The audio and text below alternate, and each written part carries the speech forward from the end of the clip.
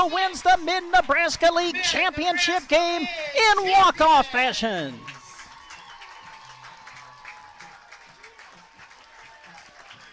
Carter Johnson, a little flare to right field. Found the outfield grass, and Broken Bow has won the Mid-Nebraska League Championship. He's just a strong opponent for any wrestler. I mean, undefeated state champ last year in the state finals the year before, a three-time state medalist, and there, a really nice takedown. Good fluid motion by a guy that's wrestling 195 pounds. Brady Skinner with it, up top. Bay at the buzzer, hits the three, nice looking shot. To Folkers, back at the Grant, long three, got it! Nice, Cash attacks. Double, almost triple teamed, out to Connell, deep three, hit it. That's a three for South Loup. I have to make sure I set my cruise control when I drive after I watch this event. Yeah, exactly. Car 204, the Yellow Viper of Ryan Firstenau. Oh. Hello to all our viewers out there. Thank you very much for tuning in. You get a look at where we're talking to you from. You get second, 6, and now 5. Pandorf atop of the key 3. Good! Pandorf at the buzzer. Johnson hammered out towards center. Home, going back. Home will dive, and did he make the catch? He did! Caden Home, a diving catch across his body to the right. Ball comes out of there. Who's going to hop on top of it? It's going to be scooped up by Cooksley. Inside the 30, the 20, 15, 10. Can he get there? He can.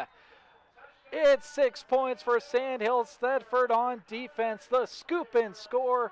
Calderos sends it in the corner to Santos. A 3. Got it. His third from downtown in the quarter. With the bounce. Gets it into Ryan. Nice post move. Lays it up and in and scores 2. 10.2 seconds left. Plays it out to Pandorf, top of the key. Long three. She puts it up, and that's going to go. And they turn it over, does Hyannis. More could be showtime. Goes up and jams it. What a way to end the half for Mullen. Finney lost it to Cash Gracie. Cash runs forward, dunks it. And looks over at his fellow students in the student section on the far side and gives a fist pump. Bounce pass to the elbow to Jackson Henry. Handoff Loy. Loy picked up by Miller. Loy bounces it inside to Henry. He'll put it up and score! And Ansley Litchfield has their first lead of the game. That's a good-looking car out of Laramie, Wyoming again. Can't get it to go. Lance Jones the rebound. Throws it ahead to Cash Gracie. He puts it home with one hand on the dunk.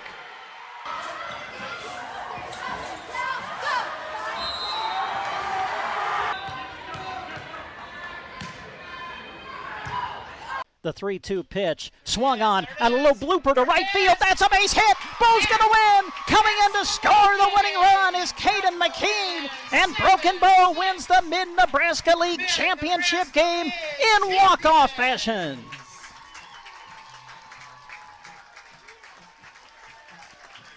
Carter Johnson, a little flare to right field.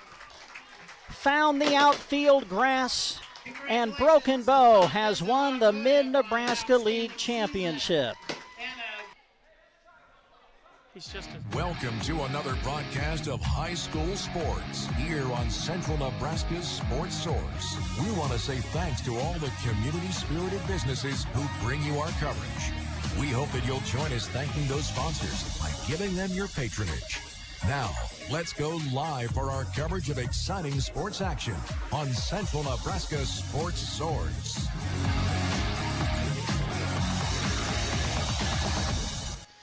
And good afternoon, everybody. We welcome you live to North Platte Community College for live coverage of Championship Saturday. It's the Mid-Nebraska Activities Conference Championship Round as we begin our coverage with third-place consolation games in the girls first, then the boys, and then later tonight we'll move into the 2 championship games to determine the tournament champions of the Mid-Nebraska Activities Conference here in basketball for the year 2025. Our first game that we'll bring you this afternoon is the girls' third-place consolation game featuring Brady against Sandhills Thedford. Our radio coverage of this game is being brought to you by Moonlight Custom Screen Print and Embroidery, Hitchin Post Saloon, Brady Booster Club, Mullen Seed and Fence, Consolidated, Sandhills Corral, Western Nebraska Bank, Cow Country Animal Clinic, and Ray Custom Haying. Our radio coverage of all games today being brought to you in part by the Nebraska State Bank, Rod's Body and Paint, Aero Seed, Shelter Insurance, Custer Federal State Bank, Grocery Cart, Agland ATV, Meat Lumber, Team Physical Therapy, Geared for Sports, Sargent Irrigation, Melham Medical Center, Trotter Service, A to Z Lawn Pro, Nebraska Owners Insurance Agency, Gateway Motors, High Street Insurance and Financial Services, Taylor Heating and Cooling, and Justin Thompson Agency. Not only are we live today on the radio, we're live with our video stream accompanied by the radio call. You can watch the action through sandhillsexpress.com. We'll come back and tell you more about that after these words on Central Nebraska's Sports Source. Moonlight Custom Screen Print and Embroidery is proud to help bring you this sports coverage. When you partner with Moonlight, you're choosing the company that offers the highest quality inks as their standard way of printing. Since 1999, Moonlight has partnered with community events, school groups, sports teams, and more to design, print, and sell awesome screen print, embroidery, and vinyl items. Located in Kearney, serving fellow Central Nebraskans. Visit MoonlightCustomPrinting.com. Everything looks better by Moonlight. You can find the Hitchin Post Saloon on Main Street in Brady. They're open daily and are serving up delicious specials throughout the week. Monday, it's 99-cent wings and Reubens, and on Tuesday, they have taco specials with $2 margaritas. Wednesday is a great day for great chicken fried steak. Thursday, head into the Hitchin Post Saloon for Jack Burgers, patty melts, and $1 draws. Friday and Saturday, they'll serve you delicious cuts of prime rib. Stop by and see them at the Hitchin Post Saloon in Brady, proud supporters of the Brady Eagles. The Brady Talent Booster Club is a proud supporter of the Brady Eagles, both academically and in athletics. The athletes you are hearing play work hard throughout the year to get better at the sports they participate in.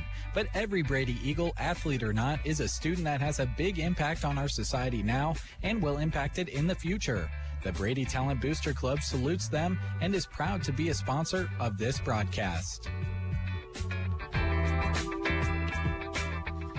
Mullen Seed and Fence, Nebraska's leader in livestock fencing, is cheering on all our area athletes. Have a great MNAC tournament. Mullen Seed and Fence, providing you with fencing necessities and design work for all your livestock facility needs. Panels, pipe, post, and all your electric fencing demands are in stock. Need it delivered? Well, their trucks are running daily to bring their products direct to your ranch. Mullen Seed and Fence, 308-529-0781, or visit them on the web at mullenseedandfence.com.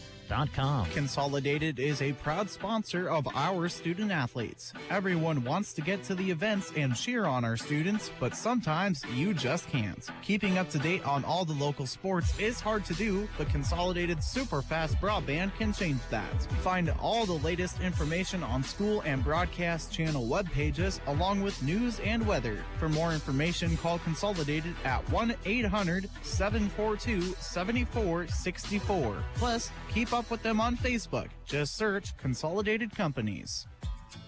Excited and pumped up. That's what they are at the Sandhills Corral in Thedford when it comes to supporting the Knights. But no matter what school's colors you're wearing, stop in to see them inside. You'll find the finest hand-cut steaks, delicious hand-patted burgers, and fresh salad bar, prompt service, and reasonable pricing. Make sure you try a delicious drink special, too. Open Monday to Thursday, 11 a.m. to 10 p.m., and on Fridays and Saturdays from 11 a.m. until 1 a.m. Go visit the Sandhills Corral in Thedford soon. Western Nebraska Bank, bank on us. Your locally owned family bank, quick decisions, friendly and trusted. Our roots run deep in agriculture. We're your bank, modern and flexible. Learn more at westernnebraskabank.com. Western Nebraska Bank, bank on us. Member FDIC, equal housing lender. This sports broadcast is brought to you by Cow Country Animal Clinic, cheering on the Knights and all of the area student athletes. They invite you to see them in Thedford. Whether you need vet services or supplies for animals that are large, small, or exotic. Enjoy the broadcast, brought to you in part by your friends and neighbors at Cow Country Animal Clinic of Thedford. proud to be your local vet service and supply connection.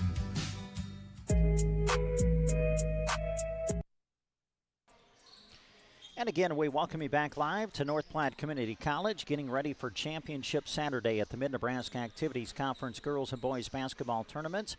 Game 1 today, the third-place consolation game on the girls bracket as Brady gets ready to take on Sandhills Thedford.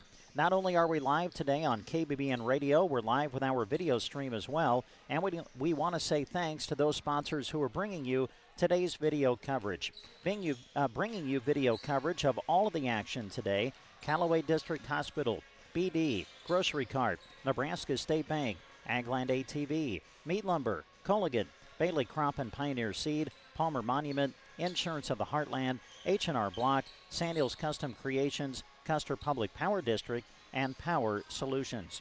Our video coverage of this opening game also being brought to you in part by the Brady Booster Club, Harsh Mercantile, Western Nebraska Bank, Ray Custom Hang, and Rodocker Trucking. Well, we will welcome to the broadcast area Jeremy Shipe. He'll be alongside for the entire day today. He'll have the call of the boys championship game coming up a little bit later on today, and he'll be joining me to bring you coverage of the girls' third-place consolation game as Brady takes on Sandhills Thedford. We'll come back and start setting up the matchup for you after these words on Central Nebraska's Sports Source. This sports broadcast is being brought to you thanks to sponsorship from Ray Custom Haying of Thedford. Simply put, if it has to do with haying, Ray Custom Haying is the way to go. Call 308-645-7144. They are sponsoring this broadcast as a way to thank their customers by putting the area student athletes on air. Go Knights from Ray Custom Haying of Thedford. Proud Sandhills Thedford Knights supporters. 308-645-7144 for Ray Custom Haying. Wouldn't you like to feel like you were number one? Nebraska State Bank and Trust would like to make you number one with great rewards like instant issue debit cards, mobile banking and deposit capture, estimates and online banking, and free bill pay, not to mention a free gift with each new checking account. You're sure to feel like a winner. Head on in to any of their friendly branches in Broken Bow, Callaway, and Merna and let them make you number one. Nebraska State Bank and Trust Company, member FDIC. When your car gets dented, dinged, smashed, or smacked, the last thing you should have to worry about is it being in the right hands to get it fixed. When you choose Rod's Body and Paint in Broken Bow, your vehicle will leave their shop looking great. Don't forget, Rod can also help you with those windshield chips. Take care of them before they get worse and cost you more money. If your windshield already needs replaced, they can do that too. Rod's Body and Paint on the curve, west of Broken Bow. Are prairie dogs wreaking havoc in your pastures? Then get rid of them with Rosol from Arrow Seed. Rosol is a restricted use pesticide approved for use on prairie dogs by licensed pesticide applicators between October 1st and March 15th. Rosol is an easy-to-use bait that provides excellent acceptance, has superior weatherability, and proven reliability. To learn more about Rosol, call or stop by Arrow Seed in Broken Bow today. Hurry up, dude. The game's about to start. Nothing beats spending the day watching the game with your buddies. Dude, I'm literally right here. Let's do this. Which is why a shelter insurance renter's policy is key to your winning game plan. It protects things your landlord's policy doesn't. Dude, where's your TV? What? No way, dude. Like that flat screen TV that just got stolen. Contact your local shelter insurance agents, Brent Custer or Seth Pearson in Broken Bow. Attention, Nebraska farmers. At Custer Federal State Bank, we know that agriculture is more than a job, it's a way of life. That's why we're proud to offer agricultural loans tailored to your needs. Whether you're looking to expand your operations, purchase new equipment, or manage daily expenses, our experienced team is here to help. With competitive rates, personalized service, we're your partners in growth. Visit Custer Federal State Bank today, where your future grows. Custer Federal State Bank, rooted in Nebraska, growing with you. Member FDIC, Equal Housing Lender. The Grocery Cart is happy to sponsor this sports broadcast. Inside GK Wine and Spirits, the key word for us is variety. We have a large selection of Nebraska-made beers and a bunch of seltzer choices, too. There's a wine that will pair well with any meal. Our shelves are full with everything from sweet to dry. Did I mention awesome prices? For your good time or to wind down your day, shop GK Wine and Spirits inside the grocery cart in Broken Bow. Start the new year off-road with the Polaris sales event. Aglen ATV is stocked up with all of the different machines you will need to kick off the new year. Not to mention all of the in-stock accessories they have to help you tackle every job you will face in 2025. Polaris is even offering a coupon this month towards cab components to help keep you warm. Stop in today at Aglen ATV for great Polaris deals. Always wear a helmet, never drink and drive.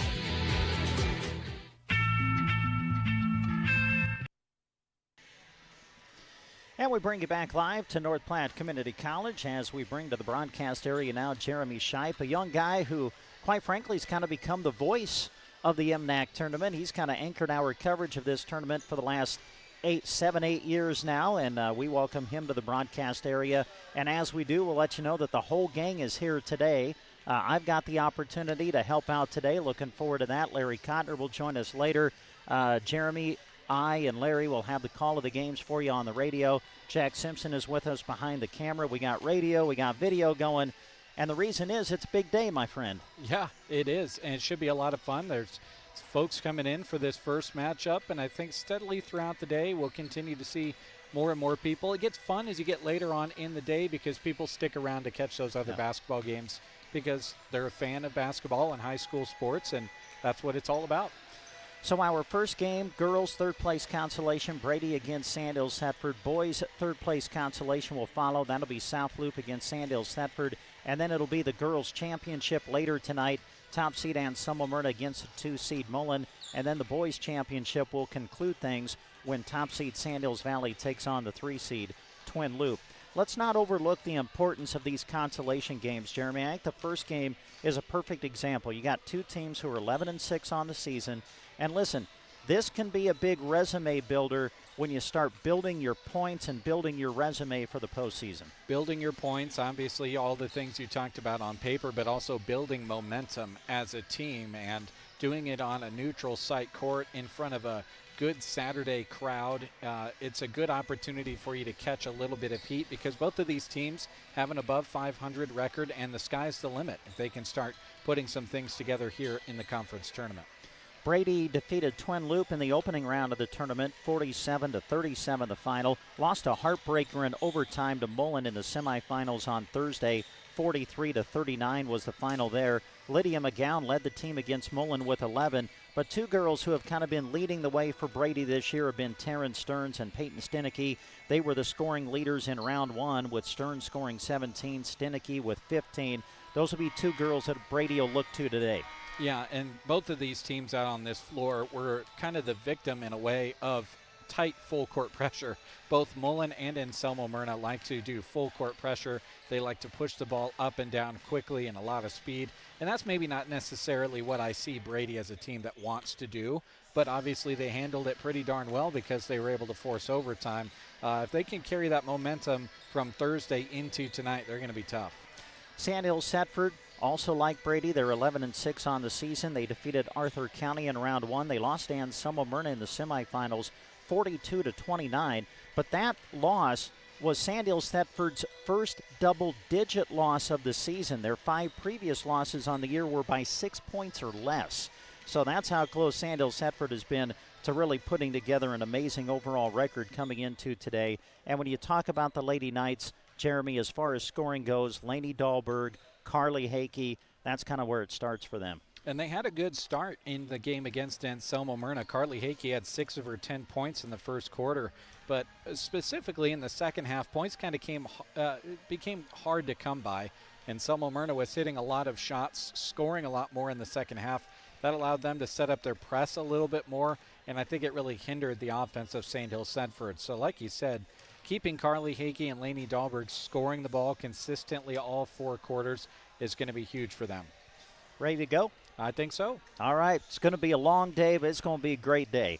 And we got game one coming up. It'll be Brady and Sandhills Thedford, girls' third-place consolation game. It's next on Central Nebraska's Sports Source. Physical therapy, together empowering able movement. The winter season presents us with all kinds of challenges, one of which that is tricky, slippery ice. If you need help recovering from a fall, call us at Team Physical Therapy, 872-5111. We've served Central Nebraska with personalized and compassionate care for over 50 years, 872-5111. With locations in Broken Bow, Burwell, Callaway, and Gothenburg, Team Physical Therapy can get you moving again. Call 872-5111. When you need to gear up for your sports endeavors, go to the place that has it right in their name. Geared for Sports in Broken Bow. They can get you ready for the field, court, track, mat, diamond, whatever. Shop their wide selection of items, and if they don't have what you need, talk to Scott to see if he can get it for you. Sports gear, athletic wear, footwear, and everything in between as at Geared for Sports, located on the west side of the square in Broken Bow. Brr, the chilly season is here. No need to be wearing a stocking hat inside. Talk to them at Mead Lumber in Broken Bow and get your home's insulation upgraded. Not only will you keep the cold outside in the winter, you'll also have a more efficient, clean, and healthy home. At Mead Lumber, they do their very best to accommodate you with information on your project. Check out the awesome resources they offer at meadlumber.com as well. Mead Lumber in Broken Bow. Visit them today on East Highway 2. Sargent Irrigation may be known worldwide, but their roots are right here in central Nebraska, something they are very proud of. They hire right here in the heartland and know their success is due to those quality employees. As a way of showing support for the community, Sargent Irrigation sponsors high school sports broadcasts, so those unable to attend can follow the action. Enjoy the broadcast, sponsored in part by Sargent Irrigation in Broken Bow. February is Heart Health Month. Melham Medical Center wants to be sure you are heart healthy. We have 4 cardiologists that visit our specialty clinic on a regular basis. Dr. Fruling, Dr. Ballwans, Dr. Dasuki, and Dr. Cookman. Save a trip out of town and make an appointment at Melham Medical Center with our cardiologist team right here at home. Call 308-872-4157 to schedule your appointment in the specialty clinic. We look forward to partnering with you to inspire healthy living through quality care. The student athletes you're cheering on during this broadcast practice and study in order to get their competition and schoolwork done right. At Trotter Service, they do the same, except with your vehicle repairs. Whether you need a new battery, brake work and alignment, tires, wheels, or an overhaul, trust their auto repair specialists to tackle the job. Don't forget bulk oil and fuel delivery and on-the-farm tire truck service too. Proud to help bring you this broadcast, Trotter Service in Broken Bow. Acquiring a lush green lawn is a lot of work. Worry no more. A2Z Lawn Pro's fertilizer program is the solution to ease your mind and lessen your work. Any time of the season is a good time to start. Eliminate weeds, strengthen your grass, and even keep bugs away with liquid fertilizer treatments mixed with micronutrients for a recipe that works specifically in this area. 30 years of experience. 308-870-1762 for A to Z Lawn Pro. That's A to Z Lawn Pro at 870-1762. With offices in Broken Bow and Callaway, Nebraska Owners Insurance Agency is here for the area. This is Chip, and I invite you into the Broken Bow office Tuesday, Wednesdays, or Thursdays to speak with me about getting the coverage that fits you and your situation best. If Callaway is more convenient, Liana and Lori are in the office there Monday through Friday. 2 locations serving central Nebraska and beyond. Thanks for choosing Nebraska Owners Insurance Agency.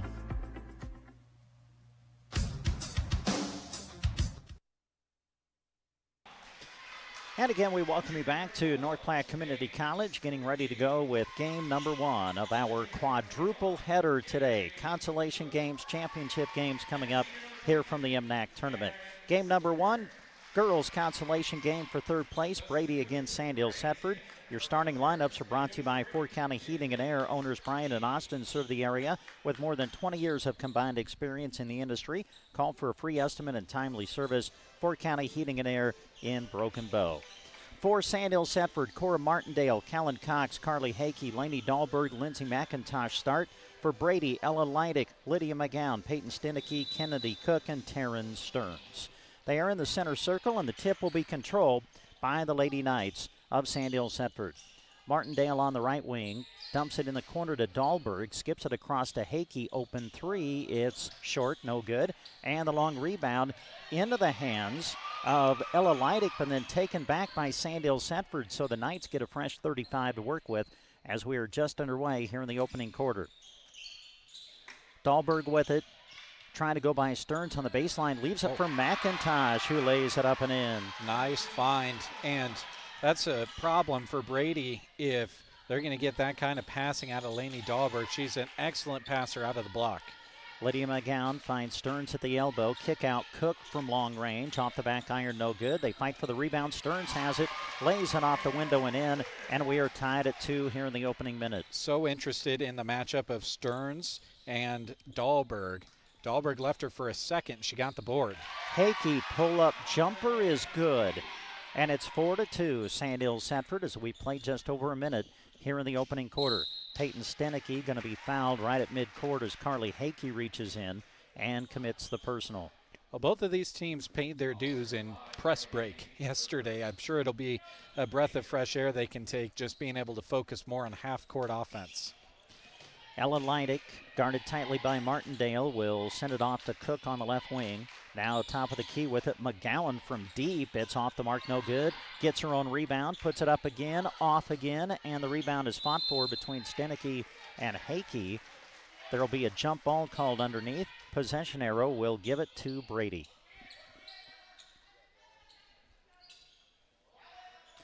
Lydia McGowan will throw it in, finds Stearns with it. Now hands it off to McGowan. A corner three is off the mark, no good. Rebound, Hakey fell to the floor as she was trying to get the rebound. Able to keep control, though. It'll be Sandhills Thedford basketball. McIntosh to Hakey trailing on the play. Now McIntosh again. Dumps it off to Dahlberg. Laney looks inside, now puts it on the floor, goes around Stenicky, gets to the rim, can't finish, and the rebound tipped out into the hands of Lydia McGowan. McGowan, who had 11 in the semifinals, sends it off to Stenicky. She'll try to drive baseline, and they're going to say it was knocked out of bounds. Last touch by Sandhills Thedford. Brady will inbound it from the baseline. 2 minutes played here in the opening quarter. Sandhills Thedford 4, Brady 2. McGowan to Leidick. Now back to McGowan on the wing. Inside pass Stearns, draws a crowd, reaching in to knock it away. Sandhills Thedford. And we're going to get another jump ball called. This time the possession arrow will point to the Lady Knights. 4-2 the score. Sandhills Thedford with the lead. Girls' third place consolation game getting us started on Championship Saturday at the MNAC tournament. Martindale will skip it across to Cox. Callan will find Dahlberg at the high post, tries to go around Leidick, now finds McIntosh, open look, and it is good. And Lindsay McIntosh with a great start for Sandhills Thedford. Yep, she's got 2/3 of their points.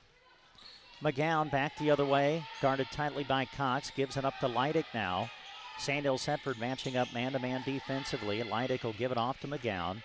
5:19 to go here in the opening quarter, and a takeaway by Callan Cox. Cox for the Lady Knights goes by McGowan, gets to the rim and scores. Wow, great defense leads to awesome offense there by Cox. 8-2, Sandhills Thedford. In this opening quarter, 5 minutes left to play in it, and now a turnover by Brady. Stenicky got forced to the sideline, steps out of bounds, and it will be Sandhills Thedford basketball. Great defense by Hakey, kept her going the direction she wanted to go, use that sideline as an extra defender. Martindale will drive and kick, finds Hakey, and then Carly trying to drive inside, kind of lost her balance a little bit and turns it over. Been a clean start to the game. That's the first official turnover I've marked in the scorebook. Over 3 minutes played here in the opening quarter. Brady with the basketball, but trailing by 6. Cook will dump it down low to Stearns. Shoots over Dahlberg. Off the mark, no good, and the rebound pulled down by Carly Hakey. Hakey will lead the break the other way, swinging out to Martindale. Inside it goes to McIntosh. Back out to Martindale. 24 to shoot for the Lady Knights. Martindale will drive, and she took an extra step. Well, the last two travel calls on Sandhills Thedford, and the only two, I guess, have been caused by Brady just being there defensively and not making it easy to pick the ball up off the floor in order to pass or shoot. Timeout on the court, 4:22 to go in the first. Sandhills Thedford 8, Brady 2. Did you hear? Gateway Motors Quick Lube is ready to flow flawlessly into your busy schedule. No appointment, no planning. Just show up and your vehicle's health is taken care of faster than a squirrel sipping Mountain Dew, a cat hearing a can opener, a dog hearing the word walk, or a toddler asking, "Hi." Expert technicians, top quality oil and products. Quick Lube at Gateway Motors in Broken Bow, East Highway 2.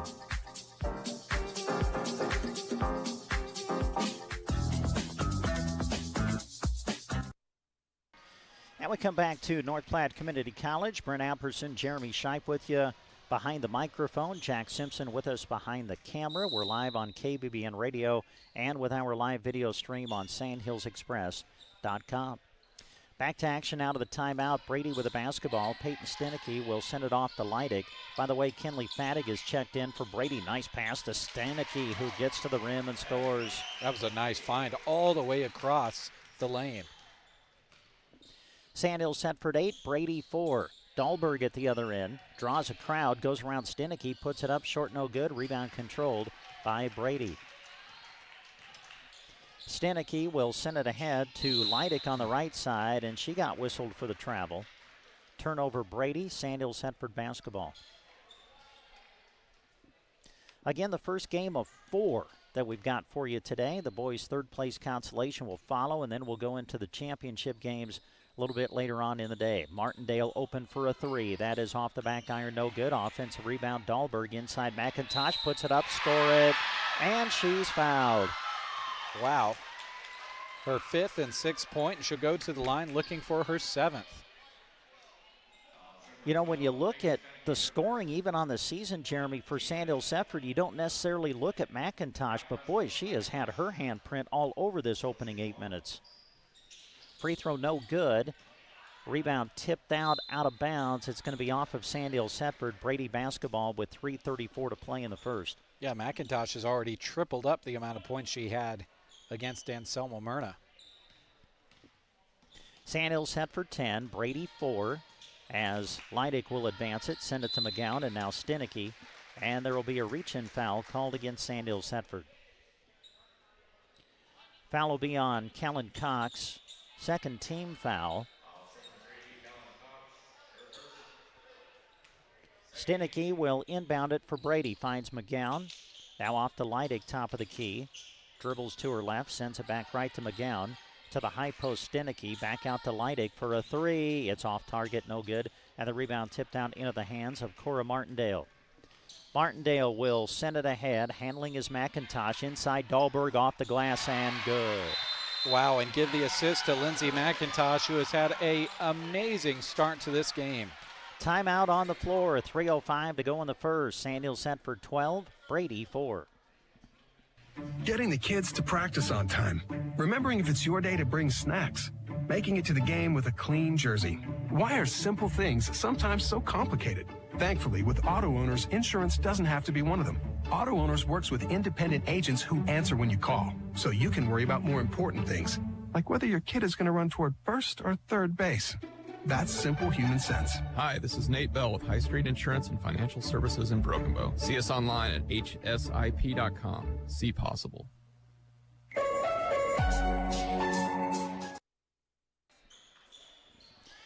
And again, we bring you back to North Platte Community College, the site of Championship Saturday for the MNAC girls and boys basketball tournaments. Out of the timeout, Brady with the ball, trailing by 8 as we go under 3 minutes to play here in the first. Lydia McGowan will dribble in the corner, now send it out to Leidig, who finds Stenicky. Inside Stearns, had it blocked, taken away by Lainey Dahlberg. Sandhills Thedford sends it ahead to Martindale. Now Dahlberg at the high post, puts it on the floor, had it knocked away, regains control. Hakey off to Cox now. Cox will look to drive, leaves it for McIntosh, who throws it away. Brady with the steal. Stenicky will bring it across midcourt, where she is met immediately by Callan Cox as Sandhills Thedford stays in this man-to-man defense. Stearns trying to go around Dahlberg. Contested shot, no good, but she will be fouled. Yeah, got caught bringing her arm down, trying to block it, and immediately from her coaching staff, she looks over and both of them show her both palms and stick the arms in the air and say, if you stay strong and tall, it's still a hard shot for her. Stearns to the line for 2, and the first one is good. 2:17 to go in the first. Sandhills Thedford 12, Brady 5. Stearns at the line for her second. On its way, in and out, no good. And the rebound secured by Lindsay McIntosh of Sandhills Thedford. Off to Hakey, who sends it off to Cox. Now Martindale quickly inside Dahlberg, who goes to the glass and scores. Yeah, and getting caught out of position was Taryn Stearns. She was on her hip, but the wrong hip. Got to stay in between Dahlberg and the basket. Largest lead of the game for Sandhills Thedford now at 9 points as we go under 2 minutes to play here in the first. Stenicky out to Leidick, inside Stearns. Poked away by Dahlberg, but Stearns retrieves it. And then on the pass intended for Leidick, it's tipped out of bounds. Last touch by Sandhills Thedford. Lydia McGowan with it, 15 on the shot clock for Brady. Fadig finds Stenicky, left elbow, under 10 to shoot now. Loose ball picked up by Kellen Cox. Cox to the other end, layup, good. And it's a double-digit lead for Sandhills Thedford. Well, Callan looked like she was the only one that wanted to run after the basketball. Both the Brady players stopped, and now they're going to say that's not an over and back, I guess. It was close. Lydia McGowan for a 3. Oh, that's a big shot for Brady. McGowan from deep. Much needed. Nearing a minute left to go here in this first quarter. Sandhills Thedford 16, Brady 8. Lob pass intended for Dahlberg, taken away by Fadig into the hands of Leidick. Brady with a basketball. Here's McGowan with it. Cut off by Hakey. Out to Leidick, inside Stenicky. Stenicky will turn, go around the defender, puts it up, no good. They fight for the rebound. It's out of bounds off of Sandhills Thedford. And Dahlberg, decently lucky she didn't get called for a foul there. She was really in the back of Stearns. 50 seconds left in the quarter. Brady will dump it inside to Stearns. Shoots over Dahlberg. Short, no good. Trying to save it. Stenicky, and she does. Into the hands of Stearns. She'll shoot it again. No good. Ball loose and picked up by Kellen Cox. Shot clock and game clock just about right together. As a takeaway by Leidick of Brady. Leidick will shoot it and score. Boy, nice little run for Brady here. They are to within 6. Shot clock is off for the rest of the quarter. 15 seconds to go in the first. Carly Hakey will swing it off right side to Cox. Now McIntosh at the high post. Back to Cox. Ball knocked away. Ball loose, but retrieved by Hakey in the backcourt. 2 seconds to go. Hakey will launch. No good at the buzzer. So a good opening quarter. Sandhills Thedford got out to a pretty sizable lead, but Brady makes a nice run to close out the quarter at the end of 1. Sandhills Thedford 16, Brady 10. Just as student athletes have strength in the classroom and in competition, Taylor Heating and Cooling is strong in both repairs and installation. For residential or commercial projects or new construction, call Taylor Heating and Cooling at 308-872-6196. They offer financing and are proud to offer high-quality service to go hand in hand with the reliable products they install, whether parts or new units. Serving Broken Bow and beyond in central Nebraska. Taylor Heating and Cooling. Life is better with American Family Insurance because our agents provide specialized local expertise to help you get the right coverage at the right price.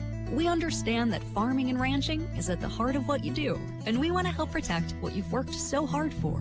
Let's build the policy your farm and ranch deserves. Visit Justin Thompson Agency or call 308-872-5252. American Family Mutual Insurance Company, SI, and its operating companies, 6000 American Parkway, Madison, Wisconsin. And we come back to North Platte Community College. Brent Amperson, Jeremy Scheib with you. Jeremy, nice run by Brady at the end of the quarter. Yeah, and all spurred by that 3 by Lydia McGowan, a much-needed 3. That got him to within 8, but then that knockdown got him a little bit closer, and just like that, you have a 6-point game when, they were down by significantly more. Opening possession of the second quarter, Peyton Stenicky draws the foul. And now Stenicky to throw it in for Brady. Finds Leidick with it in the corner. Corner 3 on the way. It's off the iron. No good. Rebound Stearns. Puts it up. No good. They fight for the board. Cook and Hakey battling. Excuse me. And jump ball will be called. Possession arrow will give it to Sandhills Thedford. Lady Knights with the ball. Dahlberg will send it ahead. Into the game now for Sandhills Thedford is Haley Dimmitt. Dimmitt getting to the rim, going to draw the foul. But Stearns got every bit of that one up top. And the foul, there's no way it was up there. It had to be down low because it was a pretty good volleyball spike for the basketball. Free throw by Dimmitt off the mark, no good. That was the first foul of the game, by the way, whistled on Brady. Now the second one for Dimmitt. On its way, no good. Missed them both, but the offensive rebound to McIntosh.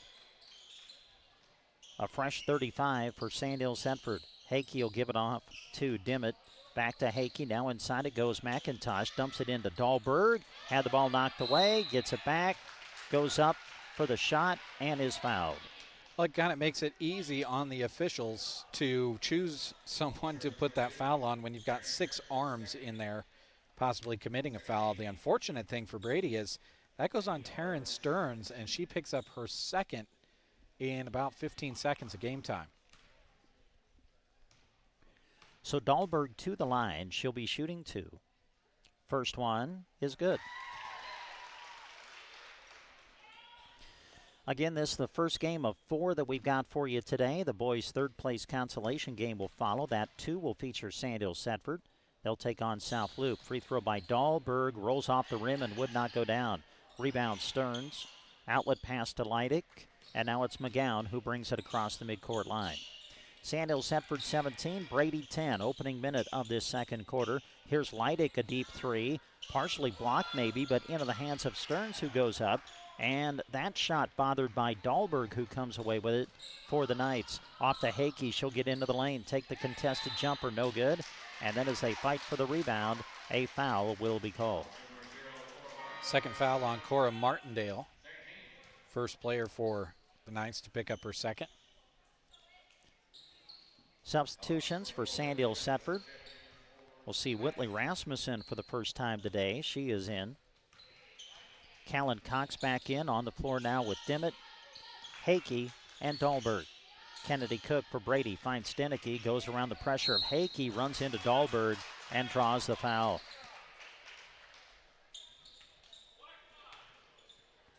That's a second on Hakey. Yeah, they did call it on Hakey, didn't they?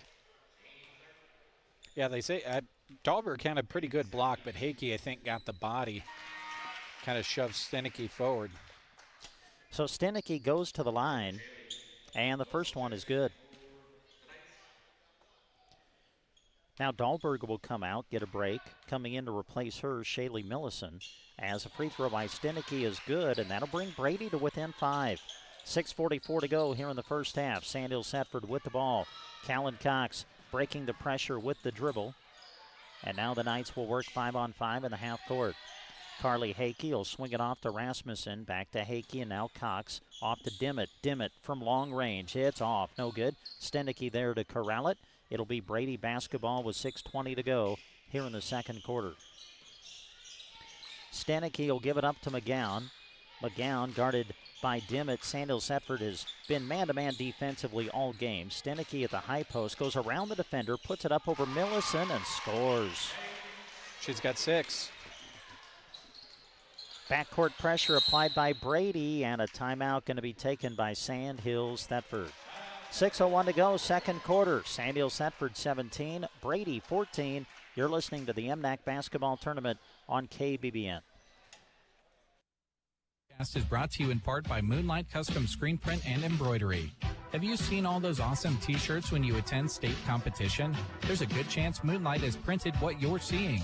They love partnering with local schools to put your athletic and extracurricular achievements on apparel for fans. Ask them about screen printing, embroidery, and more promotional products. Located in Kearney, serving fellow Central Nebraskans. Visit MoonlightCustomPrinting.com. Everything looks better by Moonlight. You can find the Hitch and Post Saloon on Main Street in Brady. They're open daily and are serving up delicious specials throughout the week. Monday, it's 99-cent wings and Reubens. And on Tuesday, they have taco specials with $2 margaritas. Wednesday is a great day for great chicken fried steak. Thursday, head into the Hitch and Post Saloon for Jack Burgers, patty melts, and $1 draws. Friday and Saturday, they'll serve you delicious cuts of prime rib. Stop by and see them at the Hitch and Post Saloon in Brady. Proud supporters of the Brady Eagles. And we come back to action here at North Platte Community College. Out of the timeout, Sandhills Thedford with the ball. Haley Dimmitt will handle it, chased down by Leidick. Now Dahlberg, who's back into the game. 15-footer is good. Lead back up to 5 for Sandhills Thedford. Stenicky off to McGowan now. McGowan leaves it for Stenicky at the right elbow. Inside Stearns over Dahlberg, short, no good. And the rebound controlled by Rasmussen of Sandhills Thedford. Outlet pass to Hakey. Hakey will swing it off to Cox, and now Dimmitt. Dimmitt, one bounce, skips it across, deflected into the hands of Dahlberg, who will shoot. Short, no good. And the rebound controlled by Stearns of Brady. Lady Eagles with the ball. We played about 3 minutes here in the second quarter. Sandhills Thedford 19, Brady 14. Entry down low to Stearns. Stearns to Stenicky, and she'll draw the foul. This could be interesting to see who this is on. Oh, boy. It's on Carly Hakey. She picks up number 3. She's the big energy player for Sandhills Thedford on both ends. Stenicky to the line, and the first one is good. Hakey, obviously one of the main ball handlers for the Knights, which obviously is a key part of your offense. She'll have to take a seat. Yeah, ball handler, double-digit scorer, so she has to go to the bench with 3 fouls. Stenicky, meanwhile, makes both from the line. And Brady is to within 3, and a turnover by Sandhills Thedford on the travel in the backcourt. 6 turnover on the Knights. Brady's playing a little bit cleaner. They've got 2 themselves. So after the turnover, Brady will inbound it on the baseline. They'll swing it out to Stenicky, back over to McGowan. She'll drive and shoot. It's off, no good. Rebound, ping-pongs around. Leidick has it, and she's going to be fouled. Yeah, kind of ushering her out of bounds was Haley Dimmitt. Little too much body over there. Got a lot of fouls mounting up on Sandhills Thedford. They're a physical team. That's not uncommon for a physical team to get more fouls. They've just kind of caught themselves in a bad position a couple of times. Leidick to the line. First one is no good. Yeah, that is now the 5th team foul against Sandhills Thedford in the quarter. So for the rest of the quarter, Brady is in the bonus. Leidick ready for her second. On its way, got it, made 1 of 2. They've made 5 free throws in this quarter already. And they could be shooting a few more already in the bonus for the rest of the way. Here's Dahlberg. She'll drive and shoot. It's off, no good. Rebound tipped out into the hands of Leidick. Brady with an opportunity to tie or maybe even take the lead. McGowan with it deep on the wing. Dribbles to her right. Dumps it to the high post to Stenicky. Out to Cook. Back to Stenicky. Stenicky will shoot. Partially blocked and taken away by Lainey Dahlberg. Boy, Lainey is not making anything easy for Brady inside. Dimmitt at the other end for Sandhills Thedford. Off to Hakey, who swings it off to Martindale, and now McIntosh. McIntosh will dribble it out, send it out to Martindale, and now it's Dimmitt in the corner. 16 on the shot clock for the Knights. Martindale will find McIntosh at the high post, out to Cox. She'll shoot it, off the iron, no good. Offensive rebound, Dimmitt, and she will be fouled. I think they're going to get Stenicky on this one. That's her first. Or did they say second? Well, I'm not sure, Jeremy. I didn't quite catch it. Dimmitt will bounce it inside to McIntosh. Turnaround, no good. Cox, though, the offensive rebound. Kicks it out to Dimmitt. Open 3. It's off the mark. No good. Rebound tipped into the hands of Leidick of Brady. Again, Brady with an opportunity to tie or take the lead with a 3. Leidick will send it to McGowan, to Stenicky at the right elbow. Dribbles around Martindale and draws another foul. Foul's going to be on Martindale. It's number 3 on her. Wow. So all of a sudden, Martindale and Hakey both ball handlers offensively for Sandhills Thedford, and obviously starters as well, each with 3 fouls. Free throw by Stenicky rolls off the rim. No good. Stenicky ready for her second to bring Brady to within 1, and she does. 3:39 to go, second quarter. Sandhills Thedford 19, Brady 18 now as Cox will quickly advance it. Cox going to challenge Stearns, goes up, short, no good. Rebound fought for, and oh man, we're going to get a foul called. I thought we might get a jump ball, but foul is going to go against Sandhills Thedford. Wow. That's a tough break there. I'll just put it that way. You know, it's got to be pretty blatant if you've got somebody coming in trying to tie up the ball to call the foul on them rather than the other player. And I thought Dimmitt did a good job going for the ball and working towards a jump ball there. So Brady back to the line. Stearns makes it. And now Brady, after finding themselves in an early hole back in the opening quarter, has fought back and has tied the game now at 19 all. They shot 70% from the free throw line in their overtime loss to Mullen, shooting 7 of 10. So a good free throw shooting team. And Stearns makes them both, and Brady has come all the way back and has the lead now at 20-19. Nice response by the Lady Eagles. Inbounds pass to Dahlberg. Sends it off to Rasmussen. Whitley will bounce it off to Callan Cox.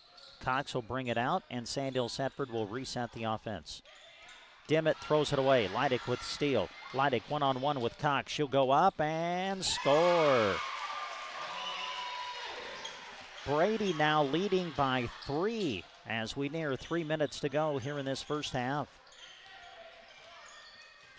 Lindsay McIntosh across midcourt swings it off to Rasmussen on the right wing, and she throws it away. Stenicky with the steal off to McGowan. McGowan, let's see if she challenges Dahlberg. She will not. They'll back it out and reset the offense. Leidick to Fadig, and now McGowan. A 3 on the way. It's off. No good. Fight for the rebound. Stenicky and Dahlberg both battling. This time we will get a jump ball. And the possession arrow will leave it with Brady. Dimmitt comes out. Tyler Held, freshman, is coming in for the first time now for Sandhills Thedford. McGowan return pass to Stenicky, puts it up, no good. Off the hand of Stearns, and she's able to chase it down. Brady with a fresh 35 to work with. Stenicky, elbow jumper, good. Boy, and now it's Brady on a run. The Eagles now lead by 5. She's got 9 points in the quarter. Long pass intended for Rasmussen. Chases it down, goes to the rim and scores.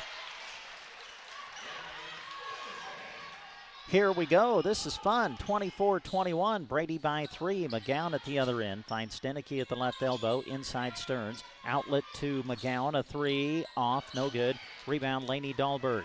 2 minutes left to go here in the first half. Whitley Rasmussen for Sandhills Thedford. Bounces it to Dahlberg. Trailing on the play. Kicks it out to Cox.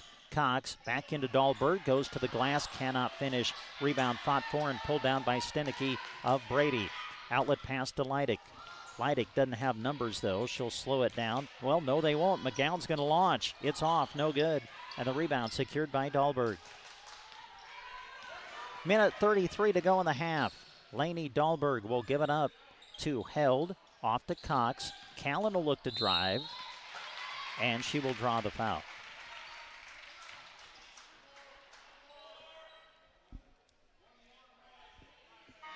Fourth team foul against Brady, so it'll be a non-shooting foul. And Sandhills Thedford will inbound on the baseline.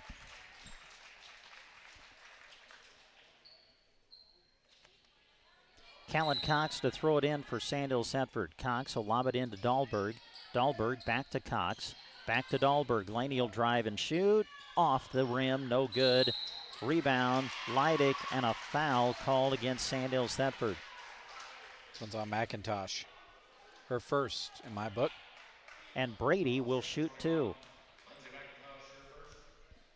Well, there's no question this whole foul situation for Sandhills Thedford really playing a big part in maybe how this story will develop as we go the rest of the way.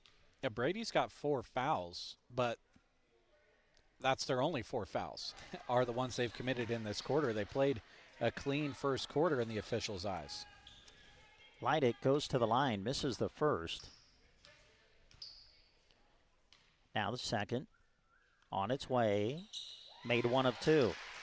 And now Brady leads by 4, which I think is their largest lead of the game. 1:15 left to go here in this second quarter. Sandhills Thedford with the ball. Held will give it off to Cox. Pass, I think, was intended for Held, but ends up in the hands of Rasmussen. Now they find Dahlberg down low, puts it up in traffic, no good. They fight for the rebound, and we got another foul coming against Sandhills Thedford, and Brady will have the opportunity to score again from the foul line. That's going to go against Held, her first. 7 different players for Sandhills Thedford with at least 1 foul. 6 fouls belonging equally to Carly Hakey and Cora Martindale, who we have not seen for most of this second quarter. Leidick goes to the line and makes the first.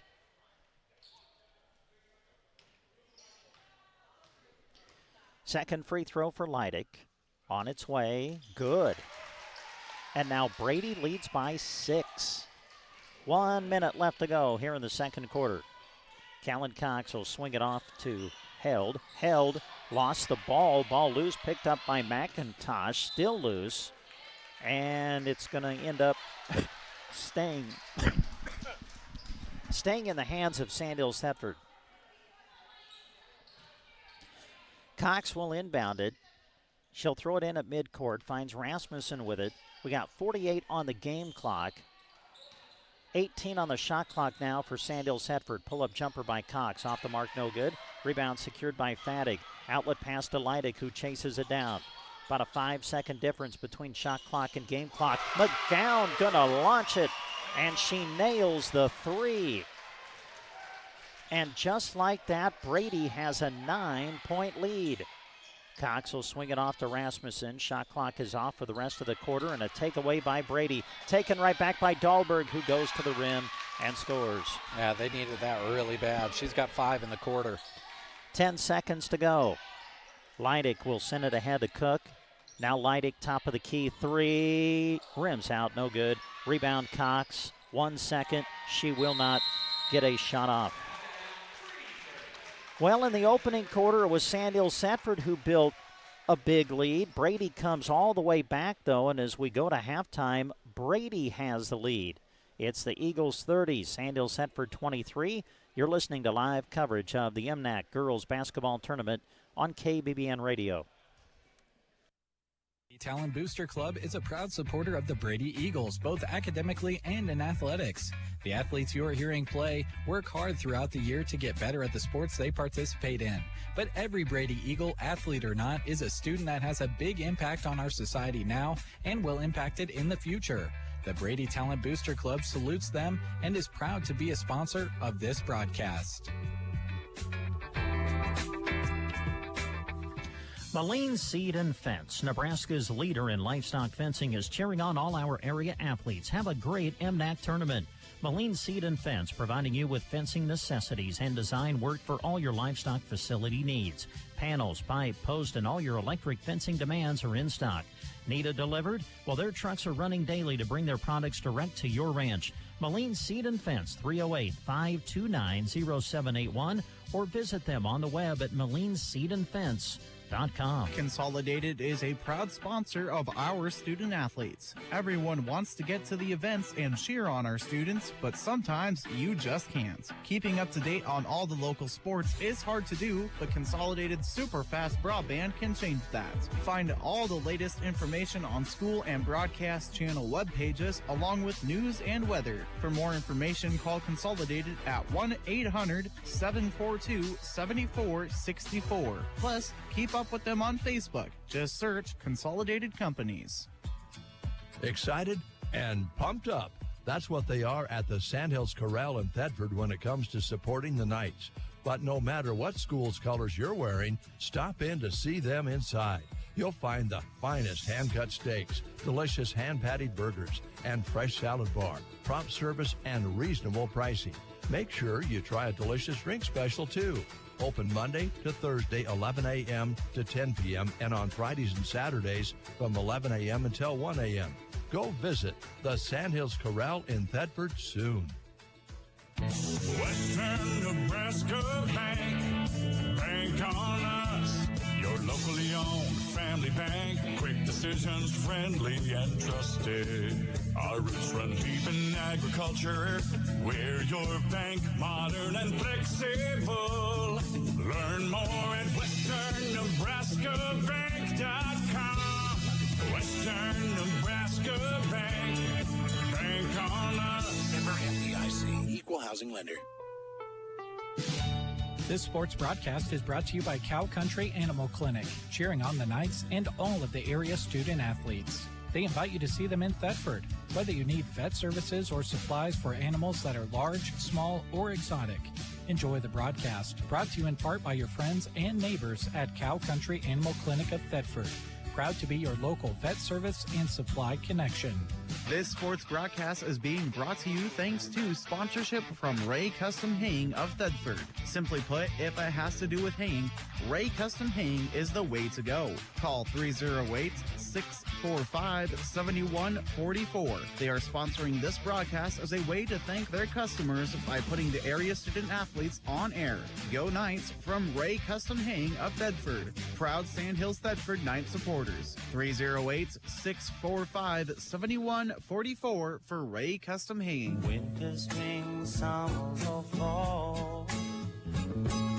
Now all you got to do is call, and I'll be there. Yeah, yeah, yeah. You've got a friend.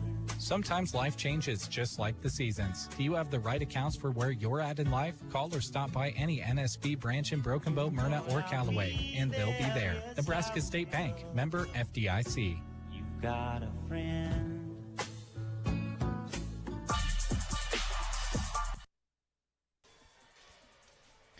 And we come back to North Platte Community College. We're at halftime of Game 1 of 4 that we have for you today. It's Championship Saturday at the MNAC tournament. This is the third-place girls consolation game.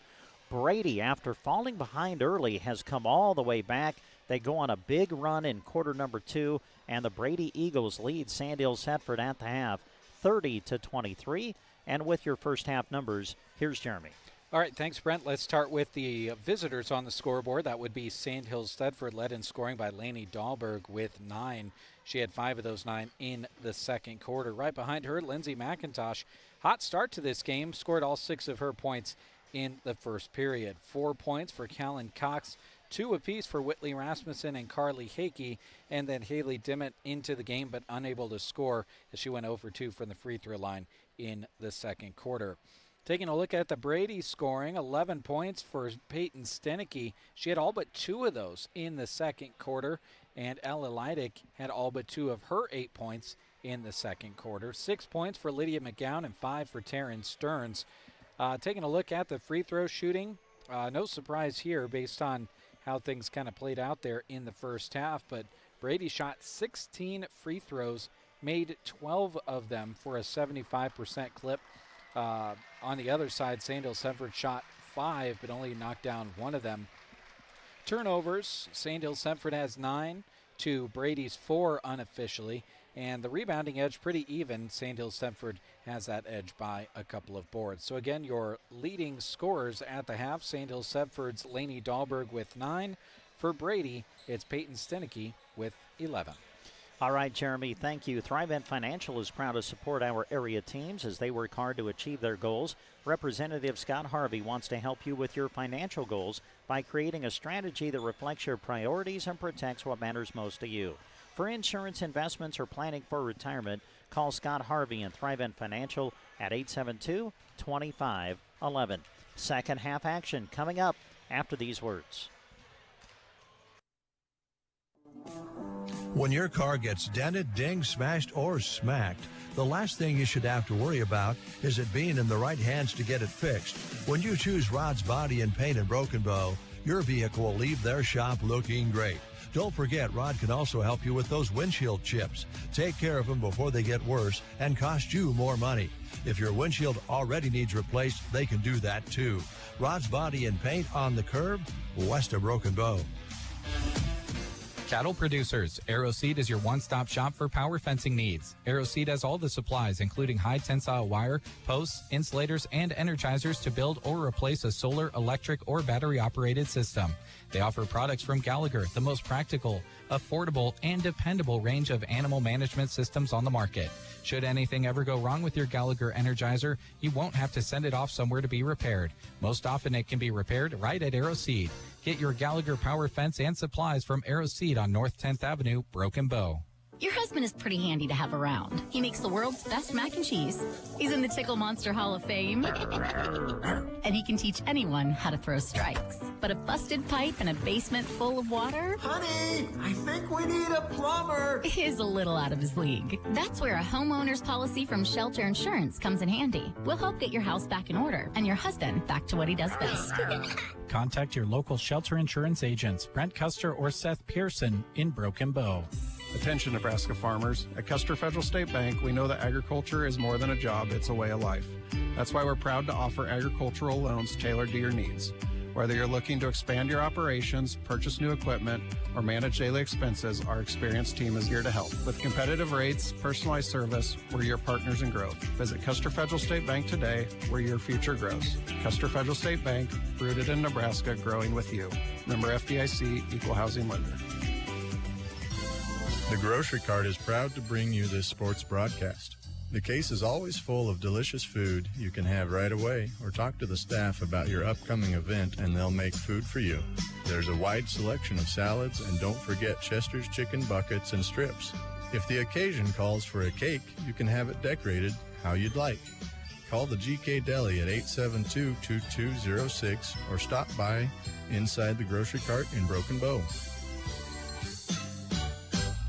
Agland ATV would like to thank all of our customers for their business and friendships this year and look forward to working with you in 2025. Polaris has worked hard to keep bringing you the most reliable and powerful machines in the off-road market. Agland ATV is proud to keep that momentum rolling here in central Nebraska and strives to offer you the best in off-road sales and service. Agland ATV, West Highway 2 in Broken Bow. Always wear a helmet, never drink and drive.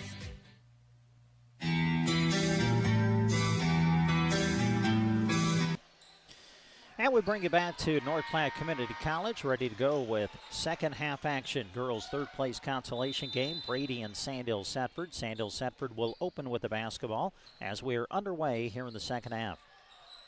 Callan Cox, Carly Hakey, Cora Martindale, Lindsay McIntosh, Lainey Dahlberg for Sandhills-Thedford. Nice wraparound pass from Dahlberg to McIntosh, but not able to finish on the inside as the rebound comes down to the Brady Eagles. Peyton Stenicky, Lydia McGowan, Leidick, Cook, and Stearns for Brady. So both teams with their starting five to start here in the second half, and a pickoff by Lainey Dahlberg.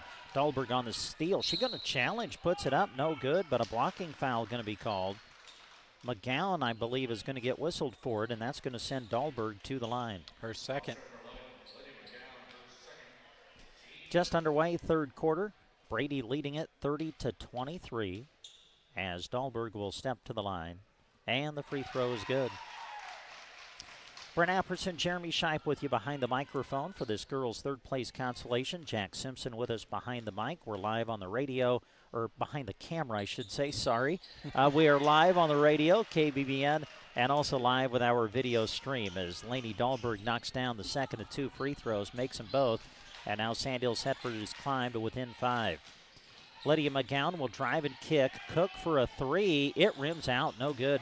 Rebound tipped out into the hands of McIntosh. Outlet pass to Carly Hakey. Hakey will send it ahead to Martindale. Inside Dahlberg. Draws a crowd. Finds McIntosh. Swatted away. Ball loose. Picked up by Leidick. Now Stenicky handles it. And will play 5-on-5 in the half court. Stenicky dribbling to her right. Cox right there with her. Stenicky dumps it inside to Stearns. Kick out Leidick for a three. Rims off, no good. Rebound ping-pongs around. And we got a jump ball. Possession arrow will give it to Brady. 6:43 to go in the third. Brady 30, Sandhills-Thedford 25. Good start to the day. Been a good ball game. Stenicky will shoot it. no good. Rebound secured by Dahlberg, and then McGowan almost took it away and then commits the foul. Uh-oh.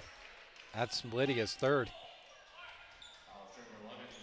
Well, we've seen a lot of fouls whistled in this game so far, Jeremy, but at least from the way I viewed it, officials are calling it consistent. I mean, we have seen it consistently called with the reach-ins here in this game, so we'll see if the teams can adjust as McIntosh puts one up on the rim. No good. For the offensive rebound, Eleni Dahlberg, who gets the finish on the offensive rebound. She scored all 4 points of the beginning of the quarter for between the two teams. Sandhills Thedford to within 3. They'll dump it inside to Stearns. Back out Cook for a 3. Off the iron, no good. Rebound McIntosh. Carly Hakey will advance it for the Knights. Pull-up jumper, yes. And here comes Sandhills Thedford. Well, the problem when you have someone rack up so many fouls and they go to the benches, when they come back in, they've got the freshest legs out there. And Carly's playing like it.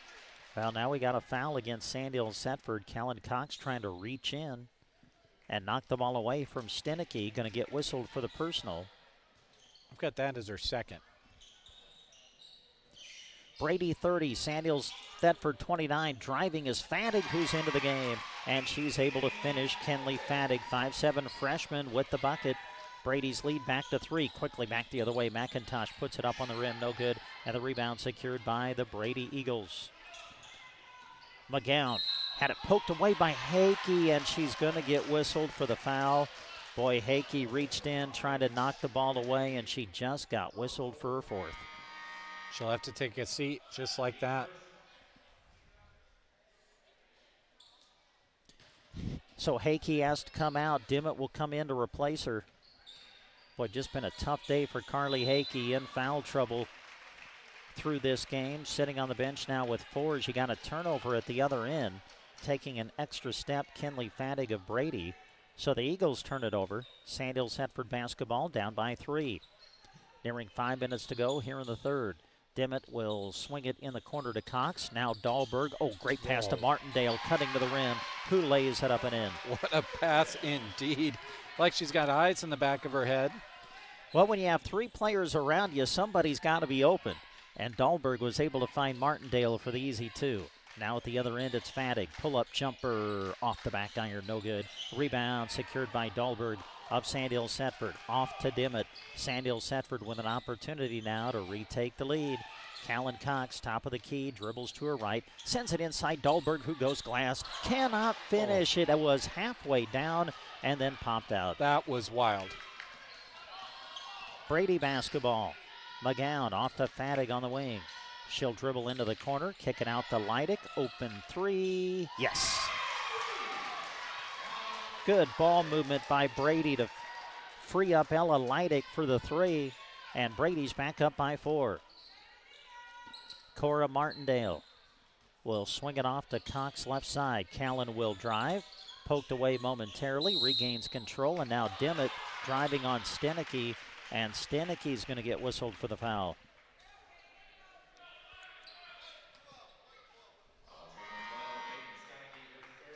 That's her third. So she and Lydia McGowan each have 3 for Brady with 4:07 to play here in the third quarter. Not a big deal right now, but you pick up that fourth. It obviously becomes a big deal real quickly.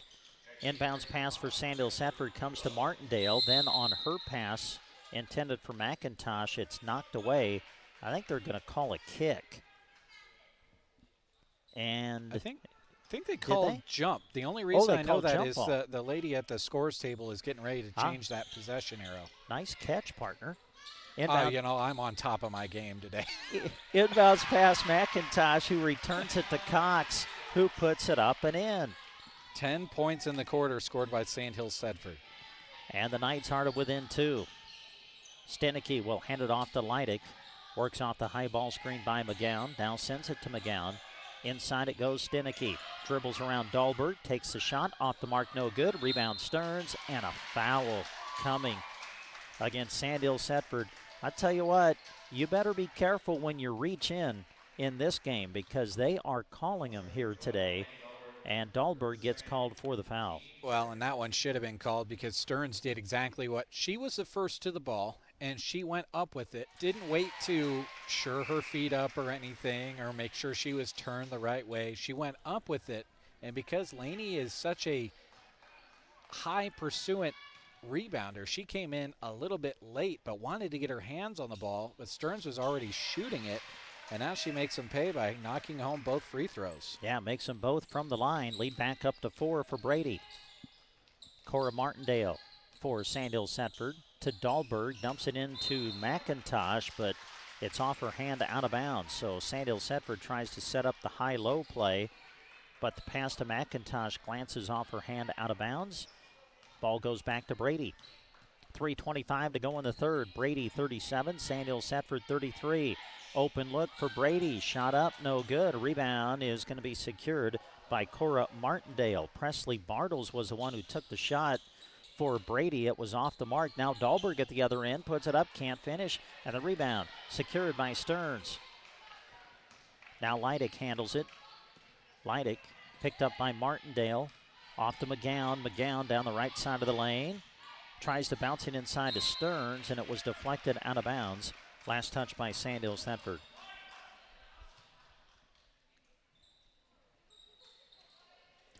McGowan will inbound it on the baseline. Just under 3 minutes to play here in the third. Brady with the ball and the lead. Stearns trying to go around Dahlberg is going to be fouled. And it's going to be on Dahlberg.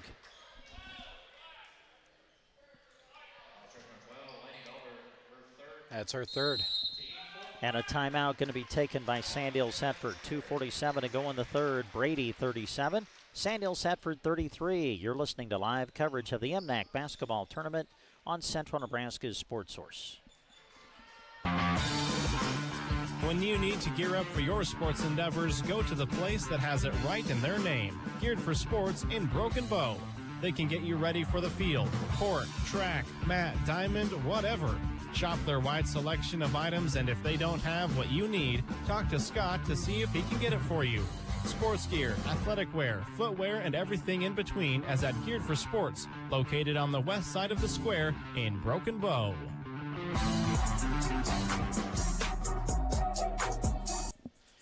Fans starting to file in to North Platte Community College. This is game 1 of 4 today. The boys' third place consolation game coming up next between South Loup and Sandhills Thedford.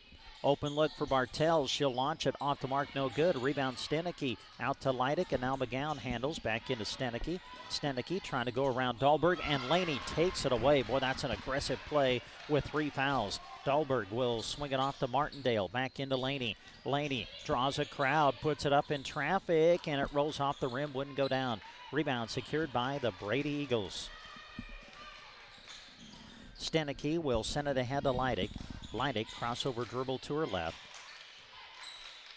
Bartel's going to launch it from deep again. It's off, no good, and the rebound secured by Laney Dahlberg.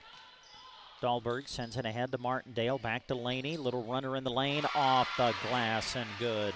That was smooth. It's a 2-point game.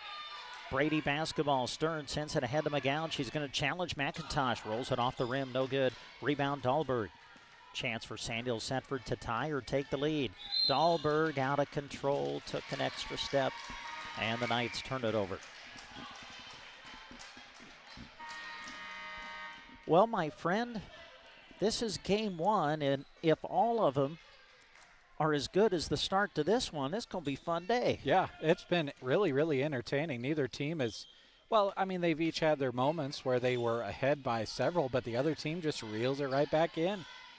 McGowan to her right. The runner from the baseline, no good. Rebound secured by Martindale of Sandhills Thedford. Martindale with the push. Sends it ahead to McIntosh. She'll put it up off the rim, no good, and the rebound secured by Brady. Ava Foster into the game now for the Eagles. She was the one with the rebound.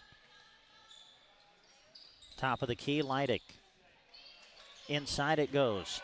Foster, kick out. Bartels for another 3. It's off the side of the iron, no good. And the rebound secured by McIntosh. Nearing 1 minute left to go in the third. Sandhills Thedford with the ball, down by 2. Cox to McIntosh to Martindale. Martindale back out to Cox. 22 on the shot clock as Dimmitt just kind of threw it away. And chasing down the loose ball is Stenicky. Brady with a basketball. Leidick trailing on the play, gives it up. They go inside to Stenicky. Stenicky will dump it to Foster, who shoots it off the back iron, no good. Rebound McIntosh. Shot clock is off for the rest of the quarter. 30 seconds left to go in the third. Sandhills Thedford with the ball, trailing by 2. Dimmitt on the wing to McIntosh. Now they'll swing it left side to Martindale, who just has it go off her hands, out of bounds. Couldn't secure it. And now Brady will have an opportunity with 21 seconds left here in the third.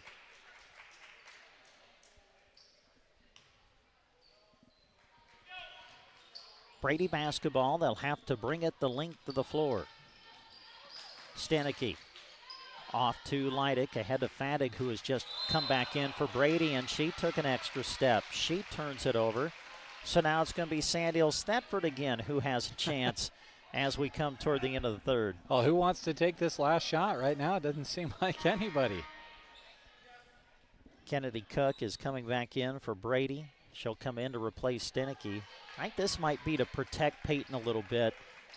I think she's got 3 fouls, if I'm not mistaken, so she's going to come out as Sandhills Thedford has 10 to work with before the quarter ends, and they turn it over. Oh, my. Smokes. Someone switch basketballs at the quarter break or something. This one's got a lot of turnovers in it. All right, Brady's got a chance now before the quarter ends. 5 left to play in it. Fadig will send it ahead to McGowan. 3 to go. Pull-up jumper McGowan off the back iron. No good. Rebound Cox, and that's the end of the third. Hey, it's been a good one. Girls third-place consolation game MNAC tournament. We'll go to the fourth. Your score, Brady 37, Sandhills Thedford 35. Here comes the chilly season. Are you already noticing some cold drafts coming into your home, chilling the air? Don't make your heating system work harder than it needs to. Talk to Mead Lumber in Broken Bow about insulation solutions to keep the cold where it belongs, outside. The helpful staff at Mead Lumber in Broken Bow can offer solutions that will save you money when the weather gets chilly. Talk to them today, East Highway 2, Broken Bow, Nebraska. Team Physical Therapy, together empowering able movement. The winter season presents us with all kinds of challenges, one of which that is tricky, slippery ice. If you need help recovering from a fall, call us at Team Physical Therapy, 872-5111. We've served Central Nebraska with personalized and compassionate care for over 50 years, 872-5111. With locations in Broken Bow, Burwell, Callaway, and Gothenburg, Team Physical Therapy can get you moving again. Call 872-5111.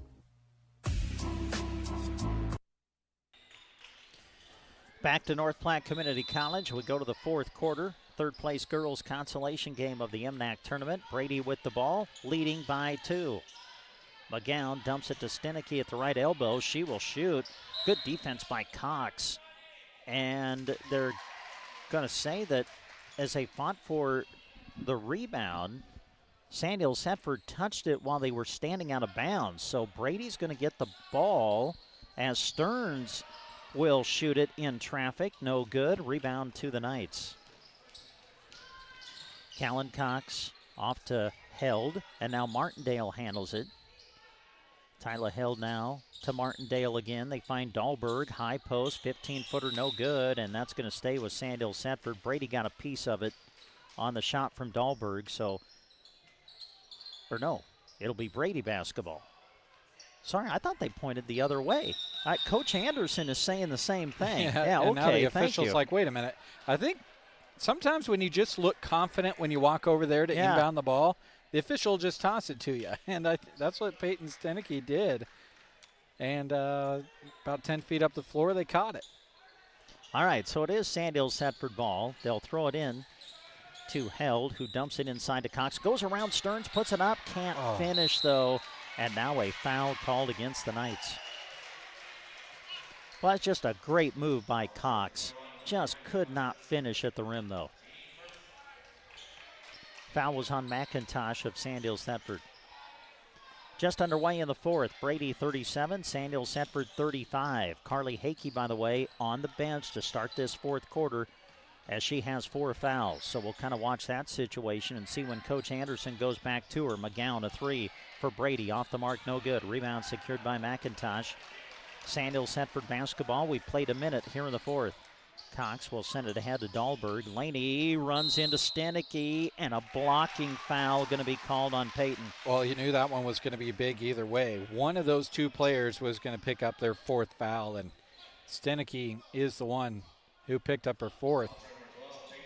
And I think they've got a sub coming in for her right away. So Stenicky on the bench for Brady, and Carly Hakey on the bench for Sandhills Thedford. So I guess here continues the chess match. Yeah, the foul situation is really becoming a huge storyline. Boy, Dahlberg kind of hopped when she received the inbounds pass. No travel called, though. Cox in traffic, all kinds of contact, no whistle. Now Dahlberg puts it up, no good. Gets her own rebound, though, and now we got a whistle. Well, there's calls a jump ball coming from the crowd, but no other player besides Dahlberg really ever had their hands on the ball. Everyone kind of had their hands in the area. But Laney did well at keeping it away. Foul was on Stearns. Second team foul against Brady early in the 4th. Martindale will swing it off to Held. A runner off the backboard, no good. And the rebound secured by McGowan. McGowan driving by Dahlberg. Held quickly catches up defensively, though, forces McGowan to give it up to Leidig as Brady will work 5-on-5 in the half court. Fattig to the rim, layup, good, count it, and she's fouled.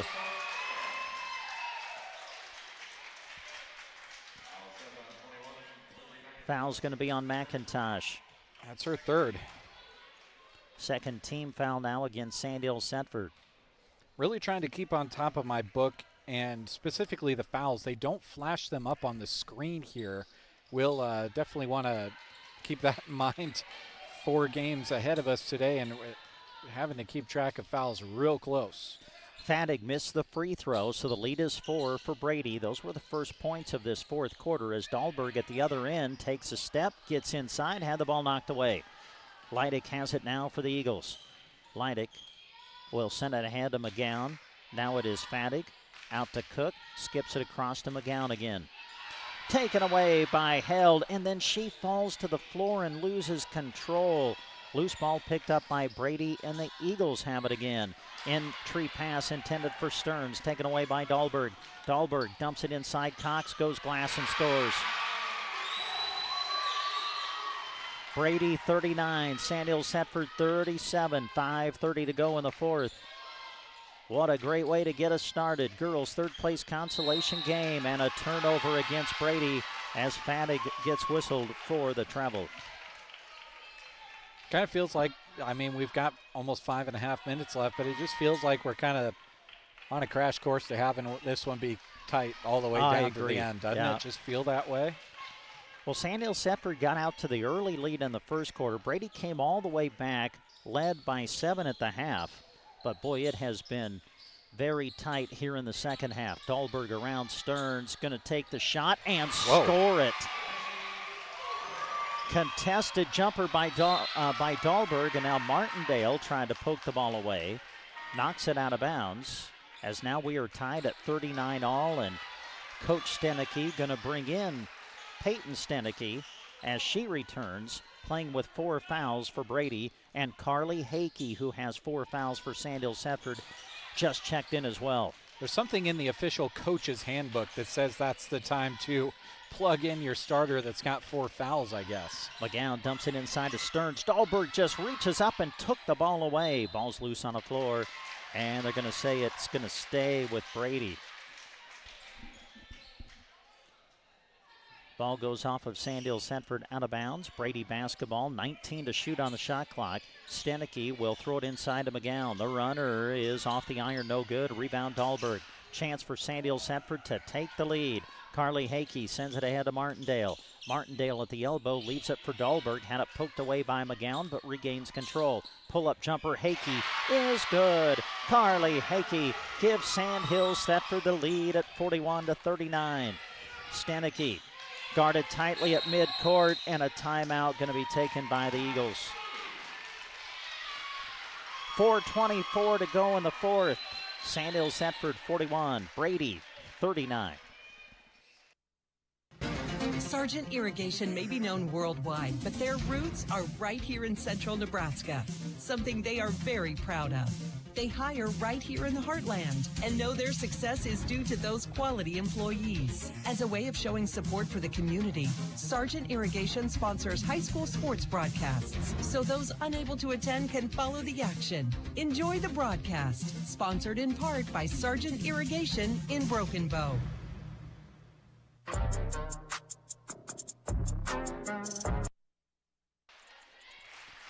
Your friends at Clang Financial are honored to help with any of your health and life insurance questions, as well as any retirement planning needs you may have. Reach them at 308-872-6810. Clang Financial, downtown Broken Bow at 940 South D Street. Brent Apperson, Jeremy Shipe with you behind the mic. Jack Simpson behind the camera. We're live on the radio and with our video stream accessible through sandhillsexpress.com. Well, partner, what a great start to the day. 4:24 to go in the fourth. Sandhills Thedford by 2. Yeah, this kind of sets a high standard for the next 3 games, but we'll have all 3 games for you, video and radio, the rest of the day. Stenicky will throw it into McGowan. McGowan guarded by Hakey. Now off to Kennedy Cook. Stenicky had it poked away by Cox. Peyton right at midcourt. 20 on the shot clock. Stenicky going to get rid of it. Does. Pass intended for Stearns, but knocked out of bounds off the hand of Laney Dahlberg. Kenley Fadig coming back in for Brady. Cook will come out. Brady basketball. Fadig will handle it. Now Stenicky. Stenicky driving on Cox. Picks up the dribble. Sends it out to Fadig, who gives it up to McGowan, top of the key. Only 7 on the shot clock to shoot. 5 now to shoot for Brady. 3 now to shoot. I don't know if they know it. McGowan off to Fadig, and she will not get it off in time. Shot clock violation, Brady Eagles. Well, and that's tough, especially when you're on your side of the floor of your bench. They were on that right-hand side. Maybe in the moment couldn't hear the bench screaming at them. Whitley Rasmussen back into the game for Sandhills Thedford. Gives it up to Martindale, and now they swing it off to Cox, who finds Hakey. Carly Hakey back out to Martindale. 20 on the shot clock for Sandhills Thedford. Rasmussen to Cox. She will drive and shoot and score. Well, she's having a great game. She's got 10. And now Sandhills Thedford leads by 4. Boy, you get the feel this is a big offensive possession coming up for Brady. Got to find a way to score. Here's Stenicky, double teamed on the side. Pass deflected. Ball loose. Picked up by McGowan. Now sends it off to Leidick. Under 20 to shoot for the Eagles. McGowan will drive, gets to the rim, puts it up, no good. Got her own rebound, put back, wouldn't go. Ball is saved from going out of bounds by Fadig, but into the hands of Carly Hakey of Sandhills Thedford as we go under 3 minutes to play here in the fourth. Sandhills Thedford 43, Brady 39. Top of the key with it, Hakey. Sends it off to Martindale. Now Rasmussen dumps it inside for Dahlberg. Deflected, though, and taken away by Stearns. Chance for Brady now. 2:37 to go in the fourth. Brady with the ball, but down by 4. Leidick will throw it to the elbow. Stenicky goes around Cox, and she draws the foul on Laney Dahlberg. That's 4 on Laney. Things are going to get really interesting here. We're getting to the point where the clock is not anyone's friend. You got several players out there with 4 fouls each. Something's got to give. Stenicky steps to the line and makes the first. Yeah, with this foul situation for both teams, what if we play extra basketball? You start seeing who's got the bench. Stenicky's free throw, good, made them both. 21 free throws shot in this game by just Brady. Sandhills Thedford 43, Brady 41, 2:28 to go here in the fourth. Backcourt pressure applied by the Eagles, and they force the turnover. Fadig with the steal. Fadig will give it up to Stenicky. Oh, she touched the ball with the free hand and got whistled for a double dribble. And every possession is a big one. 2:23 to go.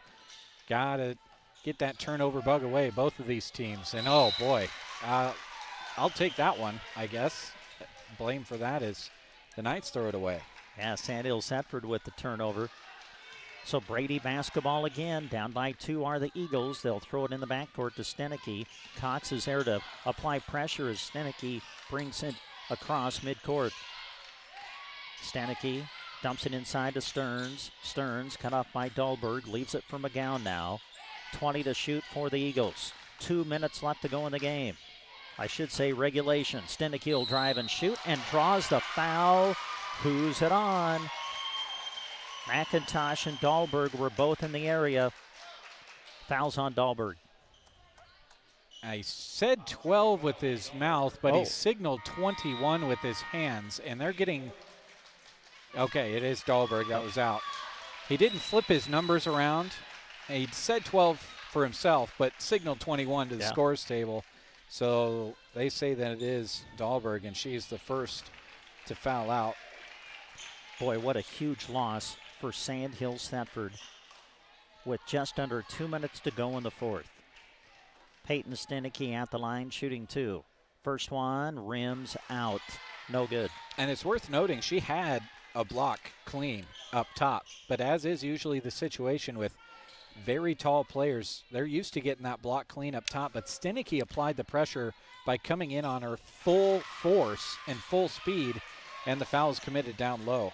Stenicky makes the second, makes 1 of 2. It's a 1-point game. Sandhills Thedford with the ball and the lead. McIntosh will hand it off to Hakey. Hakey will quickly advance it across midcourt. 1:50 left to go in the fourth. Sandhills Thedford 43, Brady 42. Third place girls consolation game, creating all kinds of excitement coming down the stretch. Hakey will find Cox top of the key. She will drive and shoot, partially blocked. Ball loose. It's out of bounds off of who? It's off of Sandhills Thedford. Brady basketball with 1:33 to go. Backcourt pressure applied by Sandhills Thedford. Stenicky will give it off to Leidick. Leidick will bring it across midcourt. 1:26 to go in the game. McGowan trying to drive by Cox. Gets to the baseline. Puts it up. No good. Fattig there, though, to save the possession. Now McGowan from deep.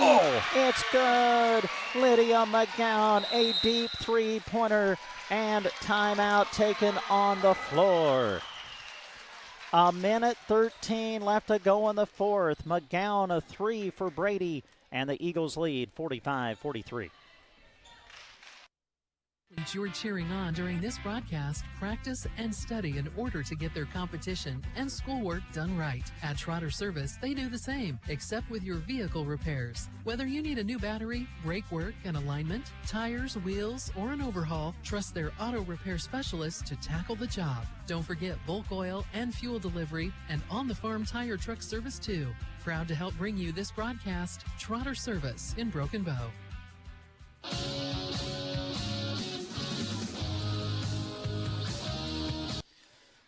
Well, one of the most exciting things about covering these games is who's going to make a play.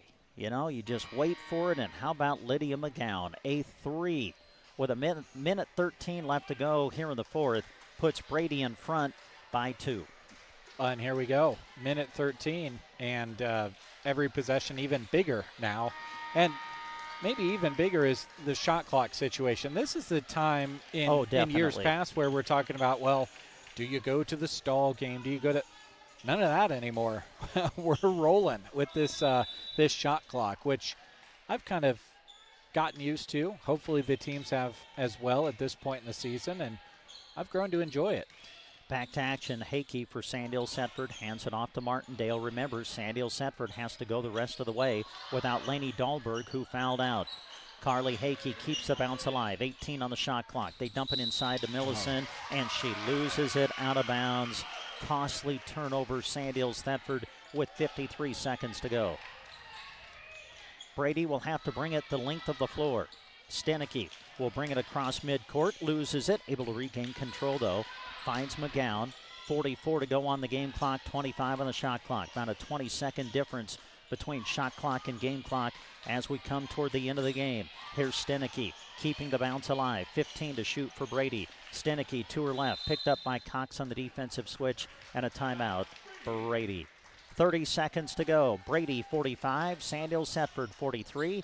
You're listening to live coverage of the MNAC Girls Basketball Tournament on Central Nebraska's Sports Source. This broadcast is brought to you by Mullen Medical Center in Broken Bow, where we deliver caring and comprehensive health care right here, close to home. The specialty clinic brings our residents access to the area's most experienced physicians in cardiology, general surgery, obstetrics and gynecology, orthopedics, and more. Partnering with you to inspire healthy living through quality care. Mullen Medical Center in Broken Bow.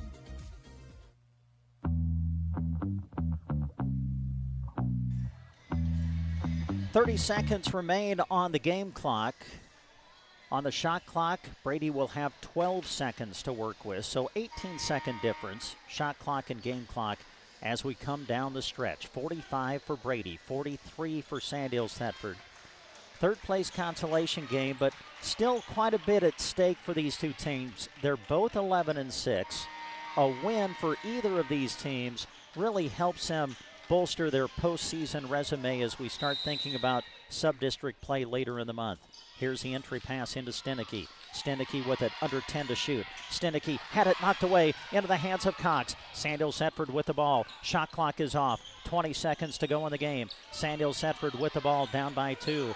Callan Cox on the wing, gives it up to Hakey for the lead. It's off the iron, bounces around, no good. Rebound Stenicky, and she'll be fouled with 9 seconds to go.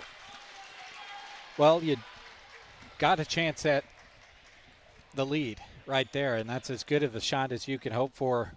Carly Hakey, a very good three-point shooter. Hasn't hit one in this game, but had a couple in their semifinal game. But you send Stenicky to the line. She has been there a lot, 10 times, and she's 8 of 10 from the free throw line. So if you're Brady, you've got the girl you want right there at the free throw line.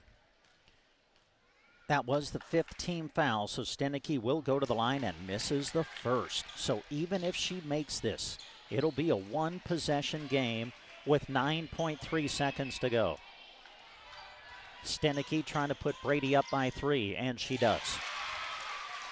Sandhills Thedford needs a 3 for the tie.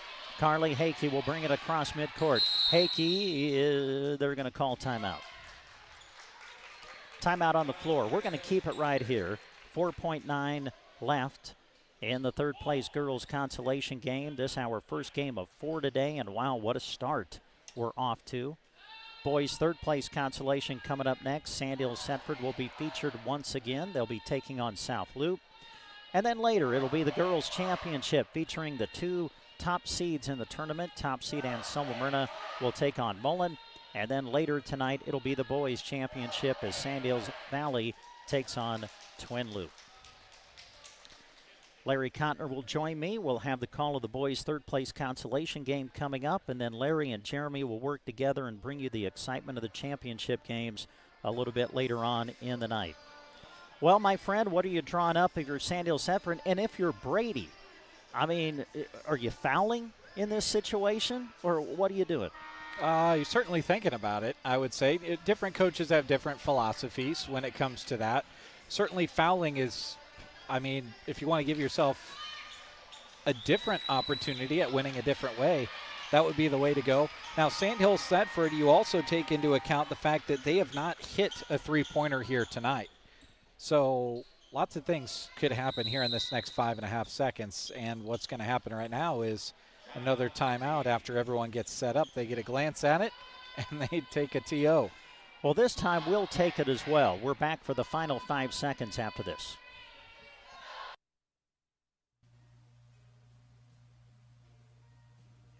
Acquiring a lush green lawn is a lot of work. Worry no more. A2Z Lawn Pro's fertilizer program is the solution to ease your mind and lessen your work. Any time of the season is a good time to start. Eliminate weeds, strengthen your grass, and even keep bugs away with liquid fertilizer treatments mixed with micronutrients for a recipe that works specifically in this area. 30 years of experience. 308-870-1762 for A to Z Lawn Pro. That's A to Z Lawn Pro at 870-1762.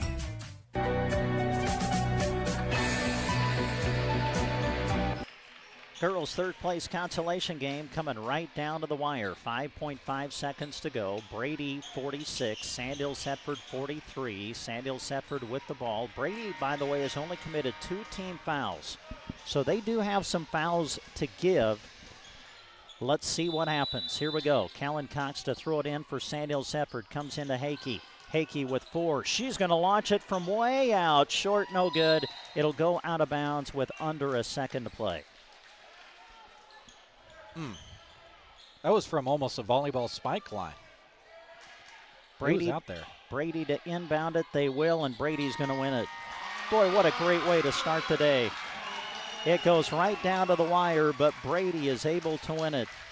The girls' third place consolation game goes to the Brady Eagles. Brady wins it 46-43, the final. We'll take a timeout. Jeremy is totaling up the final numbers. He'll come back and share them with you after these words. In Broken Bow and Callaway, Nebraska Owners Insurance Agency is here for the area. This is Chip, and I invite you into the Broken Bow office Tuesday, Wednesdays, or Thursdays to speak with me about getting the coverage that fits you and your situation best. If Callaway is more convenient, Liana and Lori are in the office there Monday through Friday. 2 locations serving central Nebraska and beyond. Thanks for choosing Nebraska Owners Insurance Agency. Did you hear? Gateway Motors Quick Lube is ready to flow flawlessly into your busy schedule. No appointment, no planning. Just show up and your vehicle's health is taken care of faster than a squirrel sipping Mountain Dew, a cat hearing a can opener, a dog hearing the word walk, or a toddler asking, "Hi." Expert technicians, top quality oil and products. Quick Lube at Gateway Motors in Broken Bow, East Highway 2.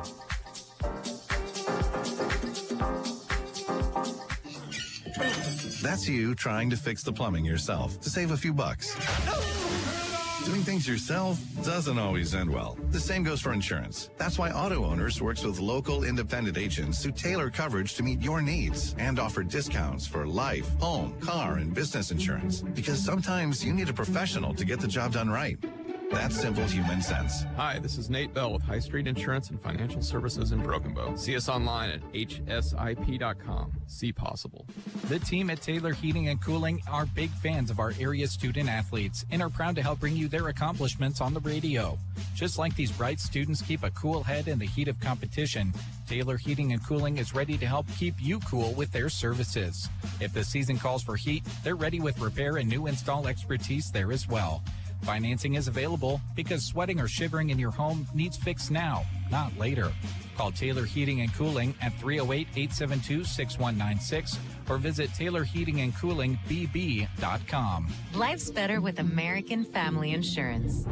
That's because the future can be unpredictable, but no matter what's in the forecast, we'll help you feel protected so you can enjoy the dreams you've worked hard for with peace of mind. Save up to 23% when you bundle home and auto. Products not available in every state. Visit amfam.com to learn how discounts may apply to you. American Family Mutual Insurance Company, SI, and its operating company, 6000 American Parkway, Madison, Wisconsin. Visit Justin Thompson Agency or call 308-872-5252. Well, what an exciting start to our day. Girls' third place consolation game. Brady wins it 46-43 over Sandhills Thedford. And with your final numbers, here's Jeremy. We'll start by looking at Sandhills Thedford like we did at the end of the first half. Lainey Dahlberg with 17 points, 9 of those 17 coming in the first half. So a pretty even scoring evening for Lainey Dahlberg. Only had 2 points in the fourth quarter, though, a quarter in which she fouled out early in. Callan Cox with 10 points to join her in double figures, 6 by Carly Hakey and Lindsay McIntosh, and 2 apiece for Cora Martindale and Whitley Rasmussen. For Brady, leading the scoring was Peyton Stenicky with 15. Joining her in double figures was Ella Leidick, had all but 3 of her points in the first half for her 11. 9 put in by Lydia McGowan, 7 for Taryn Stearns, and 4 for Kenley Faddick. If you take a look at the free throws and rebounds and turnovers, 25 free throws shot by Brady. Now 16 of those 25 came in the first half. They knocked down 18 of 25, which was certainly a huge part of them getting this third place medal here today. Free throws for Sandhills Thedford, only shot 5 of them, but made 3.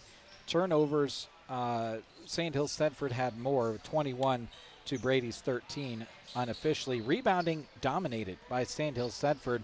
They had 31 pulled down to Brady's 22. Again, your leading scorers for Sandhills Thedford, it was Laney Dahlberg with 17 and Callan Cox with 10. For Brady, it was Peyton Stenicky with 15 and Ella Leidick with 11. Again, your final score, Brady 46, Sandhills Thedford 43. Jeremy, thank you. We'll see Jeremy later in the day. Coming to the broadcast area to join me for game number 2 of the day is Larry Cotner. We'll welcome him aboard as we transition now to our next game, which will feature South Loup against Sandhills Thedford. It's the third place boys consolation game of the MNAC tournament coming up after these words. Screen Print and Embroidery is proud to help bring you this sports coverage. When you partner with Moonlight, you're choosing the company that offers the highest quality inks as their standard way of printing. Since 1999, Moonlight has partnered with community events, school groups, sports teams, and more to design, print, and sell awesome screen print, embroidery, and vinyl items. Located in Kearney, serving fellow Central Nebraskans. Visit MoonlightCustomPrinting.com. Everything looks better by Moonlight. At the Callaway Market, they're excited to offer great prices to their valued customers, thanks to the Good Buys program. This program not only helps keep prices affordable, but also gives back thousands of dollars in rewards and products. Callaway Market is known for its top quality meats and fresh, vibrant produce. On Mondays, seniors can enjoy a 10% discount. The market is open Monday through Saturday from 8 a.m. to 7 p.m. and Sunday from 11 to 5. Visit Callaway Market today. The Callaway District Hospital, along with the Arnold and Callaway Medical Clinics, love supporting the community and are happy to be able to help bring you this sports broadcast. The Callaway District Hospital and Medical Clinics delight in serving the area with their public transportation service. Call 308-212-0464 to schedule a ride today. Areas served and destinations requested will be evaluated on a first-come, first-served basis. Cheering on the area athletes from the Callaway District Hospital and the Arnold and Callaway Medical Clinics.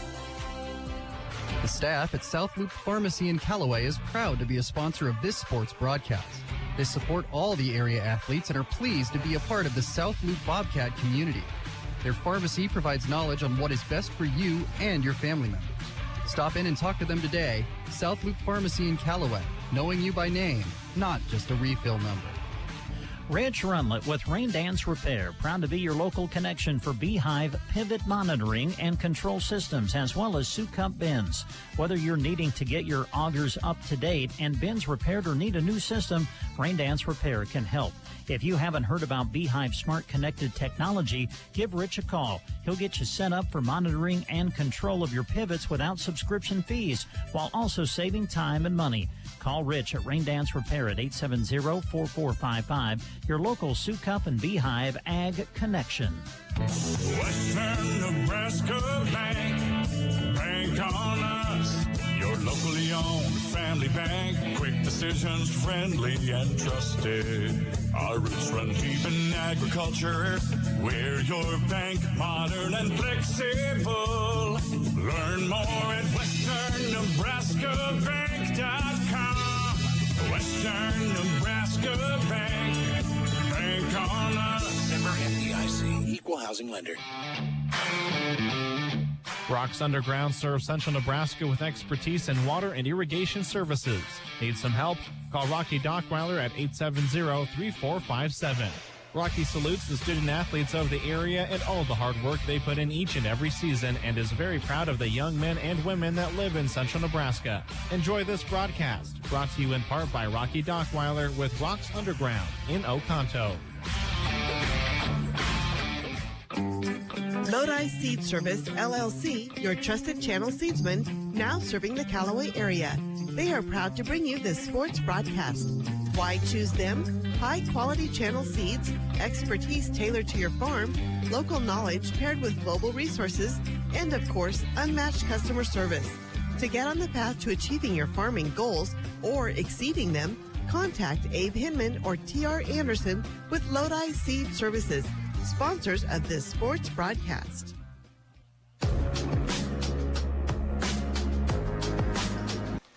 Well, as we go to just after 4 o'clock Central Time, we welcome you into live coverage of the Mid-Nebraska Activities Conference Girls and boys basketball tournaments on KBBN Broken Bow. We're live on the radio today, 95.3 FM, KBBN.com. And we're also live with our video stream, so you can watch the action accompanied by the radio call. You can access the live stream links through sandhillsexpress.com or go directly to the Sandhills Express Facebook page or Sandhills Express YouTube channel. Time now to move into game number 2 of our quadruple header today. It's the third-place boys consolation game coming up next between South Loup and Sandhills Thedford. Today's radio coverage of this game being brought to you by Moonlight Custom Screen Print and Embroidery, Callaway Market, Callaway District Hospital with the Arnold and Callaway Medical Clinics, South Loup Community Pharmacy, Rain Dance Repair, Western Nebraska Bank, Rocks Underground, Lodi Seed, Agribest Feeds, A1 Auto Repair, Sandhills Corral, Mills Hardware, Pinnacle Bank, Arnold Insurance Agency, Ray Custom Hang, Fort County Boutique, Moline Seed and Fence, First State Insurance, Cow Country Animal Clinic, Design Homes, and Consolidated. All of our radio coverage today from the MNAC tournament also being brought to you in part by the Nebraska State Bank. Ron's Body and Paint, Arrow Seed, Shelter Insurance, Custer Federal State Bank, Grocery Cart, Agland ATV, Meat Lumber, Team Physical Therapy, Geared for Sports, Sargent Irrigation, Melham Medical Center, Trotter Service, A to Z Lawn Pro, Nebraska Owners Insurance Agency, Gateway Motors, High Street Insurance and Financial Services, Taylor Heating and Cooling, and Justin Thompson Agency. We're also live with our video stream today of all games from here at the MNAC tournament on Championship Saturday, and we'll come back and tell you more about that after this. Put, Agribest Feeds in Callaway has the ranching supplies you need and are looking for, like Sweet Pro Tubs with probiotin that helps cattle perform better while consuming up to 25% less forage. They also have Redmond Mineral Salt, Aeroquip chutes, and portable tub alley systems, plus vet supplies, pet and poultry feed, and dry shod boots. Sometimes the ATV or UTV is the way you want to go. They have drive-through gates ideal for the farm, ranch, hunting, lease, and more. For fencing, barbed wire, posts, and more, visit Agribest Feeds behind the Community Center in Callaway. Crash, boom, bang. All sounds you never want to hear coming from your vehicle. A1 Auto Repair in Arnold is prepared to fix or prevent those sounds. If you're in need of auto and light truck service and repair, give Josh a call, 848-2542. That's 848-2542. It all starts with diagnosing the problem, then working to get you back on the road quickly with a vehicle you can depend on. A1 Auto Service in Arnold, proud sponsors of this broadcast and high school sports. Excited and pumped up. That's what they are at the Sandhills Corral in Thedford when it comes to supporting the Knights.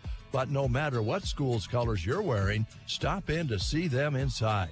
You'll find the finest hand-cut steaks, delicious hand-patted burgers, and fresh salad bar, prompt service, and reasonable pricing. Make sure you try a delicious drink special, too. Open Monday to Thursday, 11 a.m. to 10 p.m., and on Fridays and Saturdays from 11 a.m. until 1 a.m. Go visit the Sandhills Corral in Thedford soon. Mills Hardware is proud to support the local athletes. From painting to tools, sporting goods to office supplies, Mills Hardware is the place to go. Always remember, if they don't have it, they will try to get it for you. They have 155 different suppliers that they work with and offer services like hunting, fishing, and park permits, key making, and more. They thank you for your continued patronage of their store. You're very important to them. Thank you from the Mills Hardware and Feed team. There's a new tomorrow on the other side of the horizon. There are promises to honor, work that needs to be done, friendships to enjoy, and people that count on each other. These are the things that tie our communities together. They always have, and they always will. Build your tomorrow with a bank you can rely on. Pinnacle Bank, the way banking should be. Member FDIC, Equal Housing Lender. Supplying their customers with quality companies and service that will allow them the comfort of knowing that Arnold Insurance Agency cares about their financial well-being. That's the mission of Arnold Insurance Agency. They're proud to help fellow Nebraskans prepare for the unexpected. With locations in Arnold, Brady, Cozad, Grant, Mullen, and North Platte, go see their family to take care of yours.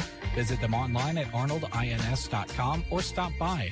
Arnold Insurance Agency, proud to help bring you this sports coverage featuring our amazing area student athletes. This sports broadcast is being brought to you thanks to sponsorship from Ray Custom Haying of Thedford. Simply put, if it has to do with haying, Ray Custom Haying is the way to go. Call 308-645-7144. They are sponsoring this broadcast as a way to thank their customers by putting the area student athletes on air. Go Knights from Ray Custom Haying of Thedford. Proud Sandhills Thedford Knights supporters. 308-645-7144 for Ray Custom Haying. Four County Boutique in Arnold is proud to help support the South Loop Bobcats in all that they do.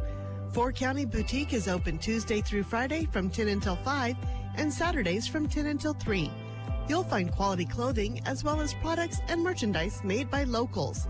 Items like jewelry, soaps, chocolates, and more await you at the Four County Boutique. Follow them on Facebook to stay up to date with new items. Glad to help cheer on the South Loop Bobcats and proud to sponsor this broadcast. Four County Boutique on Main Street in Arnold.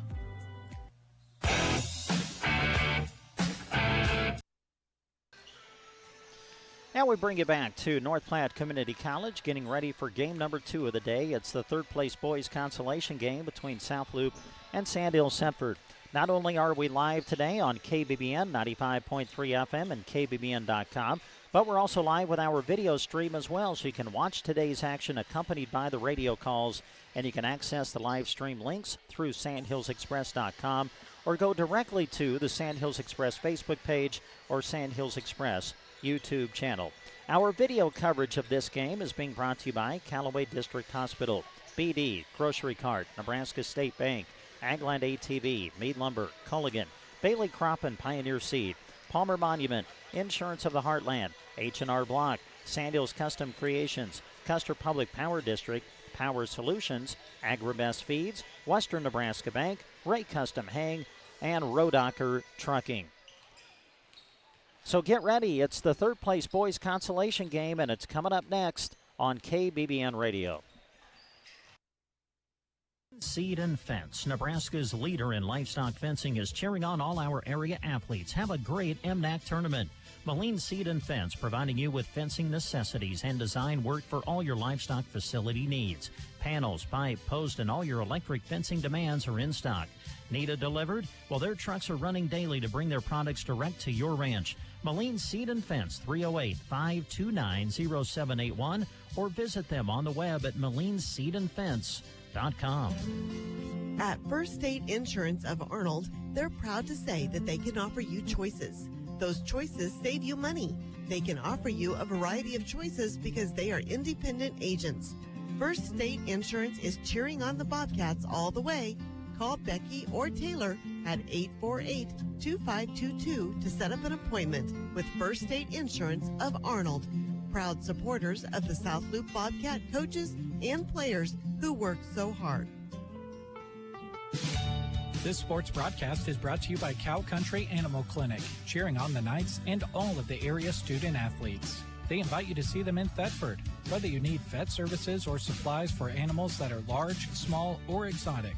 Enjoy the broadcast, brought to you in part by your friends and neighbors at Cow Country Animal Clinic of Thedford. Proud to be your local vet service and supply connection. Lane Chesley and his crew at Design Homes of Callaway are proud to help bring you this sports broadcast. Design Homes can help you with remodeling or any commercial or residential building construction. Just call Lane at 308-991-0870 to get started. Don't let that awesome project you have on your mind be a point of stress. Call Design Homes, proud sponsors of this sports broadcast.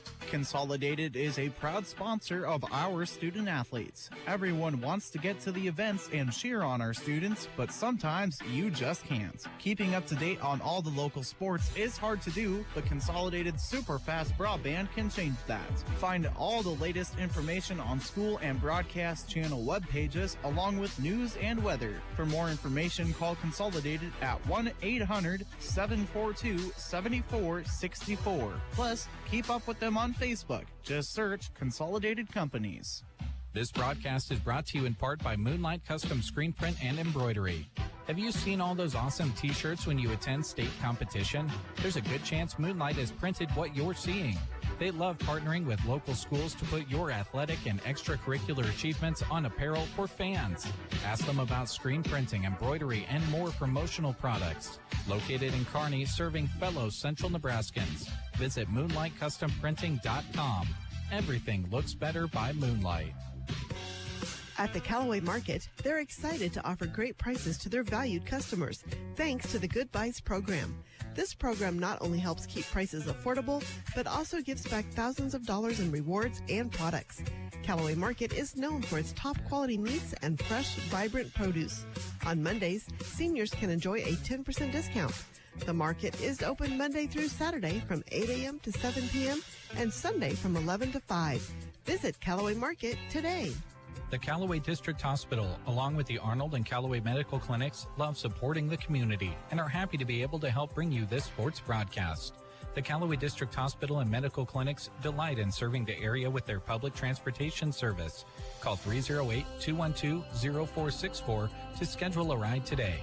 Areas served and destinations requested will be evaluated on a first-come, first-served basis. Cheering on the area athletes from the Callaway District Hospital and the Arnold and Callaway Medical Clinics.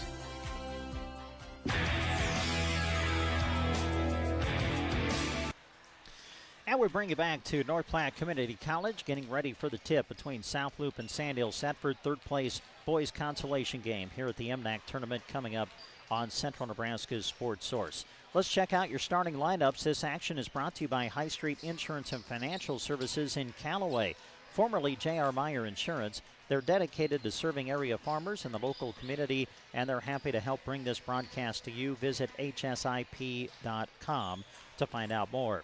Projected starters for South Loup. This is who they started on Thursday. We kind of expect the same today.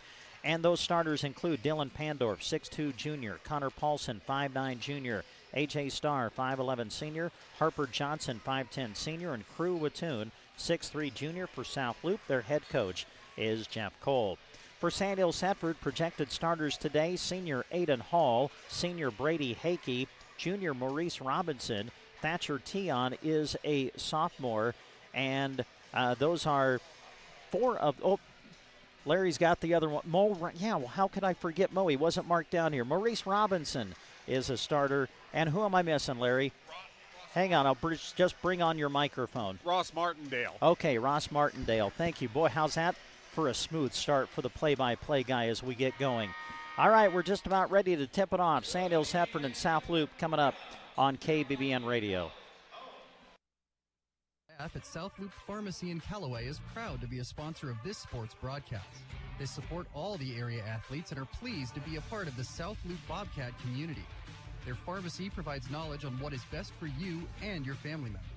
Stop in and talk to them today. South Loup Pharmacy in Callaway, knowing you by name, not just a refill number.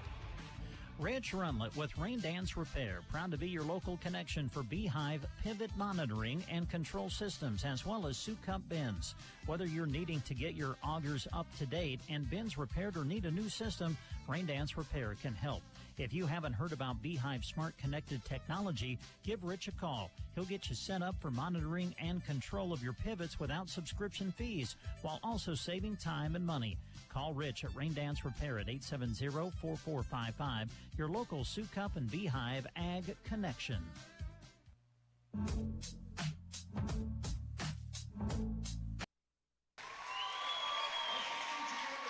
Well, this sports broadcast is being brought to you in part by Fort County Heating and Air. Owners Brian and Austin serve the area with more than 20 years of combined experience in the industry.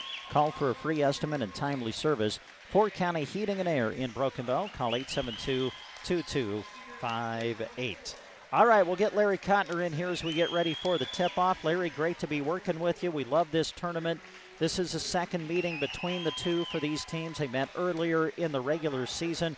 It was a tight game at halftime, but then South Loup held Sandhills Thedford to just 7 points in the second half in that regular season meeting and pulled away for the win. Yeah, it was a very tight game at halftime, one that we had on the radio. And Sandhills Thedford played them very competitive, but over there at Arnold, South Loup was able to pull away in the second half for a 47-32 victory. Mo Robinson and Crew Watoon are in the center circle. Each of those guys who are jumping for their team had 26 points in the semifinal back on Thursday night. And we are underway in the boys' third-place consolation as A.J. Starr is going to get us started off with a deep three. And South Loup scores first, leading 3-0. Trying to answer, it's Tion for Sandhills Thedford. No good. Rebound secured by Starr to Watun, and now Paulson, who sends it ahead to Johnson. Inside Pandorf, had it knocked away. Ball loose on the floor. They fight, they scramble, and a jump ball is going to be called. Pandorf did a great job of getting himself down low in the blocks in great position, but the help defense to knock it loose causes the turnover. Sandhills Thedford ball just underway. Boys' third-place consolation game, and Sandhills Thedford going to turn it over in the backcourt. Pass was out of the reach of Ross Martindale, so a turnover, and South Loup will inbound as we're just underway here in the opening quarter. Harper Johnson throws it inside to Pandorf, goes glass and scores, and South Loup has scored the first 5. And if Sandhills Thedford allows Pandorf that kind of look, it's going to be a long day for him. Steal by Pandorf in the backcourt, and then a foul against Sandhills Thedford. South Loup fell to Twin Loup in the boys' semifinals on Thursday. Sandhills Thedford fell short against Sandhills Valley in the semifinals. We'll see Twin Loup and Sandhills Valley later tonight. That'll be the nightcap for our quadruple header today on KBBN Radio. On the inbounds pass, Pandorf will catch and shoot and score. And no matter who they put on Pandorf, they are giving up some height. And a timeout early, Sandhills Thedford. Haven't even played a minute yet, and it's a fast start for South Loup. South Loup leads at 7-0. You're listening to coverage of the MNAC tournament on KBBN Radio. Western Nebraska Bank on us. Your locally owned family bank. Quick decisions, friendly and trusted. Our roots run deep in agriculture. We're your bank, modern and flexible. Learn more at westernnebraskabank.com. Western Nebraska Bank. Bank on us. Member FDIC, equal housing lender. Back to action out of the timeout. Sandhills Thedford to inbound it. They'll have to bring it the length of the court. Martindale to Hakey, who will cross the midcourt line. And the Knights will now work 5-on-5 in the half court. Tion in the corner, and he's tied up. Jump ball going to be the call. South Loup will have possession on the arrow. Well, that's twice here in the early going of this game that a tie-up has forced a turnover on the alternating possession. South Loup with the ball. Paulson will bring it ahead. Bounce pass intended for Starr, knocked away by Robinson, and Hakey with a great save before it goes out of bounds. Sandhills Thedford trying to run. Robinson splitting the double team, and he will be fouled. Robinson had a big game for Sandhills Thedford in that semifinal matchup against Sandhills Valley. Had 26 in the game. Harper Johnson with that foul. Sandhills Thedford to throw it in. Martindale will bounce it to Tion. Swings it out to Hakey. Hakey will put it on the floor, leave it for Robinson, who finds Martindale. Top of the key, pass intended for Hakey, but it's out of his reach. And Sandhills Thedford turns it over. That is 4 turnovers on the Knights here in the first minute and 34 seconds. We talked about this in the girls' consolation game, but don't lose track of how important these games are, Larry. Listen, I know both these teams wanted to be playing later tonight, but these are big games as you try to build your postseason resume, as Paulson will drive in and draw a foul. Yeah, both these teams are playing also besides for that trophy this afternoon that you put in the trophy case. You're trying to also get yourself in good position for sub-districts. Yeah, for sure. Paulson to the line. First one. Yes. Boy, you got to love the energy that South Loup's come out with here in this opening quarter. South Loup has scored the first 8. Now Paulson at the line trying to make it 9, and he does. South Loup, a 9-0 run to start the game. Now Sandhills Thedford just looking for a response. Handling it for the Knights is Goshorn, and now it's Hakey. 2 minutes played here in the opening quarter. Tion, as they try to attack this 2-1-2 zone shown by South Loup. Hakey will put it on the floor, lob it inside for Hall. Hall will go up, can't finish. Rebound fought for, Hall gets it again. Hall will put it up. He won't get the roll, but he will draw the foul, and Aiden Hall will go to the line. And they're going to get Harper Johnson once again on this foul. That'll be his second.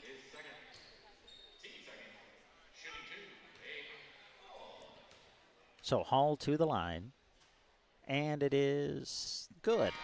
Bounced off the back iron and fell through. So Sandhills Thedford on the board. Substitution for South Loup as Ethan Fern, the 5'11 senior, will check in. Free throw by Hall, no good. Starr with the rebound. Ahead of the field is Fern. Tries to bounce it inside to Pandorf, but Hakey with a great recovery defensively for Sandhills Thedford.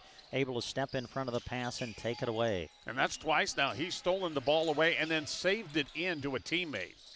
Hakey sends it ahead to Tion, goes around Paulson, cut off on the baseline, in some trouble, throws it out. Goshorn will drive, loses the ball, regains control. Now Hakey a three, off target, no good, and the rebound secured by Starr. To Paulson, ahead to Fern. Paulson trailing the play. Dribbles into the lane, kicks it out to Pandorf, who sends it out to Starr. Starr will look to drive out to Pandorf, corner three. Short, no good. Offensive rebound, Wattoon. Back to Pandorf. Now Paulson, and South Loup will reset the offense. 5-on-5 in the half court. Paulson to his right, hands it off to Fern, and now Starr. Inside to Fern. Fern will put it up and score.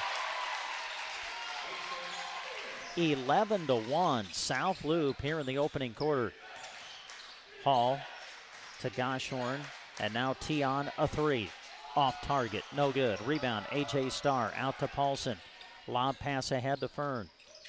Fern will leave it for Paulson. Connor will take it in the lane and had his pocket picked. Tion knocks it away. Goshorn back to the other end. He'll put it up and score. Big bucket for Sandhills Thedford as they try to fight back. And Goshorn under good control as there was an attempt to try to swipe it there, and he was able to recognize it and still get the bucket. At the other end, Pandorf has the ball knocked away out of his hands, out of bounds. It'll stay with South Loup as the Knights go back to their bench. Coming in for Sandhills Thedford, Aaron Hall checks in. Tate Johnston is in as well. Inbounds pass comes to Wattoon. Now they'll swing it off to Paulson. Back to Fern at the top of the key. 17 to shoot on the shot clock for South Loup. Paulson trying to drive, and they're going to call a charge. Great job by Goshorn to step in there, get his feet in front of him, and force that charge. Not so much a charge in the fact that he had his arm out in front of him. Midway through this opening quarter, South Loup 11, Sandhills Thedford 3. Goshorn will bring it across midcourt, send it ahead, handling it for Sandhills Thedford. Carter Anderson, who's into the game. They try to bounce it inside, pass intended for Aaron Hall, off target, and South Loup comes away with a steal. Paulson will hand it off to Fern. Now he'll swing it left side to Starr. To Pandorf now on the left wing. Pandorf guarded tightly by Hakey, tries to hit Starr on the cut, but the pass too high to handle, and now South Loup turns it over. And that's their fourth turnover of this first quarter. 3:23 to go in the first. South Loup 11. Excuse me, Sandhills Thedford 3. Here is a steal and a bucket by Fern. And South Loup is up by 10 now. Back the other way, this is Sandhills Thedford sending it out to Tate Johnston, knocked away by Starr. A.J. Starr quickly advancing, and he'll be bumped from behind as Hakey was giving chase, and they're going to call an intentional foul on Sandhills Thedford's Brady Hakey, who was trying to chase down the play from behind. Yeah, and unfortunately, Starr was out in front, and that was just kind of a dangerous move. It was nothing vicious from Hakey, but he did push him from behind, and it could have been a bad situation there. So Starr to the line, and the first free throw is no good. So it'll be free throws and possession coming up for South Loup. 2:59 to go in the first. It's been all Bobcats to get this thing started. They lead 13-3. Now Starr ready for his second, and it is no good. Boy, it spun all the way around the rim and came out. Well, if you were watching that on video, you thought, how did that not go in? So now South Loup will have possession. 2:59 to go in the opening quarter. South Loup 13, Sandhills Thedford 3. Connor Paulson to throw it in. The lob for Pandorf. Pandorf will kick it out to Fern. Fern tries to bounce it into Wattoon. Wattoon draws a crowd, and a foul will be called. Mo Robinson has come back into the game for Sandhills Thedford, and he's the one that gets whistled for the personal. That's the fourth team foul against the Knights here in this quarter. South Loup basketball, they'll have a fresh 35 to work with on the shot clock. Fern going to launch it from deep, no good, but he's collided into by Carter Anderson. So Fern fouled in the act of shooting, and he's going to go to the line and will actually have 3. And that also puts South Loup into the bonus for the rest of the first quarter. Free throw, no good. So far at the line, South Loup 2 of 5. Second of 3 from the line. That one is short, no good. They made their first 2, but they have missed their last 4. Caleb McFate coming into the game for South Loup as A.J. Starr will come out. Fern at the line for his final 1 of 3, and he missed them all. Rebound tipped out into the hands of Robinson. See if Sandhills Thedford can make a run here, down by 10 as we got 2:38 left to go in the opening quarter. Robinson will drive and shoot. Off the iron, no good. They fight for the rebound. Fern has it. Fern in traffic, trying to dribble himself out of trouble. Finds Paulson with the pass, ahead to McFate now. McFate will bring it into the forecourt, and he just got a little bit out of control and turned it over. And to use a gymnastic term, he could not stick the landing. Yeah, there you go. 2:22 to go in the first. South Loup 13, Sandhills Thedford 3, and we got a kickball whistled against South Loup. Well, this is game 2 of 4 today. Earlier in the girls' third-place consolation game was a good one. Brady ended up winning it by 3 over Sandhills Thedford. Of course, the 2 championship games.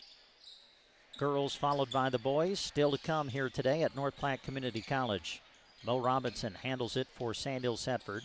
Bounces it ahead to Martindale. Martindale to his left. Finds Goshorn with it. Now they swing it off, but first there is a whistle, and a travel is called against Sandhills Thedford. Yeah, Goshorn on his pass actually just kind of took a slide of his foot off his pivot foot, and really wasn't necessary, but it was just, he moved both feet on that and just did it casually. So 2 minutes to go in the period. South Loup with the basketball. Fern on the left wing will give it up to Pandorf. Pandorf will swing it out to McFate. Back to Pandorf, and stepping in front of the pass to take it away, Mo Robinson. Robinson will bring it into the forward court. Pass intended for Martindale, out of his reach. Turnover, Sandhills Thedford. Turnovers have really been a problem for both these teams in this first quarter. We played about 6 minutes and 17 seconds, and between the two teams, we have 15 turnovers. Yeah, we've been stuck on 13-3 for a while. Been a while. Yes. Before or since anyone has scored. South Loup with the basketball. They work 5-on-5 in the half court. 90 seconds left to play here in the opening quarter. A.J. Starr will give it up to Paulson. 14 to shoot for the Bobcats. Paulson has his intended pass deflected. Loose on the floor, picked up by Martindale. Sandhills Thedford. A chance here. Martindale in the corner. Cut off by Paulson. Finds Robinson. He'll get into the lane, go to the rim, puts it up, count it, and he's fouled. Well, Paulson was trying to take the charge, and he stood in there, but Robinson was already in the air by the time he established himself, and so it'll be a three-point play, and that's going to be the second foul on Connor Paulson. substitutions coming in for Sandhills Thedford. They now are going to have their starting 5 on the floor now, will the Knights. With 1:06 remaining here in the quarter as Hakey has come back in, Aiden Hall is back in, and Thatcher Tion is checked back in for the Knights. Robinson at the line trying to complete the three-point play. Free throw is no good, missed it, and the rebound secured by Crew Watoon. Off to Pandorf. Pandorf cut off by Robinson, swings it off to Starr. Now off to McFate. McFate on the wing, and he shuffled his feet as he tried to make a move. Turnover South Loop, under a minute to play now in the first. South Loop 13, Sandhills Thedford 5. Thatcher Tion trying to get it across midcourt. They got to hurry, and now they break the 10 count as bringing it across is Martindale. Now it's Hakey. Nice bounce pass inside to Aiden Hall, who cannot finish at the rim. And then a foul is called. Boy, that's one of those that you would like to have back if you were Aiden Hall. What a dish by Brady Hakey. Did a great job of bringing the defense to him to dump it off, and then Hall couldn't get it to go, but did pick up the foul on Crew Watoon. And that is also the 5th team foul against South Loop. So this is going to send Sandhills Thedford to the line to shoot 2. And Aiden is 1 of 2 so far in the game. And now 2 of 3, right? Yes. Okay. I wasn't a math major, Larry. I always get nervous. And now 3 of 4 is Aiden Hall. And how about Sandhills Thedford? They kind of weathered the storm early when South Loop scored the first 9 points of the game, but now it's 13-7. Knights have climbed to within 6. Pandorf will send it off to McFate. About a, 1.5 second difference between shot clock and game clock as we come toward the end of the quarter. They'll throw it inside to Pandorf. Little baby hook, no good. Got his own rebound. Shot clock is off now as Fern will launch it from the corner. It's off, no good. Rebound Robinson trying to take it away as Carter Wood, who's into the game. Wood has it, puts it up, off the back iron, no good. Into the hands of Hakey, and we have come to the end of the quarter, but there may have been a foul called before the quarter was over. And remember, Sandhills Thedford is in the bonus, so they will say the foul was committed before the buzzer sounded, and Brady Hakey is going to go to the line for Sandhills Thedford and shoot 2 with nobody around him. And that foul's going to go on A.J. Starr as he was just trying to get to the ball, but Hakey got there a little bit quicker. Free throw good by Hakey. Boy, if you're Coach Christian for Sandhills Thedford, you just got to be thrilled with the way your team weathered that storm that South Loop came out with, scoring the first 9 in the game as Hakey makes both free throws. So as we go to the second quarter, it's just a 4-point lead for South Loop.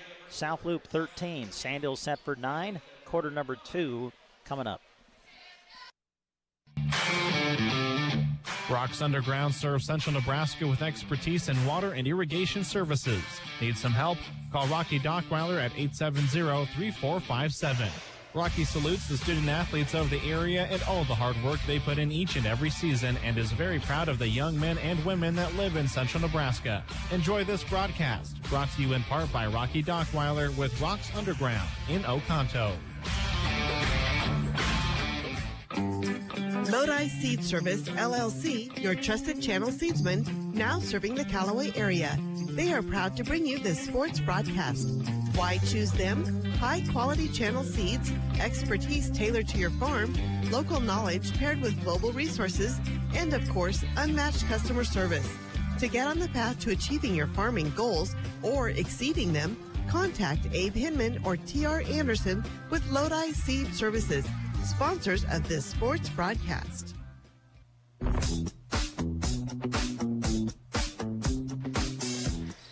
And we bring you back to North Platte Community College. We'll start the second half. Sandhills Thedford with the ball, down by just 4 now. South Loop scored the first 9 of the game, but Sandhills Thedford has come back, and they are to within 4 as we start the second quarter. Sandhills Thedford with their starting 5 on the floor. Thatcher Tion handles it. Pandorf out to guard him, playing out high in that zone defense. Now they dump it inside to Hall. Turnaround jumper, too strong, no good. Ball tipped around and finally secured by Connor Paulson of South Loop. Paulson sends it ahead to Johnson. Harper will send it off to Pandorf. Pandorf open look. It's off the mark, no good. Rebound tipped out to Starr, and then his pocket picked by Robinson. Robinson to the rim. Can't finish, though, with the layup. And the rebound taken down by South Loop. Paulson will quickly advance it. Paulson trying to drive on Tion. Throws it out to Johnson. Now Pandorf at the high post. Out to Starr. Long three. Short, no good. Rebound tipped around. Still loose. Hakey's got it on the floor, and now a whistle. And they're going to say we have a tie-up situation. Jump ball will be the call.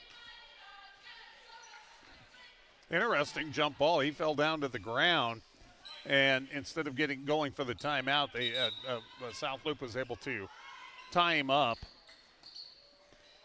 So South Loop will inbound it.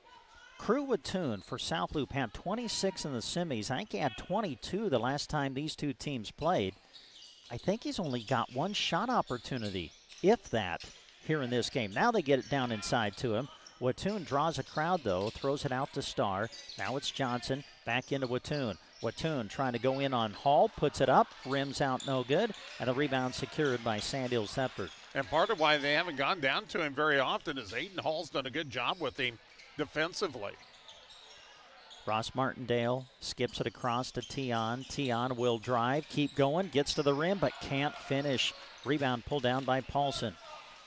Boy, great drive by Tion. Nobody cut him off, but he could not finish at the rim. Now Wattoon at the other end, puts it up in traffic, no good. Hall may have gotten a piece, and the Knights come away with the ball. Neither team has scored yet here in this second quarter. Deep three by Hall. It's off the back iron, no good. They fight for the rebound. Paulson had it, lost it. And then Harper Johnson trying to chase it down, ends up stepping on the sideline. So the ball's going to stay with Sandhills Thedford as we played about 2 minutes here in the second. Our official emphatically pointed the other direction, then he realized his mistake and subtly put it the other way. Inbounds pass Tion. Tion will dribble to the elbow and then had it poked away. Sandhills Thedford turns it over. Harper Johnson on the offensive end. Bounces it into Wattoon. Can't secure the pass. Loose ball picked up by Hakey. 10 turnovers for both teams in this game. And make it 11. Yeah, Hakey, when he was going to make a pass, when he tried to stop, shuffled the feet. So we've gone over 2 minutes here in this quarter without anybody scoring. South Loop 13, Sandhills Thedford 9. Harper Johnson to Paulson. Paulson to the elbow. Kicks it out to Starr. Now Pandorf at the high post.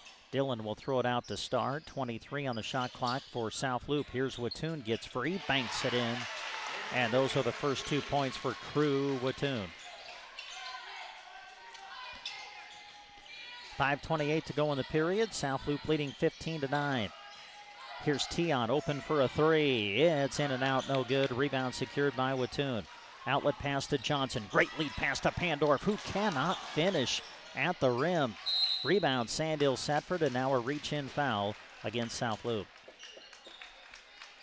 A lot of action, but we've seen some balls that just look like they're going to go down, would not go down.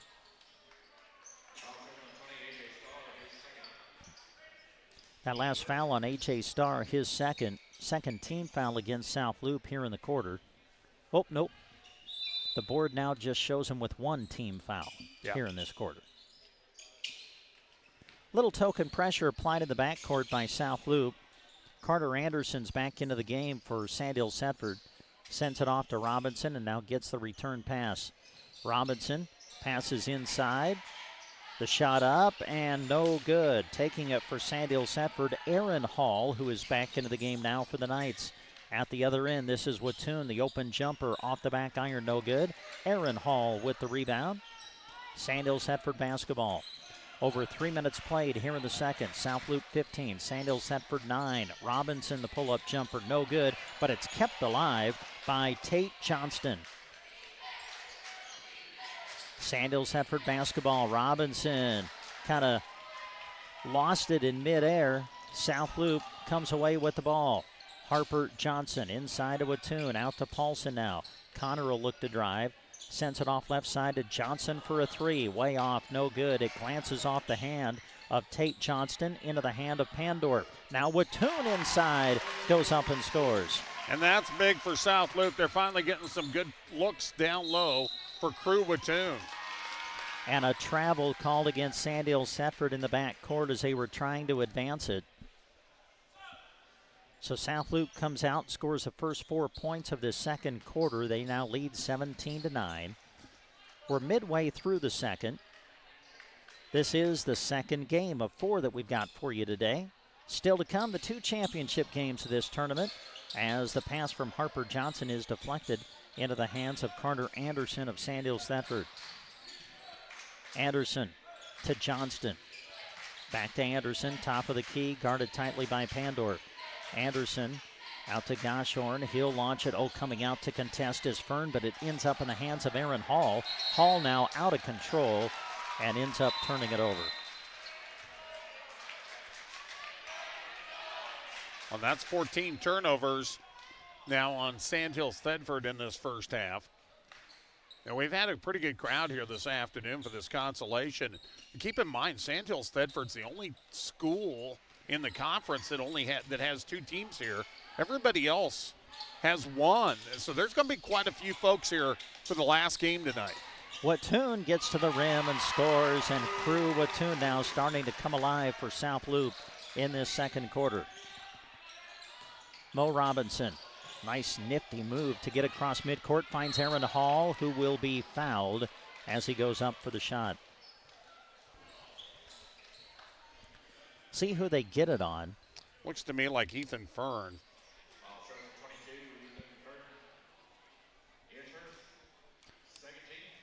First foul on Fern, second against South Loop as a team in this quarter, as Aaron Hall will step to the line and make the free throw. Sandhills Thedford keeping themselves in this game at the charity stripe. They have made so far 6 of 8. Free throw by Hall, good, made them both.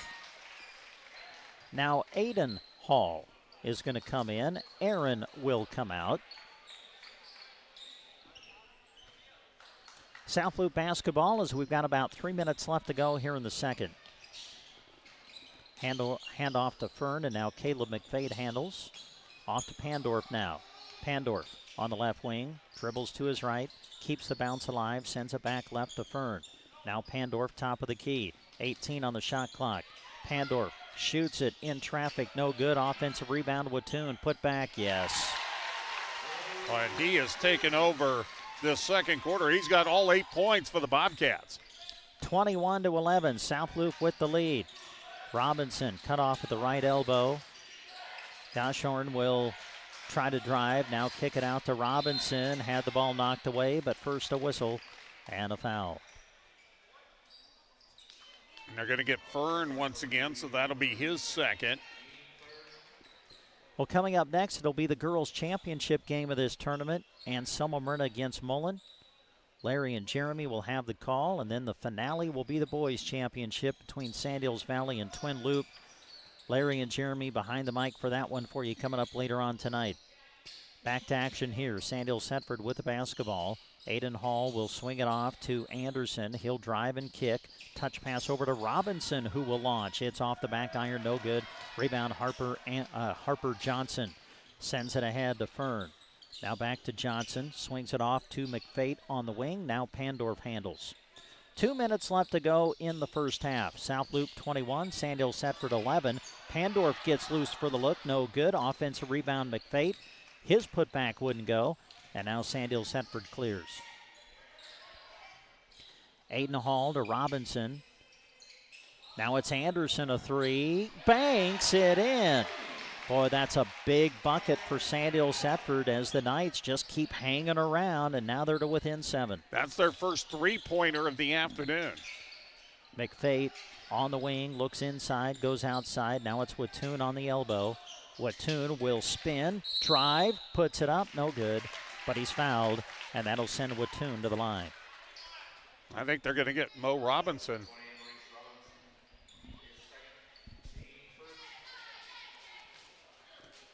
Crew Watoon to the line. First of two. On its way. Yes.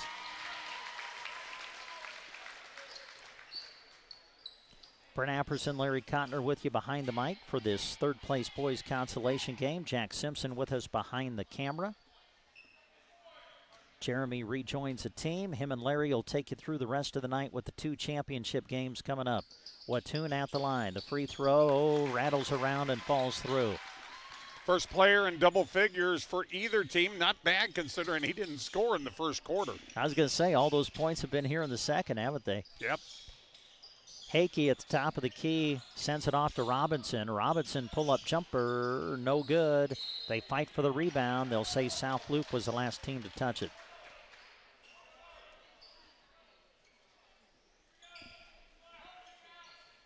Sandhills Thedford inbound. Robinson to throw it in from the baseline. Just over a minute to play here in the second quarter. Here's Tion, open look for three. Got it, big shot. Thatcher Tion a three, and guess what? The Knights are now back to within 6. Yeah, they'd been struggling from the outside shot, but they've made their last two. Pandorf will swing it left side to McFate. Back to Pandorf, top of the key. Now Watoon handles it. Watoon will turn and face. Pull-up jumper, no good. Getting a piece maybe was Aiden Hall. Into the hands of Robinson. 40 seconds to go on the game clock. 30 on the shot clock. Hakey alone inside.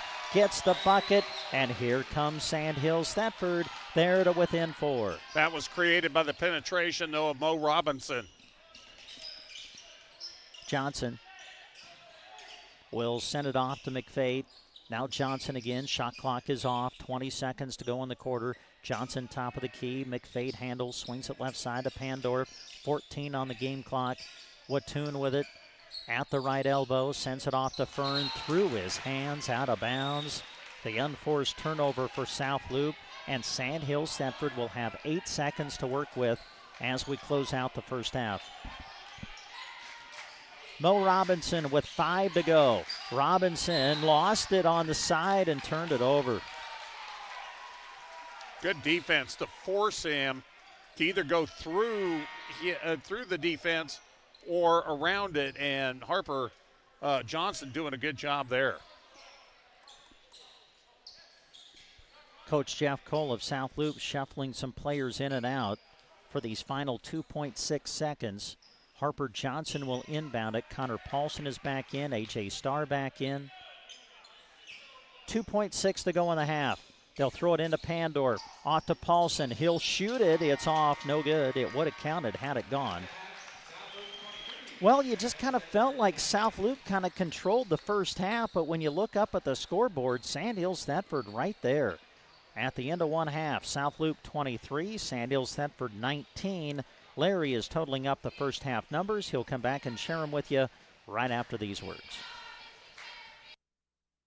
AgriBest Feeds in Callaway has the ranching supplies you need and are looking for, like Sweet Pro Tubs with probiotin that helps cattle perform better while consuming up to 25% less forage. They also have Redmond mineral salt, Aeroquip chutes, and portable tub alley systems, plus vet supplies, pet and poultry feed, and dry shod boots. Sometimes the ATV or UTV is the way you want to go. They have drive-through gates ideal for the farm, ranch, hunting, lease, and more. For fencing, barbed wire, posts, and more, visit AgriBest Feeds behind the Community Center in Callaway. Crash, boom, bang. All sounds you never want to hear coming from your vehicle. A1 Auto Repair in Arnold is prepared to fix or prevent those sounds. If you're in need of auto and light truck service and repair, give Josh a call, 848-2542. That's 848-2542. It all starts with diagnosing the problem, then working to get you back on the road quickly with a vehicle you can depend on. A1 Auto Service in Arnold, proud sponsors of this broadcast and high school sports. Excited and pumped up. That's what they are at the Sandhills Corral in Thedford when it comes to supporting the Knights. But no matter what school's colors you're wearing, stop in to see them inside. You'll find the finest hand-cut steaks, delicious hand-patted burgers, and fresh salad bar, prompt service, and reasonable pricing. Make sure you try a delicious drink special, too. Open Monday to Thursday, 11 a.m. to 10 p.m., and on Fridays and Saturdays from 11 a.m. until 1 a.m. Go visit the Sandhills Corral in Thedford soon. Mills Hardware is proud to support the local athletes. From painting to tools, sporting goods to office supplies, Mills Hardware is the place to go. Always remember, if they don't have it, they will try to get it for you. They have 155 different suppliers that they work with and offer services like hunting, fishing, and park permits, key making, and more. They thank you for your continued patronage of their store. You're very important to them. Thank you from the Mills Hardware and Feed team. There's a new tomorrow on the other side of the horizon. There are promises to honor, work that needs to be done, friendships to enjoy, and people that count on each other. These are the things that tie our communities together.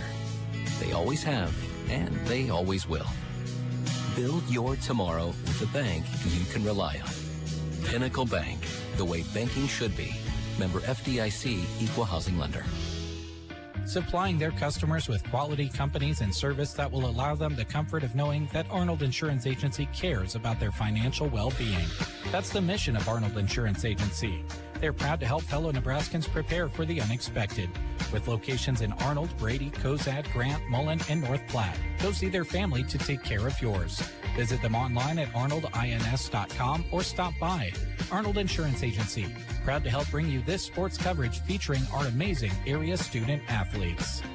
This sports broadcast is being brought to you thanks to sponsorship from Ray Custom Haying of Thedford. Simply put, if it has to do with haying, Ray Custom Haying is the way to go. Call 308-645-7144. They are sponsoring this broadcast as a way to thank their customers by putting the area student athletes on air. Go Knights from Ray Custom Haying of Thedford. Proud Sandhills Thedford Knight supporters. 308-645-7144 for Ray Custom Haying. Four County Boutique in Arnold is proud to help support the South Loop Bobcats in all that they do. Four County Boutique is open Tuesday through Friday from 10 until 5 and Saturdays from 10 until 3. You'll find quality clothing as well as products and merchandise made by locals.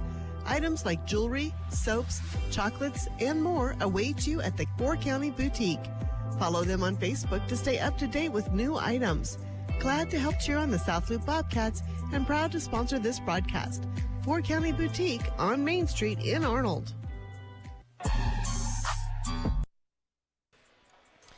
Now we come back to North Platte Community College. We're at halftime of the boys' third-place consolation game. South Loop leading Sandhills Thedford 23-19. And to take a look at your first half numbers, here's Larry. Okay, be right honest with you, it's been a little bit of an ugly first half. A lot of turnovers, some missed shots.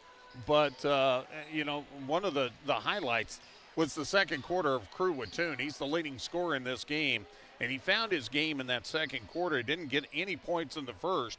All 10 of his points came in that second quarter, and he had all 10 of the Bobcats' points in that quarter. Also in the scorebook, 4 points each for Dylan Pandorf and Ethan Fern, 3 points for A.J. Starr. Those came in the first 6 seconds of the game when he nailed the 3. Thought we were going to be off and running. And then Connor Paulson has been held scoreless from the field. He is 2 of 2 at the free throw line. For Sandhills Thedford, they don't have anybody more than 3 points, but they've got 7 different players in the scorebook, 5 of them with 3. They include Carter Anderson, Aiden Hall, Brady Hakey, Mo Robinson, and Thatcher Tion. And then with 2 points each are Aaron Hall and Brandon Goshorn. So they have really spread their wealth around in the first half. At the free throw line, that has really helped the Knights keep in this game. They are 7 of 9, while on the other side, 4 of 9 for South Loop. Both teams have had trouble with the turnovers. 15 against the Knights in the first half. South Loop with a dozen. Rebounding edge goes to the Bobcats. They have 18 compared to 13 for Sandhills Thedford. So again, your leading scorers at a halftime. Crew Wattoon with 10 for South Loop. A whole host of Knights with 3 points to lead the way for Sandhills Thedford. Your halftime score, 23-19. South Loop leading in this boys' consolation of the MNAC. All right, Larry, thank you. Hey, Thrive Financial is proud to support all of the area teams as they work hard to achieve their goals. Representative Scott Harvey wants to help you with your financial goals by creating a strategy that reflects your priorities and protects what matters most to you. For insurance, investments, or planning for retirement, call Scott Harvey and Thrivent Financial at 308-872-2511. South Loop leads at the half, 23-19. Second half is coming up after this on KBBN Broken Bow. Seed and Fence, Nebraska's leader in livestock fencing, is cheering on all our area athletes. Have a great MNAC tournament. Mullen Seed and Fence, providing you with fencing necessities and design work for all your livestock facility needs. Panels, pipe, post, and all your electric fencing demands are in stock. Need it delivered? Well, their trucks are running daily to bring their products direct to your ranch. Mullen Seed and Fence, 308-529-0781, or visit them on the web at mullenseedandfence.com. At First State Insurance of Arnold, they're proud to say that they can offer you choices. Those choices save you money. They can offer you a variety of choices because they are independent agents. First State Insurance is cheering on the Bobcats all the way. Call Becky or Taylor at 848-2522 to set up an appointment with First State Insurance of Arnold. Proud supporters of the South Loop Bobcat coaches and players who work so hard. This sports broadcast is brought to you by Cow Country Animal Clinic, cheering on the Knights and all of the area student athletes. They invite you to see them in Thedford. Whether you need vet services or supplies for animals that are large, small, or exotic. Enjoy the broadcast, brought to you in part by your friends and neighbors at Cow Country Animal Clinic of Thedford.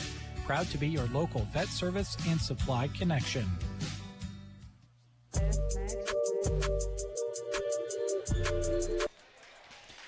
This sports broadcast is being brought to you in part by Fort County Heating and Air. Owners Brian and Austin serve the area with more than 20 years of combined experience in the industry.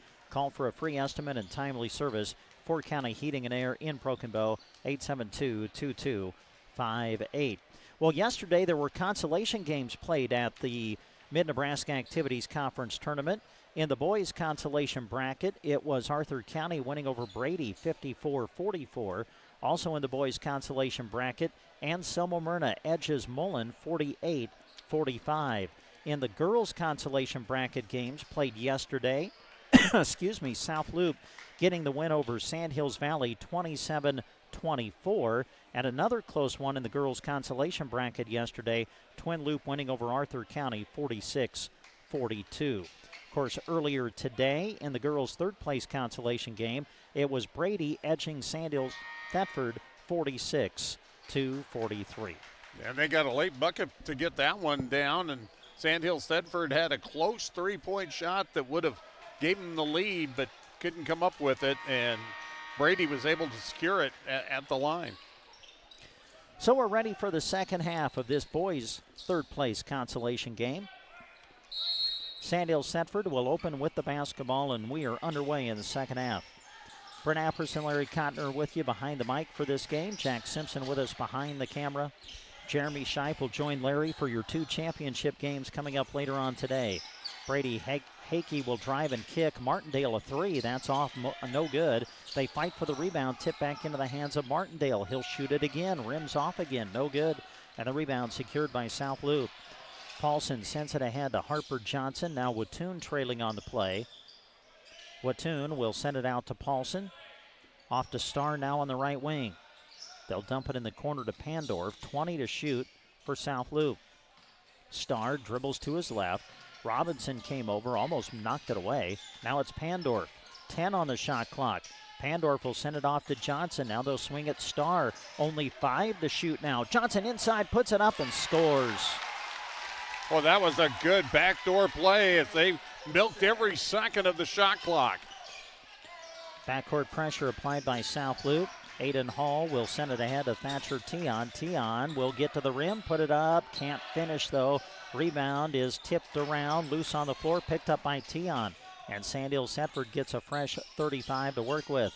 Tion double-teamed on the sideline, steps through the double team, finds Martindale, who bounces it off to Robinson. Robinson, pull-up jumper in the lane, yes. Boy, and that height on his shot was the difference there. Paulson sends it ahead to Pandorf. Pandorf goes around Hall, puts it up and scores.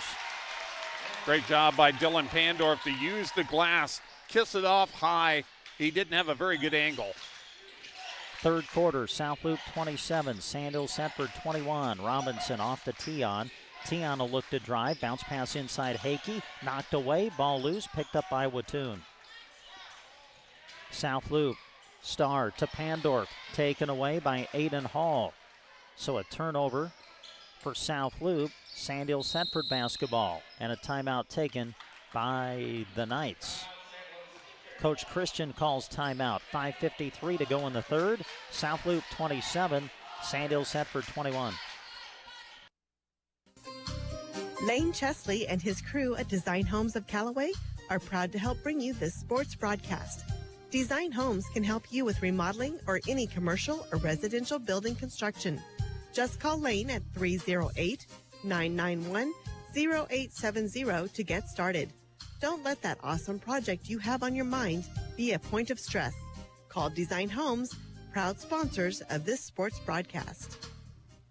Consolidated is a proud sponsor of our student athletes. Everyone wants to get to the events and cheer on our students, but sometimes you just can't. Keeping up to date on all the local sports is hard to do, but Consolidated super fast broadband can change that. Find all the latest information on school and broadcast channel web pages, along with news and weather. For more information, call Consolidated at 1-800-742-7464. Plus, keep up with them on Facebook. Just search Consolidated Companies.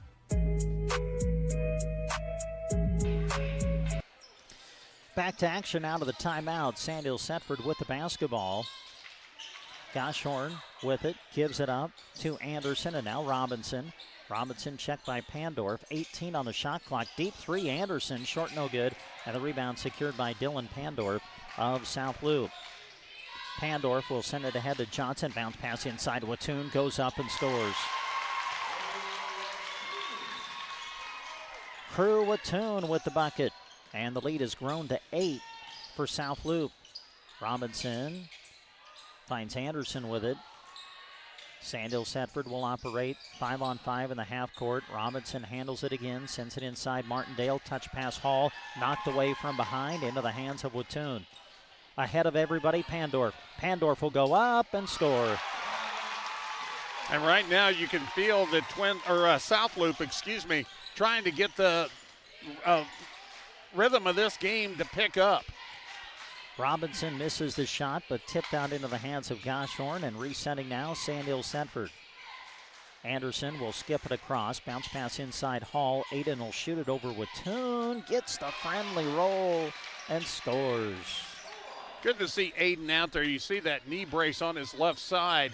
If you remember, these two teams played in the conference championship a year ago, and he blew out that knee in that game. Good to see he's playing this year. A foul committed against the Knights. First team foul for Sandhills Thedford here in this quarter. 4:30 left to go in the third. South Loop 31, Sandhills Thedford 23.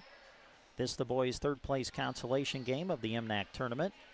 Still to come, the two championship games. Girls championship will be next. That'll be Anselmo-Merna against Mullen.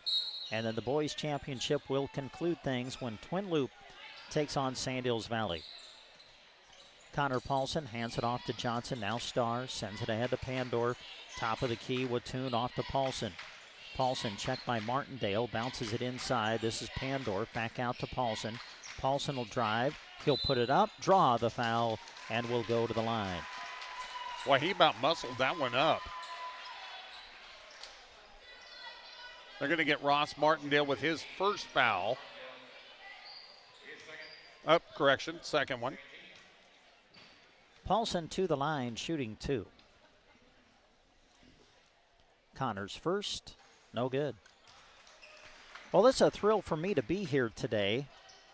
The last 7 years at least, Brent has been covering another conference tournament on this day. So great to be joining Jeremy and Larry here today with you as Paulson makes the second free throw. Jeremy and Larry will take you the rest of the way coming up when they have the two championship games live on KBBN Radio and on our live video stream. Sandhills Thedford with the ball, kick ball. Pass that was intended for Anderson was kicked by Pandorf, so it'll be Sandhills Thedford basketball on the side with 4 minutes to go in the third. Broken Bow Indian fans might differ with you, Brent. That's where you've been the last 7 years, covering them in the Southwest Conference tournament. Anderson with the shot, no good. Deflected out into the hands of South Loup. And now a blocking foul whistled against Martindale in the backcourt. Yes, I have had the wonderful opportunity to cover Broken Bow basketball on this day in the past. Just didn't work out this year. But had fun covering the consolation bracket games for Broken Bow. Both teams played well. Boys fell just a little bit short on Thursday night for the Indians, but the Broken Bow girls shot the ball well and got a big win over Holdridge. Our focus today, though, is the MNAC tournament. And we've had some good games so far. This is second of 4 as Wattoon inside will put it up over Hakey, no good, and the rebound secured by Carter Anderson. Anderson to Hakey, brings it across midcourt, picks up the dribble, off to Anderson, deep three, it's good. Oh, wow, Carter Anderson shot that one from Hershey. And it brings Sandhills Thedford to within 6, trying to answer Johnson. Off the back iron, no good, offensive rebound Star. Leaves it for Pandorf, now Paulson with it. Paulson, top of the key, will drive, get to the rim, left it short. Wattoon with the offensive rebound. Hakey then reaches in, and I think they're going to call a foul. Yeah, I think they're going to give him a foul on this one. They are.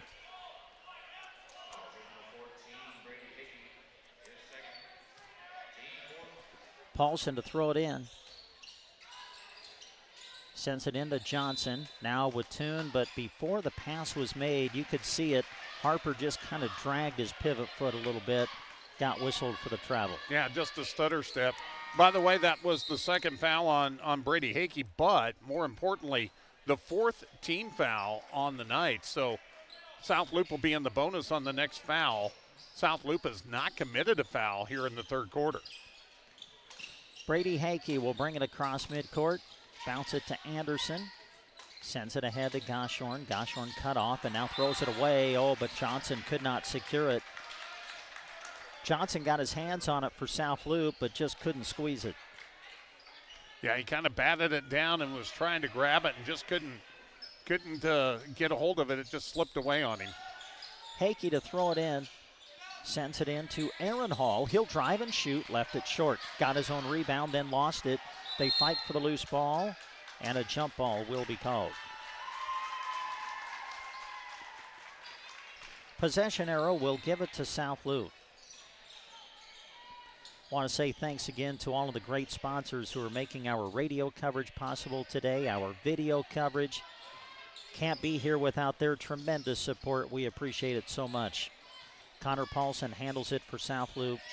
Paulson will skip it across to Fern. Fern bounce pass down low to Wattoon. Lost it momentarily, regains control, shoots it over Hall. Boy, Hall really contested that shot well, and Sandhills Thedford comes away with the basketball. Johnston handles it for Sandhills Thedford into Aaron Hall. Aaron will throw it out. Hakey handles now. Hakey finds Johnston in the corner, now gets it back with 19 on the shot clock. Skip pass, Anderson, 3, bounces around the rim and wouldn't go down. Rebound secured by Wattoon as we go under 2 minutes to play here in the third. Paulson, step back 3, short, no good. Tate Johnston with the rebound for Sandhills Thedford. Knights doing a better job in this second half on the defensive boards. Sandhills Thedford has never led in this game, but they have never went away. They trail by 6 right now. Johnston in the corner, had the pass deflected and taken away by South Loup ahead to Fern. Fern going to challenge Anderson. Puts it up, way off, no good. Good defense by Anderson to challenge the shot. Goshorn pushing it back the other way. Had it taken away by South Loup. Now here come the Bobcats. Paulson dribbling into the lane. He'll get to the rim, puts it up, no good. Rebound tipped out, loose on the floor, and it's off of who? It's going to go to Sandhills Thedford. Well, I wouldn't have known who to call that one off of. I thought they both got their hands on it trying to save it in, but evidently maybe Crew was already out of bounds when he touched it. 1:07 to go in the third. South Loup 32, Sandhills Thedford 26. We've been stuck on that score. I don't know for how long, but it's been a while. And we still see South Loup keeping to try to up the tempo, and they're doing a good job of it. They just haven't cashed in on points. A throwaway by the Knights. Paulson the steal to Pandorf, puts it up and scores, and he's fouled. And just as I say that, they cash in on the points, and Dylan Pandorf now in double figures with 10. Pandorf to the line, trying to complete the three-point play. We are now just under a minute to play here in the third. Pandorf's free throw attempt is good, made it. And now the lead has grown to 9 for South Loup. You can sense this a big minute coming to the end of the quarter for Sandhills Thedford. See if they can get a bucket on this trip. Aiden Hall back in, sends it off to Robinson. Jump stop in the lane, pull-up jumper, good.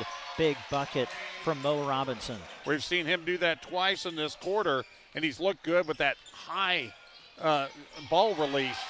Paulson had the ball poked away by Anderson, and now we've got a whistle.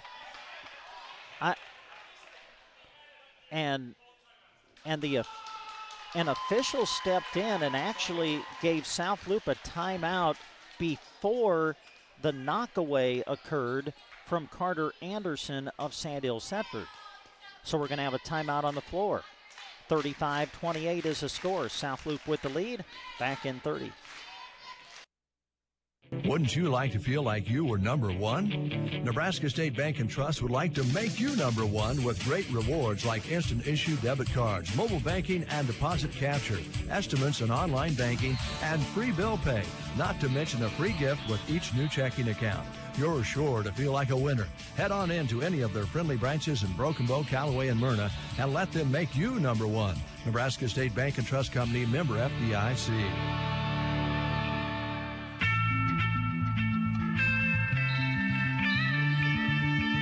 A little over a 3-second difference between shot clock and game clock as we come toward the end of the third. Paulson lost his balance, turned it over. Robinson quickly back the other way, goes up and scores. And Sandhills Thedford to within 5. 16 seconds to go. Shot clock is off. Here's Johnson, bounces it into Wattoon, had it knocked away by Robinson, regains it, and a foul will be called. And with that's 8.6, sorry Larry, left to go. That's huge because that's going to put Crew Wattoon to the line. Yeah, that's a 5th team foul against Sandhills Thedford, so Wattoon to the line.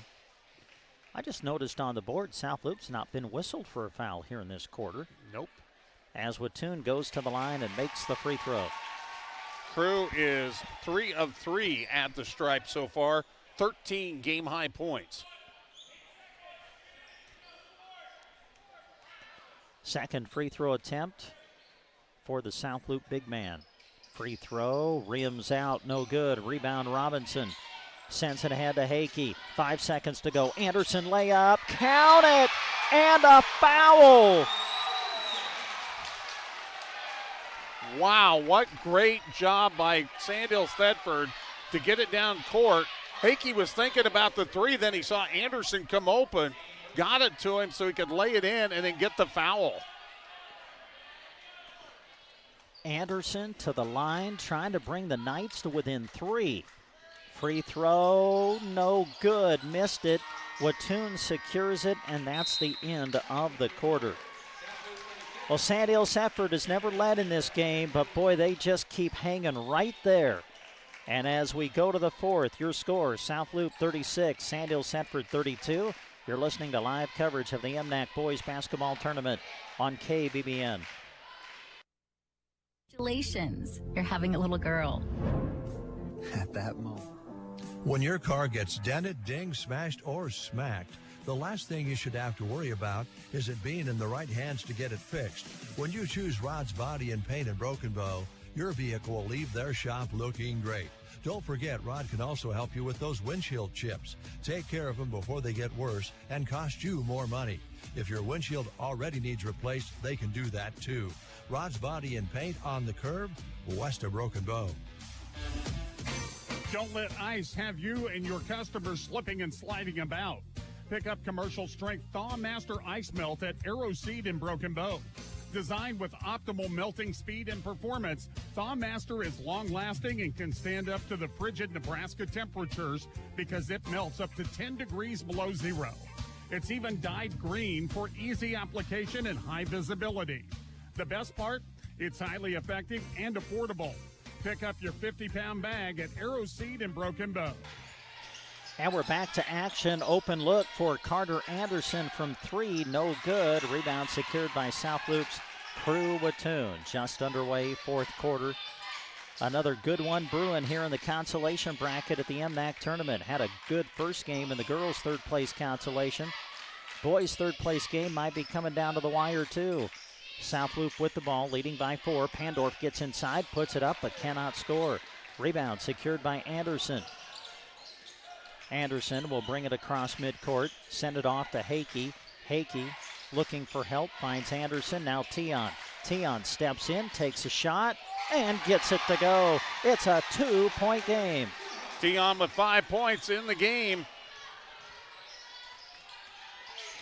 Connor Paulson will bring it across midcourt, challenged by Anderson. Off the star now, inside it goes to Pandorf. Pandorf out to Paulson.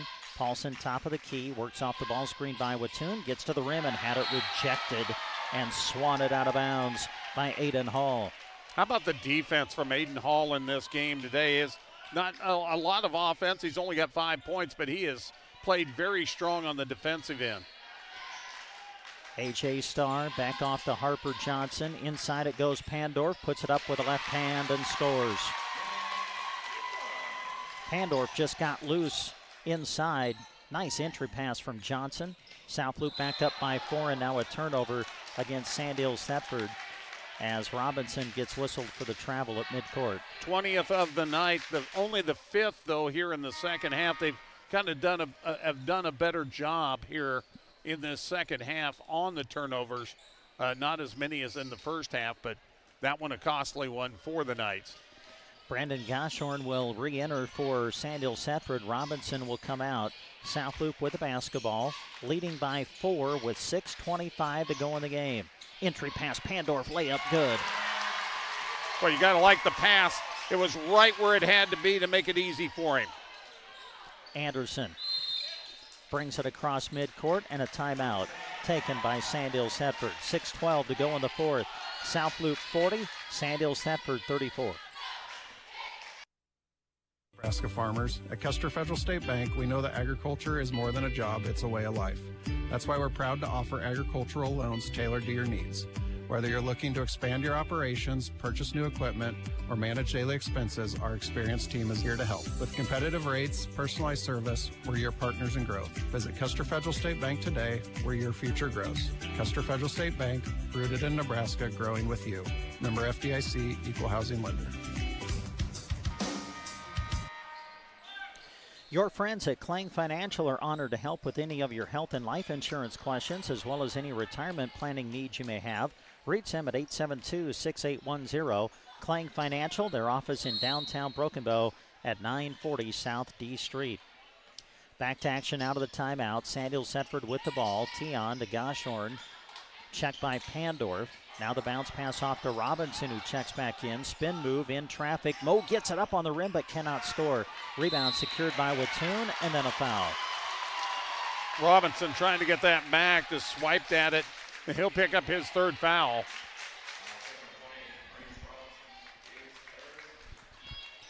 .5:58 to go. South Loop 40, Sandhills Thedford 34. Connor Paulson being checked by Tion as he brings it across midcourt. Tion really getting aggressive and now gets whistled for a reach-in. And that's going to be his second one, and he might have accidentally got Connor Paulson across the face going for that one as Connor kind of jerked back while he was dribbling. Dylan Pandorf will throw it in. Harper Johnson handles it. The lob intended for Pandorf, able to secure it. Now it's Paulson, top of the key. Sends it into Wattoon. Wattoon will shoot it over Hall. Off the mark, no good. Rebound loose on the floor. Picked up by Hall, and now a whistle. And we got a foul coming. I think they're going to get Crew Crew Wattoon. That's going to be his second, I believe. Sandhills Thedford basketball. Knights have never led in this game, but they have never lost touch. They're down by 6. Here is Tion. Trying to throw it inside to Hakey. Lost it momentarily. Regains control. Hall from way outside. Short, no good. And the long rebound secured by Crew Wattoon. Just about 3 minutes played here in the fourth. South Loop 40, Sandhills Thedford 34. A.J. Starr will swing it off to Johnson. Now Wattoon way out at the top of the key. Handles. Back to Johnson. Now Starr again. 3 ball on the way. It's good. Oh, big shot from A.J. Starr. And the lead is up to 9 again for South Loop. He hit the first points of the ball game. That's his second three-pointer of the night right there.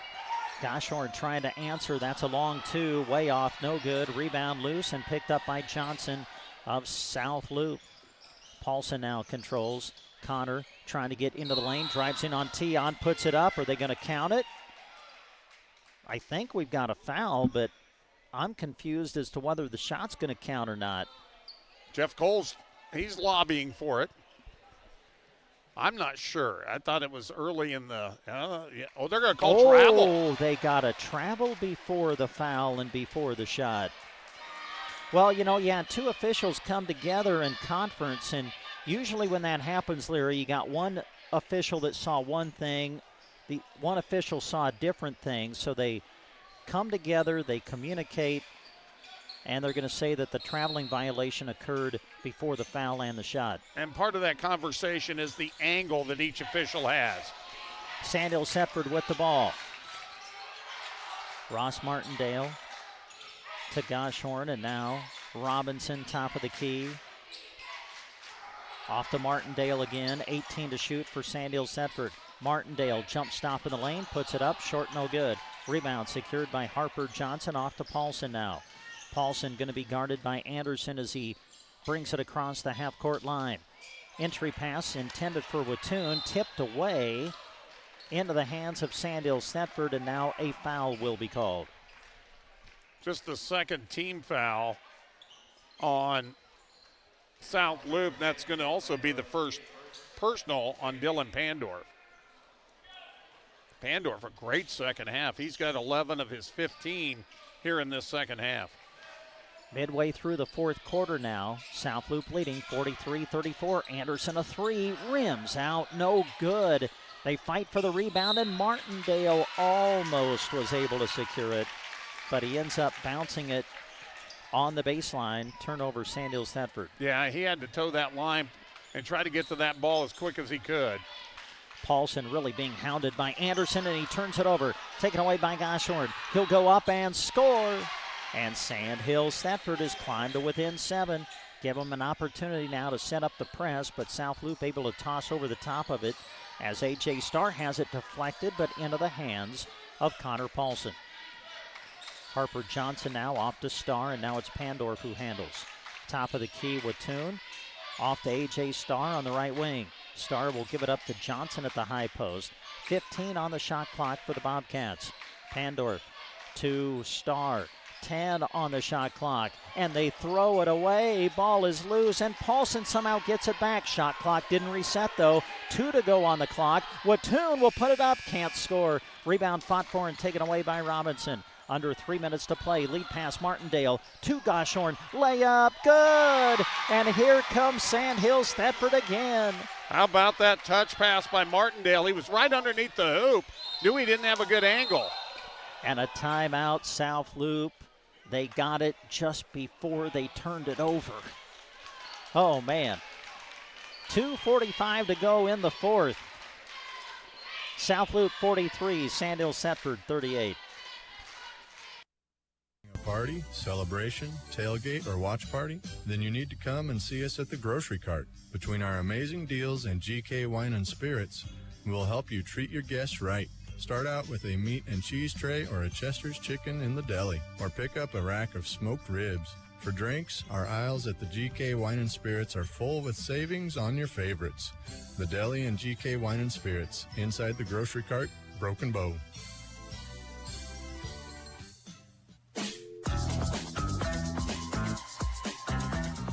Well, Mr. Larry Codner, it is turning into possibly be one of those days at the MNAC tournament where every game might end up getting you on the edge of your seat. We had Brady win over Sandhills-Thedford in the girls' third-place consolation by 3 earlier today. And now you got the boys' third-place consolation game. Just a 5-point difference with 2:45 to go. Yeah, and you know, normally South Loup would be the benefactor of the chaotic pace, but it's really worked for Sandhills-Thedford the last couple of possessions. South Loup to inbound it, coming out of the timeout. Harper Johnson handles it. Johnson will give it up to Paulson, reaching in to take it away. Martindale, another turnover, South Loup. Martindale sends it ahead to Anderson. 2:30 to play here in the fourth. Sandhills-Thedford with the ball, down by 5. Robinson will swing it off to Goshorn. He will drive, kick it out to Anderson. Carter will look to drive. He'll take the shot off the back iron, no good. Rebound secured by A.J. Starr of South Loup. Ahead now to Johnson. Harper will give it up to Pandorf in the lane. Pandorf will kick it out to Starr. Had it poked away from behind into the hands of Wattoon. Wattoon backing down. Aaron Hall puts it up and scores. Boy, he did a good job of balancing to get that shot off. He's got 15. 2 minutes to go. Carter Anderson for Sandhills-Thedford. Goshorn, deep 3. Oh, it almost banked in. It spun out and wouldn't go down. Aaron Hall going for a steal. Deflects the ball out of bounds. And the ball will belong to South Loup. And, every once in a while, players get confused with which three-point line. It's the inside three, that's high school three-point. Goshorn shot that one from the college three-point shot and almost made it. Connor Paulson will send it off to Johnson. Now it's Pandorf who handles. 1:35 left to go in the game. Going for the steal. Martindale poked it away, but Pandorf able to retrieve. 16 on the shot clock for South Loup. Paulson dumps it down low to Pandorf. Pandorf over Tion, scores. 17 in the game for Pandorf, and now Sandhills-Thedford probably has to start looking at three-point shots now with the time running down. Yeah, the lead back up to 9, and now a turnover. Sandhills-Thedford.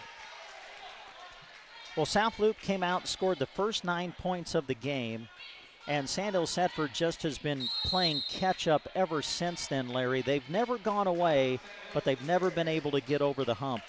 1:11 left to go. South Loup 47, Sandhills-Thedford 38. Timeout on the floor. Start the new year off-road with the Polaris sales event. Aglin ATV is stocked up with all of the different machines you will need to kick off the new year. Not to mention all of the in-stock accessories they have to help you tackle every job you will face in 2025. Polaris is even offering a coupon this month towards cab components to help keep you warm. Stop in today at Aglin ATV for great Polaris deals. Always wear a helmet, never drink and drive.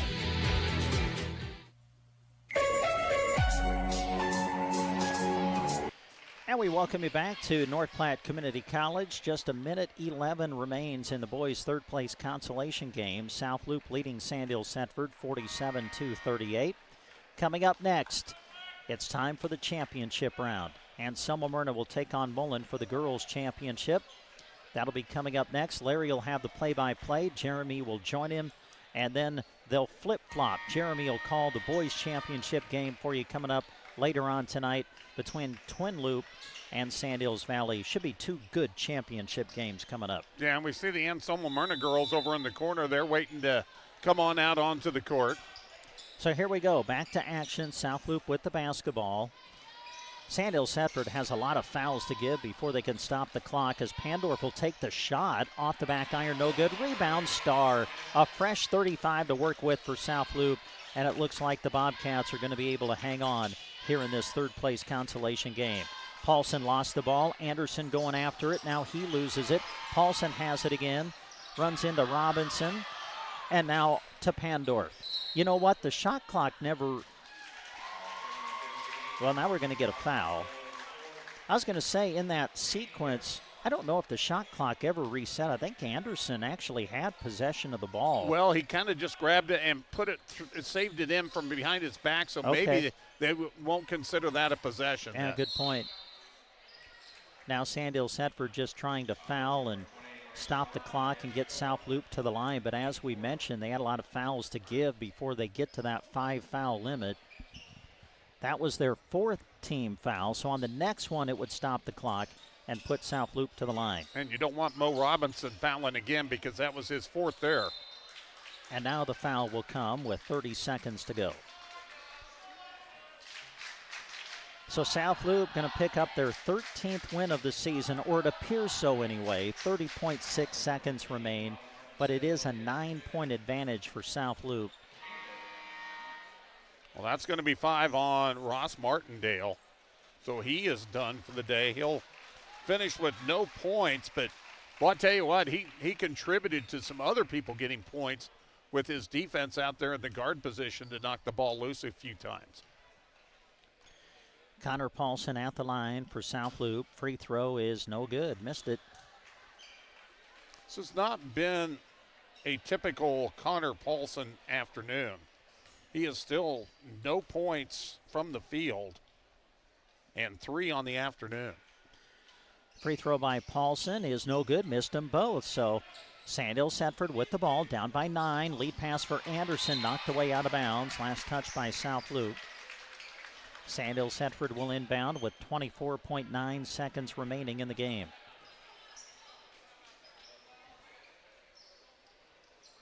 Anderson will throw it in for the Knights. Anderson throws it in, pass deflected, but into the hands of Aiden Hall. Now Hakey, a deep 3. It's short, no good. Rebound Starr. Starr looking for help, bounces it to Paulson, and Paulson will be fouled with 14 seconds to go. Carter Anderson going to get that foul. It'll be his 2nd. Well, South Loop's going to go wire to wire. They scored the first 9 points in the game. They've led the entire way, but again, give credit to Sandhills Thedford. They just never went away. They kept it there. They'd get to within 4, then South Loup would extend the lead. Sandhills Thedford would fight back. But it looks like South Loup, Larry, going to have enough to hang on and win. Yeah, they're going to end up winning this maybe by double digits. And the only other time they had a double-digit lead in this game was at 20-9. But Sandhills Thedford was able to cut it to 4 by halftime and down to 2 at one point at 36-34 early here in the 4th quarter. But South Loup has done a really good job of keeping them at bay the rest of the way. Paulson's 2nd is good. And the lead is now 11 for South Loup. Both teams going to their bench as we play out the final seconds. Coming up, it'll be the championship games of this MNAC tournament. Anselmo-Merna against Mullen for the girls' championship coming up next. Then Twin Loup against Sandhills Valley for the boys' title. Sandhills Thedford with the ball. 3 seconds to go. 2. Will someone get a shot off? They will. It is off the mark. No good. Taking the shot was Mason Cooksley as the buzzer sounded. So that's going to do it. South Loop's going to win your 3rd place consolation game, winning it over Sandhills Thedford 49-38, the final.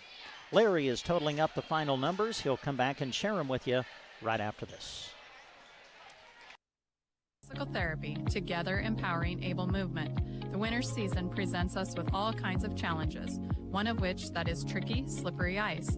If you need help recovering from a fall, call us at Team Physical Therapy, 872-5111. We've served Central Nebraska with personalized and compassionate care for over 50 years, 872-5111. With locations in Broken Bow, Burwell, Callaway, and Gothenburg, Team Physical Therapy can get you moving again. Call 872-5111. When you need to gear up for your sports endeavors, go to the place that has it right in their name. Geared for Sports in Broken Bow. They can get you ready for the field, court, track, mat, diamond, whatever. Shop their wide selection of items, and if they don't have what you need, talk to Scott to see if he can get it for you.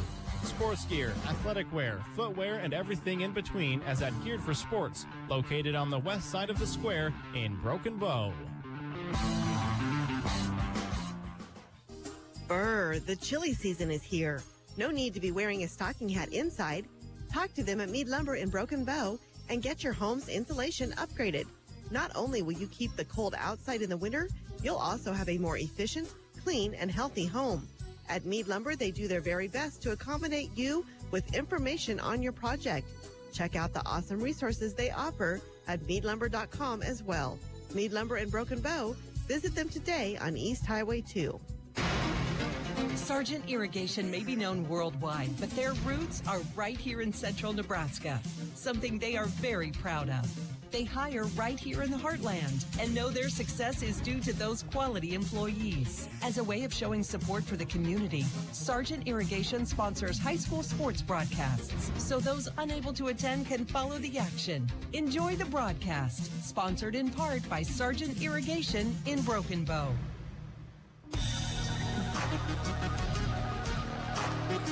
And we come back to North Platte Community College, the site of Championship Saturday for the MNAC tournament. It's gone final in the boys' third-place consolation game. South Loup wins it over Sandhills Thedford 49-38. And to look at your final numbers, here's Larry. All right, leading all scorers in this game for South Loup was Dylan Pandorf with 17. Crew Wattoon also in double figures with 15. 6 points on a pair of three-point shots by A.J. Starr. 5 points in the game for Connor Paulson, all from the free throw line. 4 for Ethan Fern and 2 for Harper Johnson. Taking a look at Sandhills Thedford, they were led here this afternoon by Mo Robinson with 9. Carter Anderson ended up with 8 points. 6 points on the afternoon for Brandon Goshorn. 5 for Aiden Hall. Also 5 points in the afternoon for Thatcher Tion. 3 points this afternoon for Brady Hakey and 2 for Aaron Hall. Taking a look at team statistics, rebounding belonged to South Loup, 32-25 for the ball game. Both teams turned the ball over a lot. 22 turnovers against the Knights, 20 whistled against the Bobcats. From the free throw line, Sandhills Thedford did a better job, 7 of 10, while South Loup was 9 of 18. Once again, your leading scorers, Dylan Pandorf with 17 and Crew Wattoon with 15 for South Loup. And for Sandhills Thedford, 9 for Mo Robinson, 8 for Carter Anderson. Final score in this boys consolation game, South Loup defeats Sandhills Thedford 49-38. All right, Larry, thank you very much. And we're going to get ready to turn it over now to Jeremy Shipe and Larry Kottner. Two guys whose voices really have become synonymous with this tournament. They've been covering it for us for at least the last 7 years together. And so we're going to turn it over to them, and they're going to take you down the stretch as we've got the championship games coming up here on Central Nebraska's Sports Source. And we transition now to coverage of the girls' championship game. Anselmo-Merna, the top seed in the tournament, taking on the number 2 seed, Mullen. Mullen has 1 loss this year. That was to Anselmo-Merna. Should be a great girls' championship game coming up. And as we get you ready for it, we want to say thanks to these sponsors who are bringing you the radio coverage of our girls' championship game. And they include Moonlight Custom Screen Print and Embroidery, Moline Seed and Fence, Hampton Well Drilling, Sandhills Golf Club, Cursive O Cattle, Quick Stop in Mullen, Cray Angus, Christian Electric, Highway 2 Depot, Dayspring Bank, Sandhills PT, and Anselmo-Merna Boosters, Sandhills Family Dental, Central Nebraska Diesel, Consolidated, Gaffney Farms, and Trotter Incorporated. All of our radio coverage today is also being brought to you in part by the Nebraska State Bank, Rod's Body and Paint, Aero Seed, Shelter Insurance, Custer Federal State Bank, Grocery Cart, Agland ATV, Mead Lumber, Team Physical Therapy, Geared for Sports, Sargent Irrigation, Malham Medical Center, Trotter Service, A to Z Lawn Pro, Nebraska Owners Insurance Agency, Gateway Motors, High Street Insurance and Financial Services, Taylor Heating and Cooling, and Justin Thompson Agency. Larry Kottner and Jeremy Shipe are taking you the rest of the way. Thanks for listening, everybody, to our coverage of the MNAC Championships. Embroidery is proud to help bring you this sports coverage. When you partner with Moonlight, you're choosing the company that offers the highest quality inks as their standard way of printing. Since 1999, Moonlight has partnered with community events, school groups, sports teams, and more to design, print, and sell awesome screen print, embroidery, and vinyl items. Located in Kearney, serving fellow Central Nebraskans. Visit MoonlightCustomPrinting.com. Everything looks better by Moonlight. Mullen Seed and Fence, Nebraska's leader in livestock fencing, is cheering on all our area athletes. Have a great MNAC tournament. Mullen Seed and Fence, providing you with fencing necessities and design work for all your livestock facility needs. Panels, pipe, post, and all your electric fencing demands are in stock. Need it delivered? Well, their trucks are running daily to bring their products direct to your ranch. Mullen Seed and Fence, 308-529-0781, or visit them on the web at mullenseedandfence.com. This broadcast is brought to you in part by Travis and Jessica with Hampton Well Drilling. When they're not cheering on the Mullen Broncos, you'll find them helping their customers get the water flowing. Whether that's a house well, a solar well, pipeline, or workout among your cattle, Hampton Well Drilling is ready to get to work for you. Give them a ring at 308-546-7278. Hampton Well Drilling, happy to bring this broadcast featuring the Mullen Broncos to the airwaves. The Sandhills Golf Club is a proud supporter of this radio broadcast, and they salute every second of hard work that these players put in preparing into each event. Sandhills Golf Club is a home to one-of-a-kind golfing experience in North America, featuring the beautiful Sandhills, quiet atmosphere, and a challenging yet enjoyable course. Enjoy the broadcast brought to you in part by the Sandhills Golf Club, proud supporters of Central Nebraska High School sports action. Brandon and Barb Miller with Cursive O Cattle are proud Anselmo-Merna coyote supporters. Selecting for superior genetics and raising cattle in a sustainable manner has always been the foundation of Cursive O Cattle. Just like the athletes in the game, their offering of bred heifers and feeder cattle were developed to perform with excellence. Contact them in Myrna, proud supporters of the Anselmo-Merna Coyotes and this broadcast. Brandon and Barb Miller with Cursive O Cattle of Myrna. This broadcast is being brought to you by Quick Stop. With 27 locations open 24/7, you know when you see a Quick Stop, you can refuel your vehicle and yourself anytime. They serve fresh-made crispy, crunchy chicken and Piccadilly pizza. If it's a cool treat you're after, try for real shakes and smoothies or gourmet Frazzle slushes. Going to visit Quick Stop regularly? Pick up a rewards card and start saving today. Quick Stop, 27 locations to serve you, including right on the highway in Mullen. Happy to bring you this sports radio action.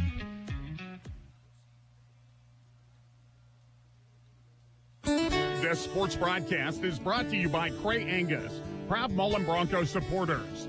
Their annual bull sale is quickly approaching. Mark your calendar to be on the east edge of Mullen the first Saturday in April at 1 p.m. Mountain Time. A program with a purpose, a family with a commitment. Cray Angus's 34th annual production sale. The first Saturday in April, that's April 5th. They'd love to have you. Enjoy the broadcast, brought to you in part by Cray Angus. Electricity. We use it every single day. Kristen Electric is ready to help you with your electric projects in underground, farm, remodels, and new construction. If it needs electricity, Kristen Electric can't get it there. Call 308-258-4164. They'll figure out a plan to get you on the way to having reliable electricity. For underground, farm, remodels, and new construction. Proud to support the Anselmo-Merna Coyotes by sponsoring this broadcast, Kristen Electric.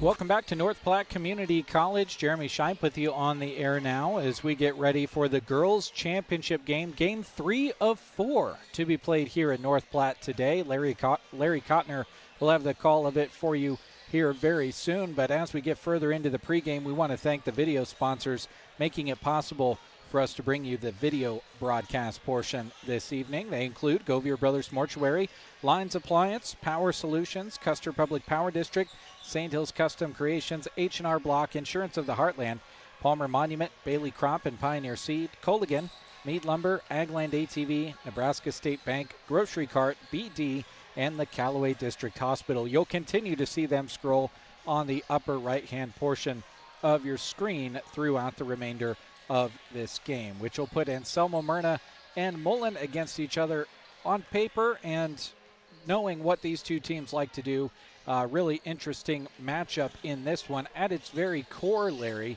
these two teams kind of like to do the same things defensively. They play defense full court. Yeah, they like to get after you and try to force turnovers, create some offense off those turnovers.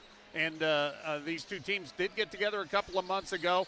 It was in the second week of the season. I think both teams have gotten better since that time. Should be a lot of fun. We'll take another timeout. When we come back, Larry and I will talk a little bit more about this matchup between the Coyotes and the Broncos for the Girls MNAC Championship 2025. The Highway 2 Depot in Mullen is the place to stop, with options like burgers, wings, soft serve ice cream, and munchies prepared country style. There's a treat for everyone at the Highway 2 Depot. Open Tuesday through Saturday, 11 a.m. to 7 p.m., and Sunday, 11 to 2. Stop in to eat or grab carryout to go. Cheering on the Mullen Broncos and proud to help sponsor this sports broadcast. Visit the Highway 2 Depot in Mullen. It really is the place to stop. Your friends and neighbors at Dayspring Bank, formerly First State Bank of Mullen, are proud to support the Mullen Broncos on the road. For those of you who can't be at the game, whether your family is growing, you're starting a business, or you've been farming or ranching for generations, Daysprings bankers get to know you personally and create custom solutions to help you reach your goals. Dayspring Bank, for whatever the day brings. Member FDIC.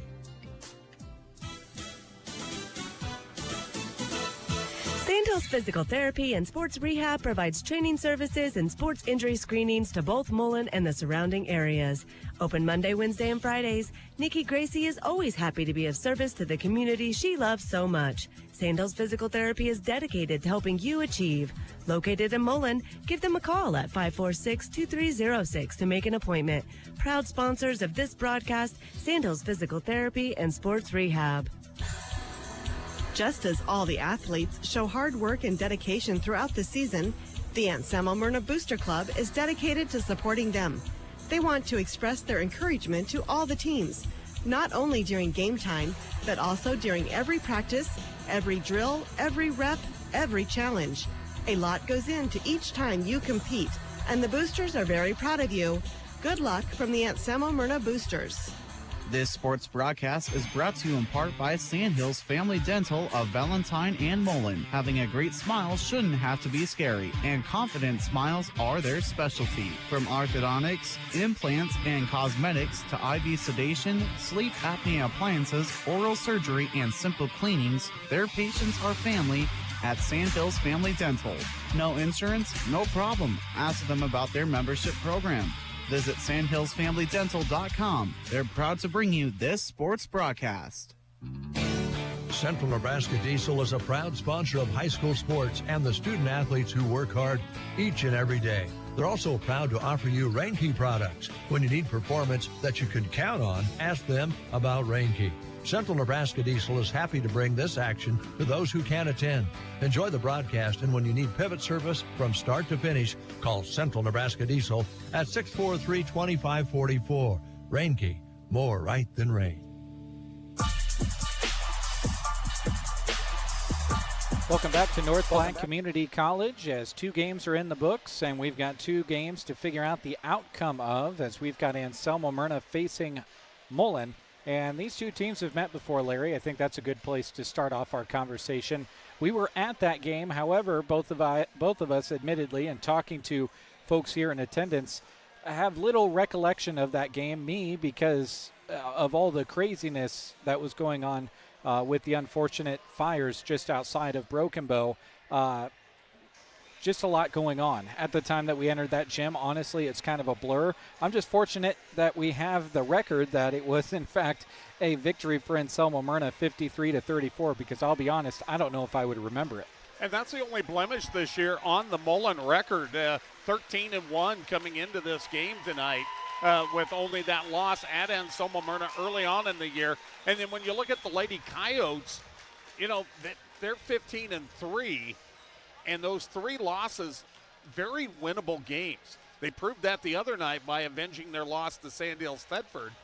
You guys were, I guess Brent was at the Arcadia Loup City game, and he said that was a game that could have gone either way, and then they had a tough game against an always good Pleasanton team during the holidays. So, you know, we look at these two teams. Whoever kind of comes out and plays very well is going to be the winner, and we've seen that already in the first two games. It's been tight. We expect tight games in these last two. And we mentioned it before going to the final break. Both of these teams like to play full court defense. Another key will be which of the offenses can handle their opponent's full court defense. There is a plus to either of them because they can say that they practice against it every single day because they try to set it up themselves. So we'll see how that plays out. And if there is an edge, it does go to Anselmo-Merna in the fact that it is an older team, a team that has been together not just this year, but the years before, and they're kind of glued together by McKenna Miller, who's been a part of the offense since day one back when she was a freshman. So that experience probably gives the edge to Anselmo-Merna, but that young Mullen team seems to be getting better and better every time I see them. Shaylee Coleman led the scoring for the Coyotes in their game against Sandhills Thedford. Rihanna Myers and Riley Schmidt each with 6 points, the next leading scorers. In a game that Anselmo-Merna led 21-16 at halftime, they outscored the Knights 14-8 in the third to start pulling away. Mullen was led by Peyton Paxton with 17. Riley Hagelin had 11. 9 of those points came in the first half by way of 3 3-pointers. They shot 3 of 12 from the free throw line, though, did the Mullen Broncos, in what could be a physical championship game. That will be something they'll look to improve on going into this one. It's Anselmo-Merna and Mullen coming your way next. Starting lineups on the way after you hear this. Consolidated is a proud sponsor of our student athletes. Everyone wants to get to the events and cheer on our students, but sometimes you just can't. Keeping up to date on all the local sports is hard to do, but Consolidated super fast broadband can change that. Find all the latest information on school and broadcast channel web pages, along with news and weather. For more information, call Consolidated at 1-800-742-7464. Plus, keep up with them on Facebook. Just search Consolidated Companies. Gaffney Farms, a distributor of Lewis Cattle Oilers, is a proud sponsor of this sports broadcast. As flies develop resistance to ear tags and as another herd is reinfested with lice during calving time, more cattlemen are recognizing the importance of providing year-long treatment for effective year-long control of parasites. Spring, summer, fall, and winter, go with Lewis Cattle Oilers from Gaffney Farms. Howard, Linda, and the boys would like to wish all the area athletes good luck. Trotter Incorporated is happy to bring you this broadcast of high school sports. At Trotters, they're happy to support all the youth in the area, not only in sports, but in all of their extracurricular activities. A balance of school and activities will prepare them to balance their lives in the future, and Trotter Incorporated commends them for all of their hard work. They're proud of all of the area athletes and are excited to help bring you this sports broadcast. Trotter Incorporated. Wouldn't you like to feel like you were number one? Nebraska State Bank and Trust would like to make you number one with great rewards like instant issue debit cards, mobile banking and deposit capture, estimates and online banking, and free bill pay, not to mention a free gift with each new checking account. You're sure to feel like a winner. Head on in to any of their friendly branches in Broken Bow, Callaway, and Myrna and let them make you number one. Nebraska State Bank and Trust Company, member FDIC. When your car gets dented, dinged, smashed, or smacked, the last thing you should have to worry about is it being in the right hands to get it fixed. When you choose Rod's Body and Paint in Broken Bow, your vehicle will leave their shop looking great. Don't forget, Rod can also help you with those windshield chips. Take care of them before they get worse and cost you more money. If your windshield already needs replaced, they can do that too. Rod's Body and Paint on the curb, west of Broken Bow. Don't let ice have you and your customers slipping and sliding about. Pick up commercial strength Thaw Master Ice Melt at Arrow Seed in Broken Bow. Designed with optimal melting speed and performance, Thaw Master is long-lasting and can stand up to the frigid Nebraska temperatures because it melts up to 10 degrees below zero. It's even dyed green for easy application and high visibility. The best part, it's highly effective and affordable. Pick up your 50-pound bag at Arrow Seed in Broken Bow. And we come back here to Mid-Plains Community College, the North Platte Community College McDonald Belton Gymnasium, and it's time for a look at your starting lineups. Your starting lineups for tonight's game are being brought to you by Downey Well in Myrna. They are proud to be your one-stop water source, from well drilling and installations of pumps and equipment to operational hookups. Trust Downey Well. They welcome your calls to get the water flowing. Let's take a look first of all at the Mullen Lady Broncos. 13-1 on the year. They are the visitors here tonight. They'll go this way. Peyton Paxton, 5'8" senior. Harper Anderson, 5'8" and a sophomore. 5'6" freshman Bryn McCulley. Also in the starting lineup, Riley Haglund, a 5'5" sophomore, and Haley Donahoe, 5'8" and a junior. Kay Dent is the head coach. She's assisted by Callie Edis and Trissa Vest, as well as Stephen Dent. So again, it'll be Donahoe, Haglund, McCulley, Anderson, and Paxton. Now for the home team, Anselmo-Merna, record of 15-3. They'll go this way. It'll be Lily Thornton, a 5'5" junior. Shaylee Coleman, 5'9" and a junior. She was the leading scorer in that last outing. Kaylee Klein, 5'9" and a senior. 5'8" senior. McKenna Miller and Rhiannon Myers, a 5'9" junior. The head coach, Trenton Kirchman, assisted by Maddie Bumgarner and Kristen Myers. Again, for Anselmo-Merna, it'll be Thornton, Coleman, Klein, Miller, and Myers. And that is a look at your starting lineups, brought to you tonight by Downey Well in Myrna. We'll take one last time out. When we come back, the tip headed your direction on KBBN Radio and Sandhills Express Video. The kids off. I have to run across town for a meeting, hit the gym during lunch. Jake has soccer tonight, and Emily has gymnastics. Oh, did I turn on the crock pot this morning? With a never-ending to-do list, it's easy to forget something important, like setting up a life insurance plan with Shelter Insurance. Your local Shelter agent can show you how to create a safety net for your family. Shelter Life Insurance Company, Columbia, Missouri. Contact your local Shelter Insurance agents, Brent Custer or Seth Pearson in Broken Bow. Attention, Nebraska farmers. At Custer Federal State Bank, we know that agriculture is more than a job, it's a way of life. That's why we're proud to offer agricultural loans tailored to your needs.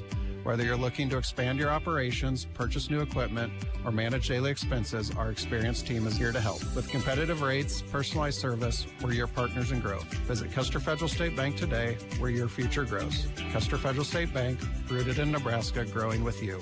Member FDIC, Equal Housing Lender. The grocery cart meat department is not your typical meat department. Our meat is fresh and our prices are great. We have a wide selection of beef, pork, chicken, and seafood. With options like Hormel Natural Choice, Smart Chicken, and Certified Angus Beef, you know you're getting quality meat to center your meal around. Come and see us at the grocery cart, East Highway 2, Broken Bow.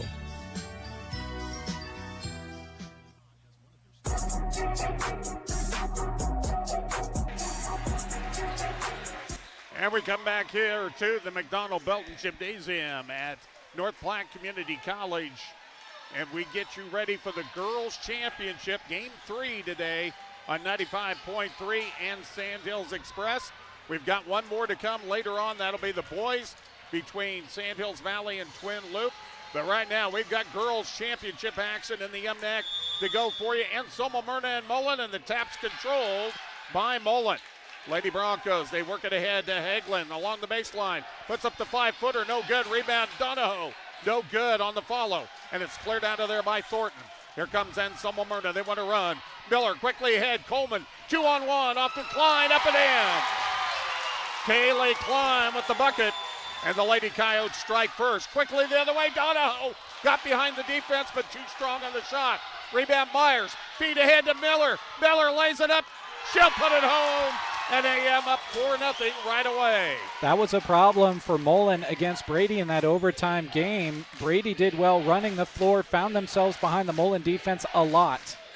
Shot put up, no good by McCulley off the backboard, and last touch by Mullen. So Anselmo-Merna, and you can hear the crowd, they're right down in front of us. The Mullen fans across the way. Full court press. It'll be man-to-man full court. McKenna Miller gets it ahead to Coleman. Coleman will hold it up in the forecourt. Double team Almost tied up by Hagelin, got it out of there. Miller on the run and a reach-in foul going to go against Mullen. And it looks like they'll nail Harper Anderson on that foul. First one of the ball game, about 59 seconds deep.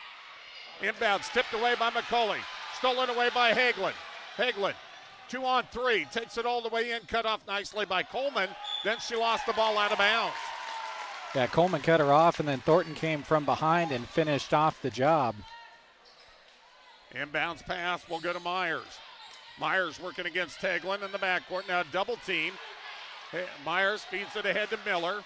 Picks up the dribble near the timeline. Ball poked away and stolen away. McCulley got a piece of it. Off to Anderson. Now Donahoe holds it up. Hagelin deep on the right wing. Thornton comes out on her. Man-to-man defense down low. Donahoe off glass. In and out. No good. It's halfway down. Taken out of there by Thornton. Leads it ahead to Myers. Myers back over to Thornton as they'll cross the timeline. Gives off to Myers. Top of the key, into the paint. Lost it, but right down to Coleman. He gets the easy one. Timeout, Mullen. 6:13 to go, opening quarter. Anselmo-Merna 6, Mullen nothing. You're listening to the MNAC on 95.3. Start the new year off-road with the Polaris sales event. Aglin ATV is stocked up with all of the different machines you will need to kick off the new year. Not to mention all of the in-stock accessories they have to help you tackle every job you will face in 2025.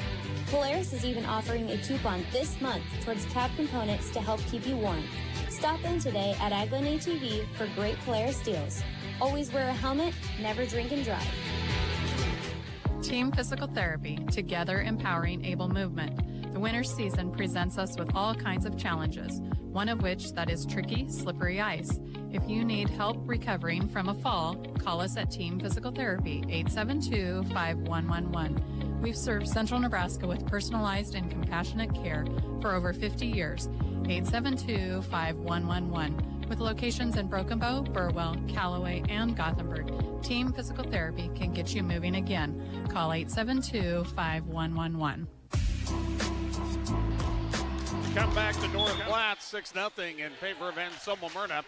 Here come the Lady Broncos of Mullen. Across the timeline, Peyton Paxton. Picked up in the man-to-man, over to Hagelin on the left wing. Looks for the cutter, goes to the dribble, working against Thornton. Right side for Paxton. Now on the wing, it's McCulley looking for that cutter, nowhere to go. Still has the dribble. Left-hand pass down low. Anderson, skip pass over to Hagelin, 10 on the shot clock. Peyton Paxton. Now off to McCulley, down to 5 seconds. Down into the paint, Anderson, follow a 12-footer, would not go, tipped around, controlled by Paxton. At the Donahoe, open three, Hagelin, good! Riley Hagelin nails the open three, and Mullen is on the board. 6-3 the score. AM breaking the pressure. Miller up top, feed down low, stolen away by Donahoe. Gives it off to Paxton. Crosses the center line, works it left side for Hagelin. Hagelin against Thornton in the man-to-man. Drives, kickoff right side for Paxton. Now on the wing, it's McCulley. Feed down low to Anderson, posting up onto Coleman. Now to Donahoe, stolen away by Klein, and a jump ball will be called. It'll go to Anselmo-Merna. Shot clock resets as AM will trigger it in. Full court pressure. Man-to-man, they'll get it over to Thornton. Double team. Finds Miller, crosses the timeline. They've got numbers, 3-on-2. Back door, Coleman puts it up and in. Well, she did a really good job using her shoulder to get a little extra room over on that far side as the defense crashed in on her. Lady Coyotes 8, Lady Broncos 3. Paxton with a step down the right side, puts it up. Could not get it to go, taken away by Klein. Ahead to Myers. She'll slow it up in the forecourt as Mullen is back defensively. Now Miller in the paint, driving, 8-footer up, no good. Rebound, tipped around, controlled by Donahoe. Outlet ahead to Paxton. She'll slow it up as they bring it across the timeline. McCulley handles it on the left side. 4:09 to go, first quarter, 8-3, Anselmo-Merna. Paxton for a three, it's off the mark. Long rebound, goes out of bounds, last touch by the Lady Coyotes.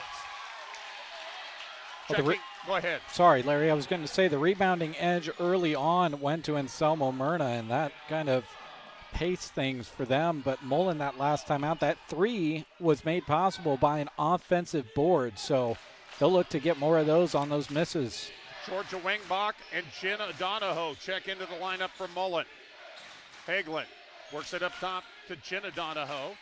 Down to Paxton. Hagelin bounce into the paint for Haley Donahoe, and she is fouled going to the hoop. That was a great job making the move quickly, not letting the defense slide over and get position before she put up the shot. Draws the first foul on Shaylee Coleman. Yeah, I was going to say, actually, they gave the foul to Coleman, and Donahoe will shoot free throws and makes the first. 8-4 the score. Klein will come out. Coming in for Anselmo-Merna, Gracie McIntyre, 5'7" senior. Second free throw from Donahoe is up and good, makes them both. Free throw's going to be a huge key for both these teams in this one, Larry. 8-5. Thornton will bring it across the timeline to the free throw line, bounce down low, and she led McIntyre just a little too much. It was the perfect idea, though. It was just a little bit too out in front of her. Full court pressure being applied by Anselmo-Merna. You'll hear the words full court pressure quite a bit tonight with these two teams. Hagelin brings it across the timeline over to Paxton. Working against that man-to-man. That's Miller she works against. Brings in, cut off. Out to Hagelin, fakes the three, drives, 10-footer up, no good. It's a stuck ball. And the foul will go on Lily Thornton. And they'll have to have somebody come off the side. One of the Anselmo-Merna students. I think that might be Dean Dury over there. No, that was Luke Bailey from Ansley Litchfield. Yeah, I could see Luke getting there. Free throw in and out, no good for Hagelin.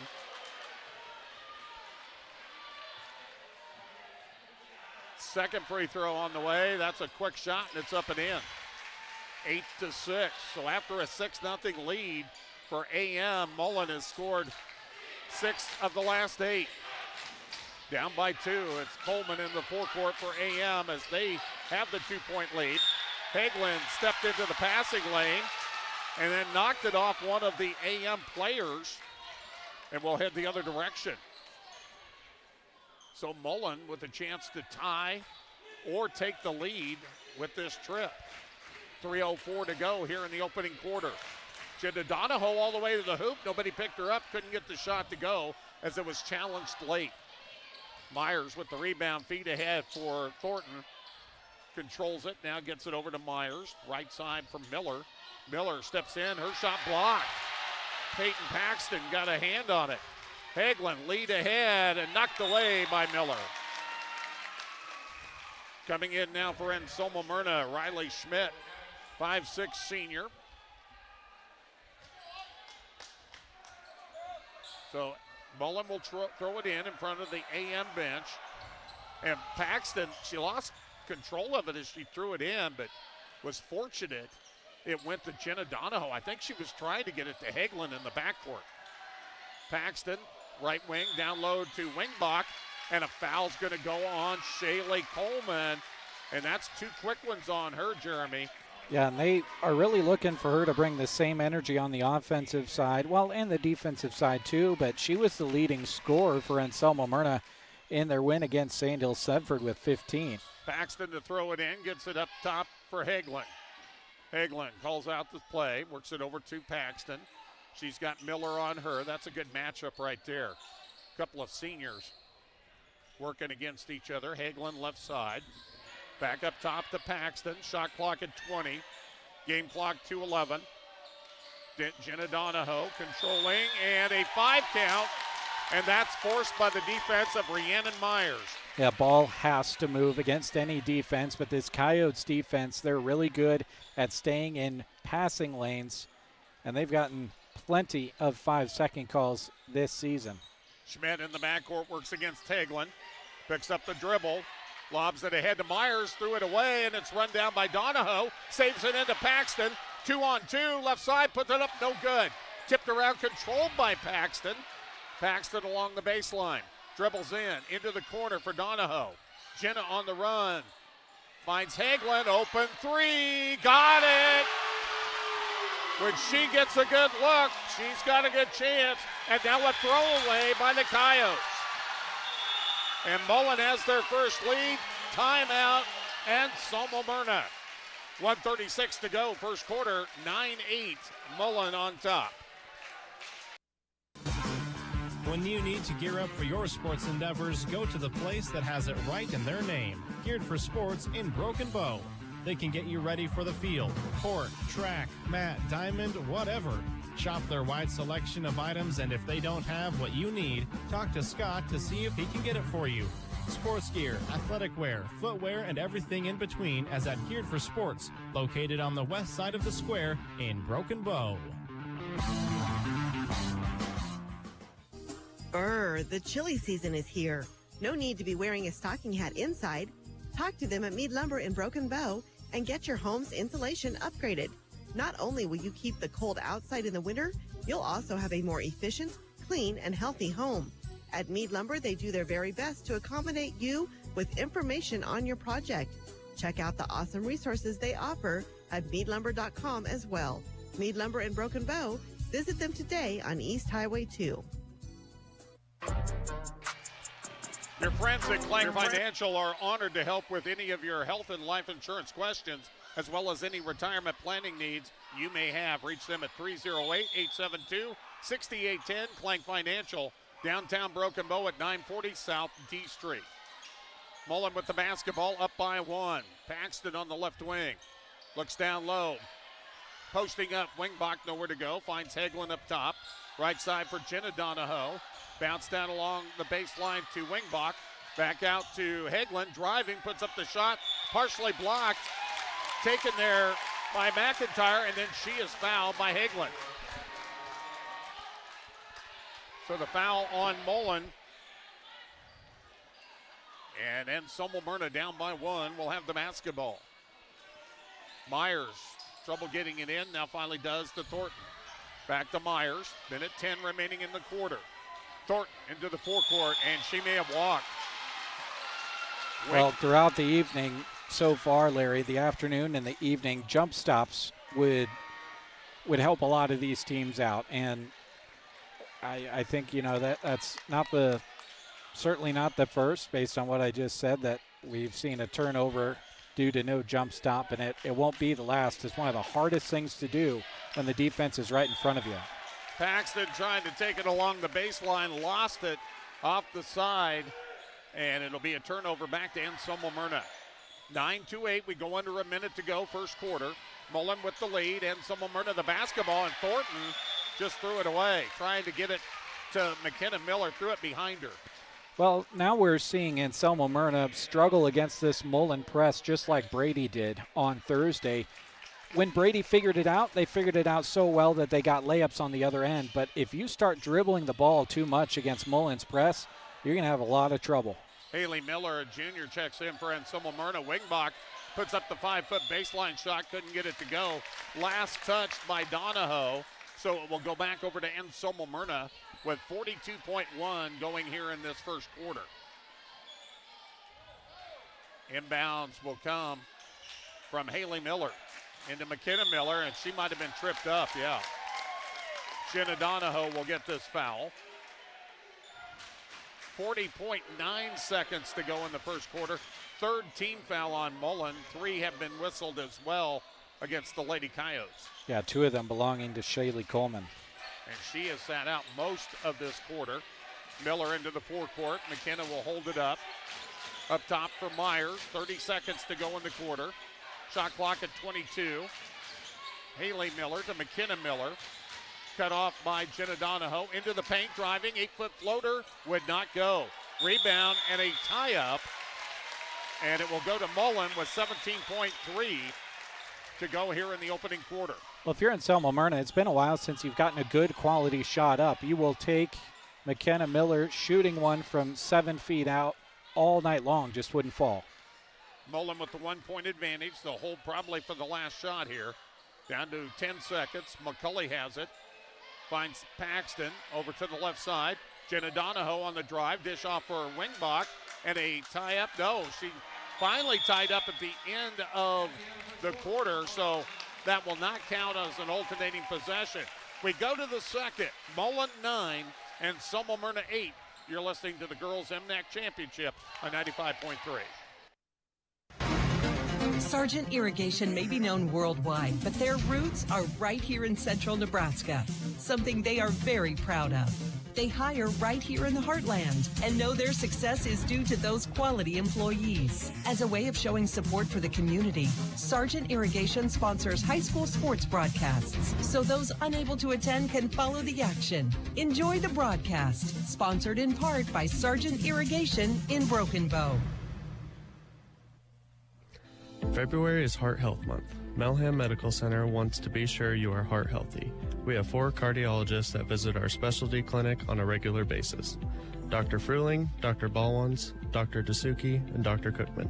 Save a trip out of town and make an appointment at Melham Medical Center with our cardiologist team right here at home. Call 308-872-4157 to schedule your appointment in the specialty clinic. We look forward to partnering with you to inspire healthy living through quality care.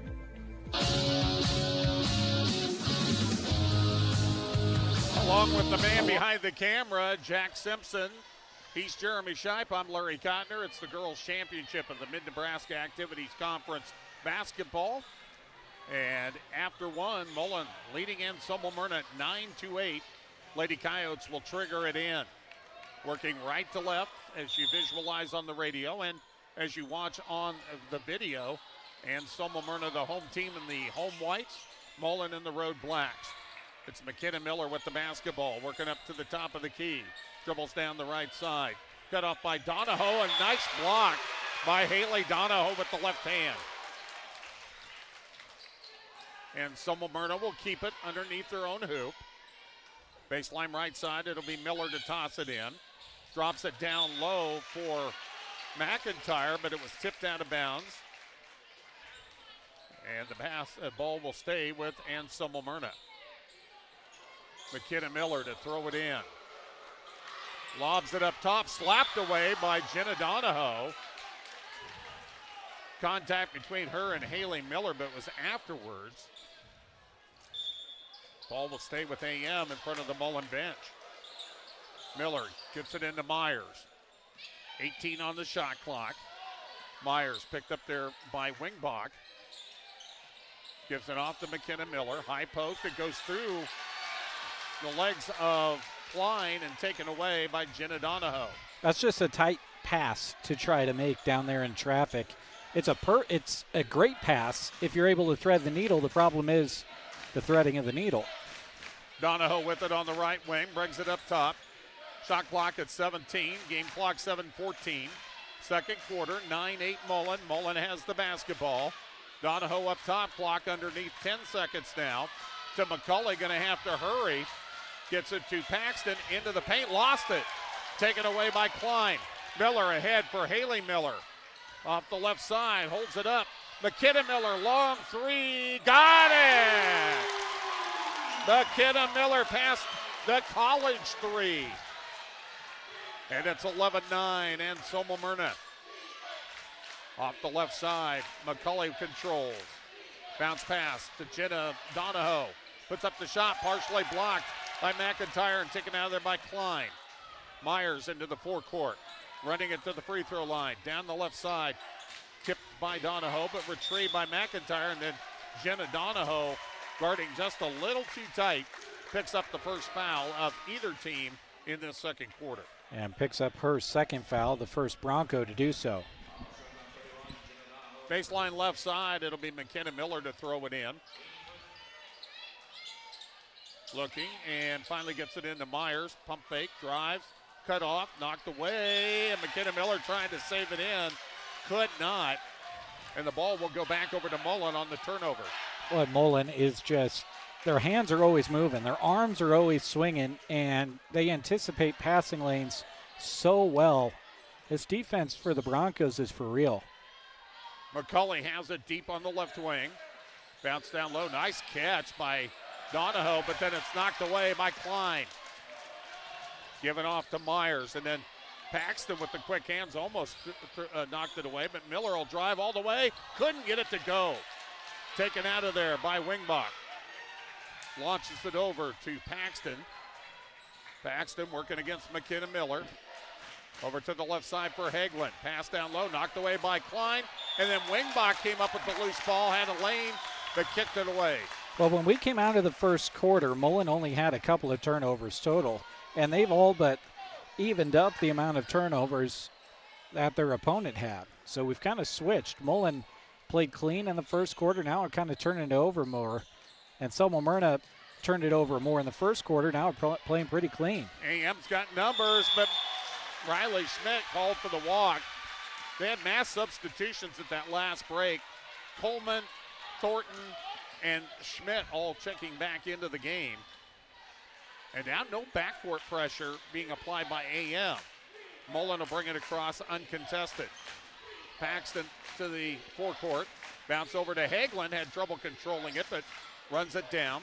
Feed down low to Wingbach. Up top for Donahoe. Tipped away by Schmidt and taken away by Klein. Miller holds up. Boy, Paxton has just been all over her tonight.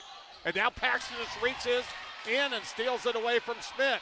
Feed ahead to Haley Donahoe. Puts it up and in. And we're tied at 11. In the backcourt, Miller. Feed ahead. Schmidt holds it up. Gives off to Miller. Pulls up. Finds Schmidt on the wing.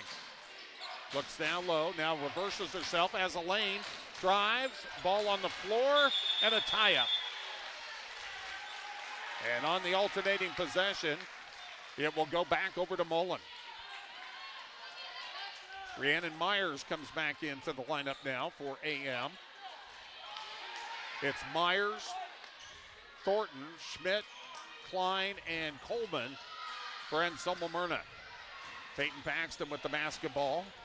Wingbach in there with Paxton, along with McCulley, Hagelin, and Haley Donahoe.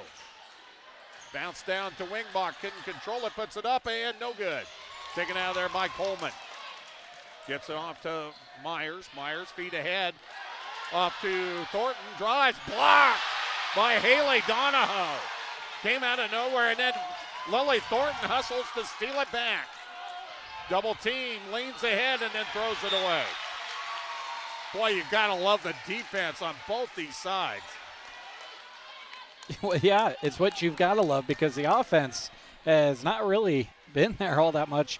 Both of these teams' defense are working so hard that we haven't even seen that many shots up at the rim. Now, points are hard to come by in this one here. We are at the halfway point of the second quarter, 11-11. Shot put up no good by McCulley. Weak side rebound for Coleman. Coleman gives off to Schmidt. Schmidt to Thornton. She'll cross the timeline. Work it over to Myers. Fakes the three. Drives in. 15-footer. Left it short. But then Donahoe couldn't control the rebound. So it will stay with AM with 20 seconds on the shot clock and 3:41 on the game clock here in this second quarter. Inbounds will come from Schmidt. Looks and tipped away, but run down by Coleman. Gets it to Myers. Now Schmidt for a three. Good! Nothing but the net for Riley Schmidt. 2 3-pointers are the two makes for Anselmo-Merna in this quarter. 14-11. AM on top. Number 1 and number 2 seeds playing for the championship. Hagelin to Anderson, who's just checked back in. 3-ball, Paxton, no good. Rebound tipped around, taken by Coleman, and then it's stripped away from her, out of bounds. It'll belong to the Lady Coyotes. Klein will sit down. McKenna Miller back in. 3:11 to go, first half. And Anselmo-Merna 14, Mullen 11. Inbounds will go to Miller. Miller dribbles ahead, brings it across the timeline. Hagelin on her. Miller slipped, kept her dribble though, and kept the balance and was trying to get it to a teammate, but it's stolen away. McCulley will give it off to Paxton. Feed down low, open 12-footer, no good for Anderson. Donahoe, the follow, high off the glass and good. 14-13. She's got 4 in the quarter. Myers quickly ahead to Thornton, down low. Nice catch by Coleman. Takes it in, put it up, no good, but a foul on the floor. Foul will go against Harper Anderson. Her second. Jenna Donahoe back in. McCulley will sit down for Mullen. 2:36 to go in the half. Inbounds from Miller. Gets it back immediately. Dribbles in one-on-one against Paxton. Paxton with the block, but also the foul. And you get a wry smile from her. She thought she got a lot of ball. And she did. It was very, very close, but just a little bit of contact.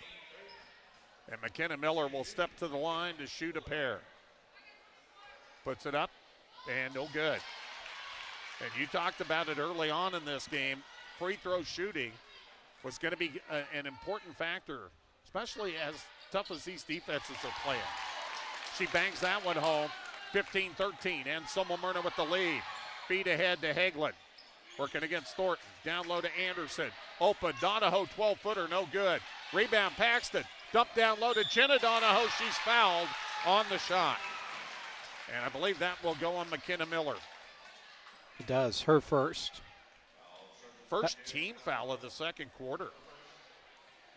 That was a nice job by Paxton getting the board, but then immediately having the presence of mind to find a teammate who was in a better position to get a shot up than her. Donahoe makes the first.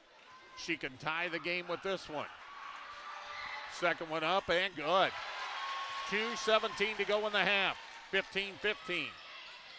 AM with the basketball. Thornton leads it ahead from Miller to Schmidt. They've got the numbers down low. Coleman too strong. Rebound cleared out on the weak side by Peyton Paxton. Feed ahead to Donahoe along the baseline, up and no good. Rebound cleared out of there by Coleman, and then a reach-in foul on Mullen. Well, and that's a result of Coleman getting the rebound and keeping the ball moving. You're always taught to keep that ball moving. It leads to less tie balls and more fouls for your opponent. Harper Anderson will get that foul. Next one will put AM into the bonus. That was the third foul on Anderson by my mark. Myers in the backcourt working against Hagelin. Dribbles it all the way to the left wing in the forecourt. Nice pass, no look pass down low, but Miller couldn't get the shot to go. And a tie-up between Coleman and Hagelin. Ball will stay at the AM end with 1:43 to go. To toss it in, Riley Schmidt. Bounce down low, nice catch by Myers. She'll bring it back out and reset the Lady Coyote offense. Tipped away by Jenna Donahoe, but retrieved though by Myers. Schmidt dribbles over to the right side. Shot clock still plenty, 18 on it. Myers up top, 1:25 to go here in the half.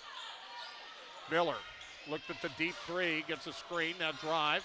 Cut off by Hagelin on the help defense. Now Schmidt up top, shot clock at 5. Myers on the dribble, bounce down low. Coleman not going to get the shot off. Shot clock violation, and the Mullen defense stands strong. Oh, and that's always frustrating. And you can see Shaylee's reaction. It's so hard when so many passes and movement happens in 7 seconds. You're going to kind of forget where that clock's at.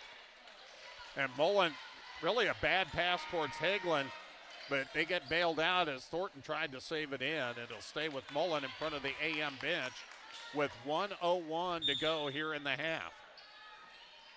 15-15. Shot clock at 28. They'll throw it into the backcourt. Donahoe will make the catch. And that's stolen away. Pass for Hagelin taken by Thornton. She saw that it was telegraphed, and she was able to take it in. Yeah, telegraphed the name of it. Yeah, Thornton really fast on that one, but that pass had absolutely no zip behind it. 17-15. 42.3 to go here in the half.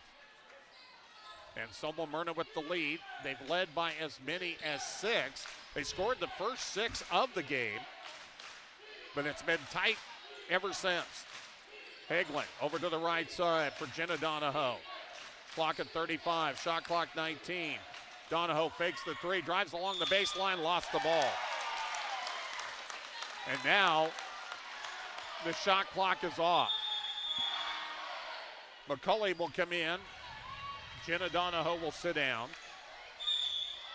Full court pressure. Myers gets it into McKenna Miller. Miller controls there. Back over to Myers. And then she almost threw it away, but Thornton able to get it ahead to Miller. They got numbers, 3-on-2.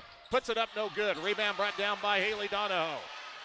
And we'll see if they hold for one. 15 seconds. Lead ahead, no. She was trying to get Anderson down low, but Anderson wasn't looking for the pass. The turnovers are going to be a big discussion for both of these teams at halftime. So AM with a chance to make it a more than one possession game before halftime. Miller in the backcourt. She'll go to the dribble, drive into the forecourt. Double team, down to 5 seconds. Stolen away by Paxton. Can she get the shot off? And a reach in and a knock away by McKenna Miller before she could lay it up.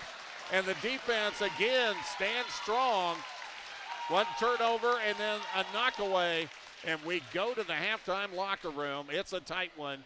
The number 1 seed, Anselmo-Merna 17. The 2 seed, Mullen 15. You're listening to 95.3. The student athletes you're cheering on during this broadcast practice and study in order to get their competition and schoolwork done right. At Trotter Service, they do the same, except with your vehicle repairs. Whether you need a new battery, brake work, and alignment, tires, wheels, or an overhaul, trust their auto repair specialists to tackle the job. Don't forget bulk oil and fuel delivery and on-the-farm tire truck service too. Proud to help bring you this broadcast, Trotter Service in Broken Bow. Acquiring a lush green lawn is a lot of work. Worry no more. A2Z Lawn Pro's fertilizer program is the solution to ease your mind and lessen your work. Any time of the season is a good time to start. Eliminate weeds, strengthen your grass, and even keep bugs away with liquid fertilizer treatments mixed with micronutrients for a recipe that works specifically in this area. 30 years of experience. 308-870-1762 for A to Z Lawn Pro. That's A to Z Lawn Pro at 870-1762. With offices in Broken Bow and Callaway, Nebraska Owners Insurance Agency is here for the area. This is Chip, and I invite you into the Broken Bow office Tuesday, Wednesdays, or Thursdays to speak with me about getting the coverage that fits you and your situation best. If Callaway is more convenient, Liana and Lori are in the office there Monday through Friday. 2 locations serving central Nebraska and beyond. Thanks for choosing Nebraska Owners Insurance Agency. Did you hear? Gateway Motors Quick Lube is ready to flow flawlessly into your busy schedule. No appointment, no planning. Just show up and your vehicle's health is taken care of faster than a squirrel sipping Mountain Dew, a cat hearing a can opener, a dog hearing the word walk, or a toddler asking, "Hi." Expert technicians, top quality oil and products. Quick Lube at Gateway Motors in Broken Bow, East Highway 2.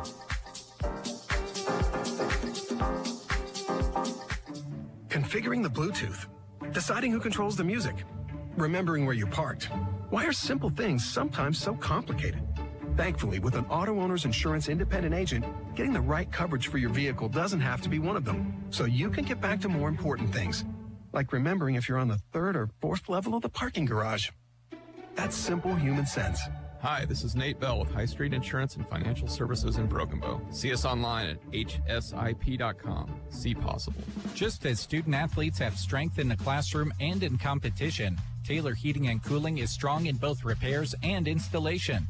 For residential or commercial projects or new construction, call Taylor Heating and Cooling at 308-872-6196. They offer financing and are proud to offer high-quality service to go hand-in-hand with the reliable products they install, whether parts or new units. Serving Broken Bow and beyond in central Nebraska. Taylor Heating and Cooling.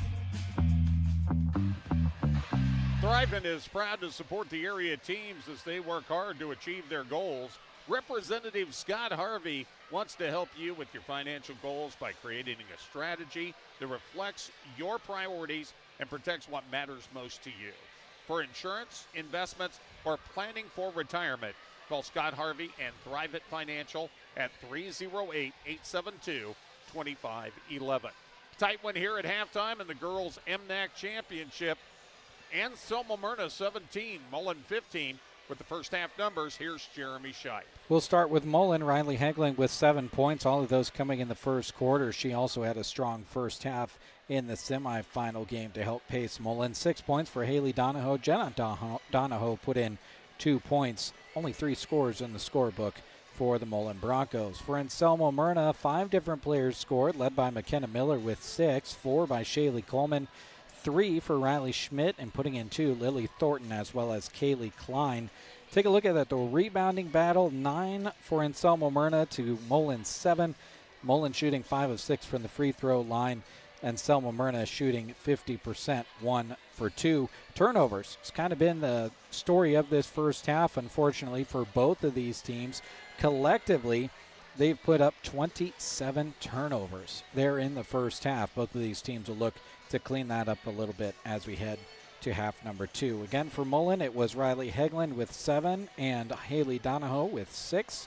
For Anselmo-Merna, McKenna Miller with 6 and Shaylee Coleman with 4. Again, your halftime score, Anselmo-Merna 17, Mullen 15. It's been a very tough, battled game here tonight. Both teams have had some breaks, but not cash in on them on a regular basis. And there really haven't been that many. I mean, the shots that were really wide open, more often than not, went in. The problem is those open shots have been hard to come by. Both of these coaches have to be thrilled with the fact that they don't have to beg their players to play tough defense. They want to play defense. You can tell by the way they go out there and play here in the championship game. 2-point advantage for the top seed, Anselmo-Merna. They lead at 17-15 here at halftime. We'll continue with more halftime activities after this on 95.3 KBBN Broken Bow. And Livestock Fencing is cheering on all our area athletes. Have a great MNAC tournament. Moline Seed and Fence, providing you with fencing necessities and design work for all your livestock facility needs. Panels, pipe, post, and all your electric fencing demands are in stock. Need it delivered? Well, their trucks are running daily to bring their products direct to your ranch. Moline Seed and Fence, 308-529-0781, or visit them on the web at molineseedandfence.com. Life is better with American Family Insurance because our agents provide specialized local expertise to help you get the right coverage at the right price. We understand that farming and ranching is at the heart of what you do, and we want to help protect what you've worked so hard for. Let's build the policy your farm and ranch deserves. Visit Justin Thompson Agency or call 308-872-5252. American Family Mutual Insurance Company, SI, and its operating companies, 6000 American Parkway, Madison, Wisconsin. This broadcast is brought to you in part by Moonlight Custom Screen Print and Embroidery. Have you seen all those awesome t-shirts when you attend state competition? There's a good chance Moonlight has printed what you're seeing. They love partnering with local schools to put your athletic and extracurricular achievements on apparel for fans. Ask them about screen printing, embroidery, and more promotional products. Located in Kearney, serving fellow Central Nebraskans. Visit MoonlightCustomPrinting.com. Everything looks better by Moonlight. This broadcast is brought to you in part by Travis and Jessica with Hampton Well Drilling. When they're not cheering on the Mullen Broncos, you'll find them helping their customers get the water flowing. Whether that's a house well, a solar well, pipeline, or workout among your cattle, Hampton Well Drilling is ready to get to work for you. Give them a ring at 308-546-7278. Hampton Well Drilling, happy to bring this broadcast featuring the Mullen Broncos to the airwaves. The Sandhills Golf Club is a proud supporter of this radio broadcast, and they salute every second of hard work that these players put in preparing into each event. Sandhills Golf Club is a home to one-of-a-kind golfing experience in North America, featuring the beautiful Sandhills, quiet atmosphere, and a challenging yet enjoyable course. Enjoy the broadcast brought to you in part by the Sandhills Golf Club, proud supporters of Central Nebraska High School sports action. Brandon and Barb Miller with Cursive O Cattle are proud Anselmo-Merna Coyote supporters. Selecting for superior genetics and raising cattle in a sustainable manner has always been the foundation of Cursive O Cattle. Just like the athletes in the game, their offering of bred heifers and feeder cattle were developed to perform with excellence. Contact them in Myrna, proud supporters of the Anselmo-Merna Coyotes and this broadcast. Brandon and Barb Miller with Cursive O Cattle of Myrna.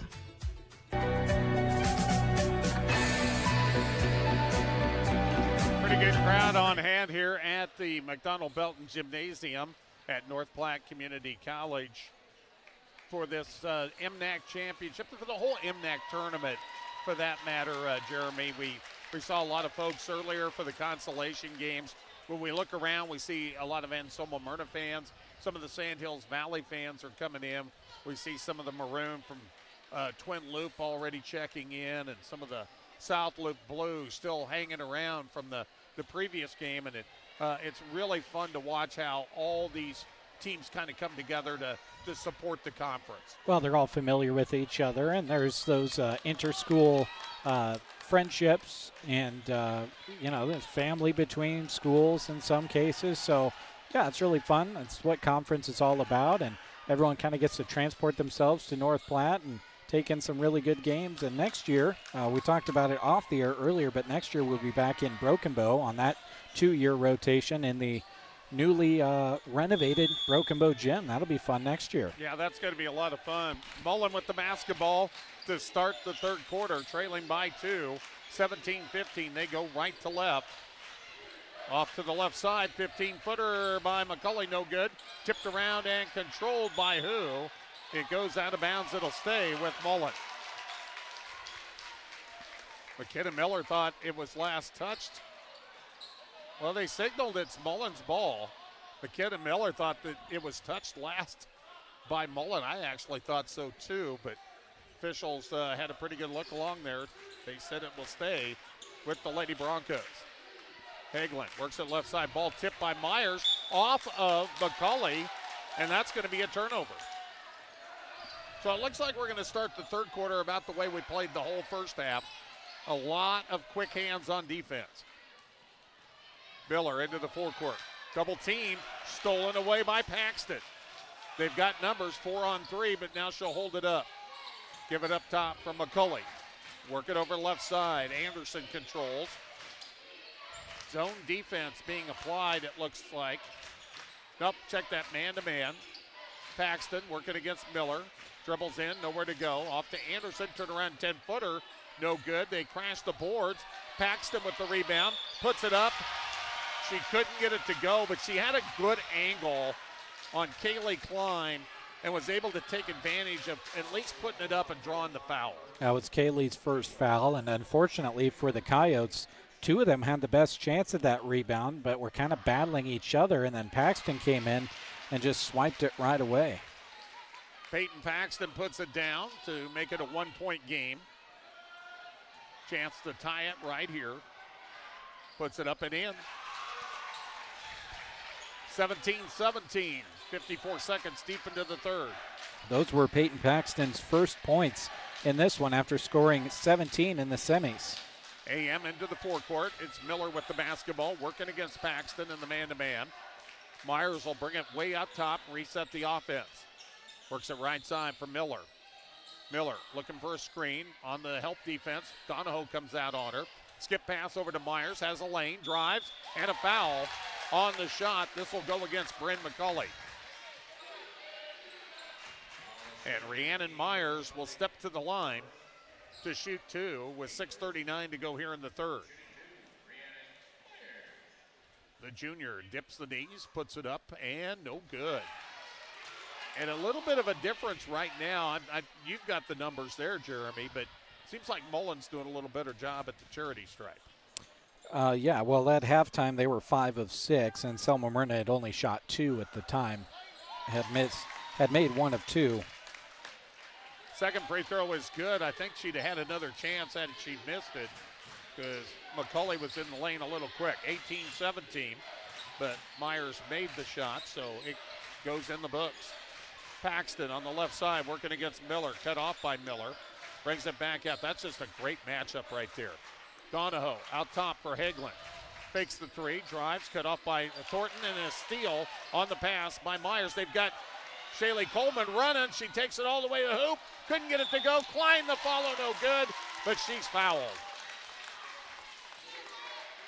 And the foul will go on Paxton. And Kaylee Klein will step to the line to shoot a pair. All a result of her at the center position running the floor, not assuming it was going to be a run-out make from her teammate. Earns her a trip. Senior dips the knees and puts it up, and no good. Jenna Donahoe back in. Bryn McCulley will sit down. Did you catch who that foul was on, Larry? I believe it was on McCulley. Okay.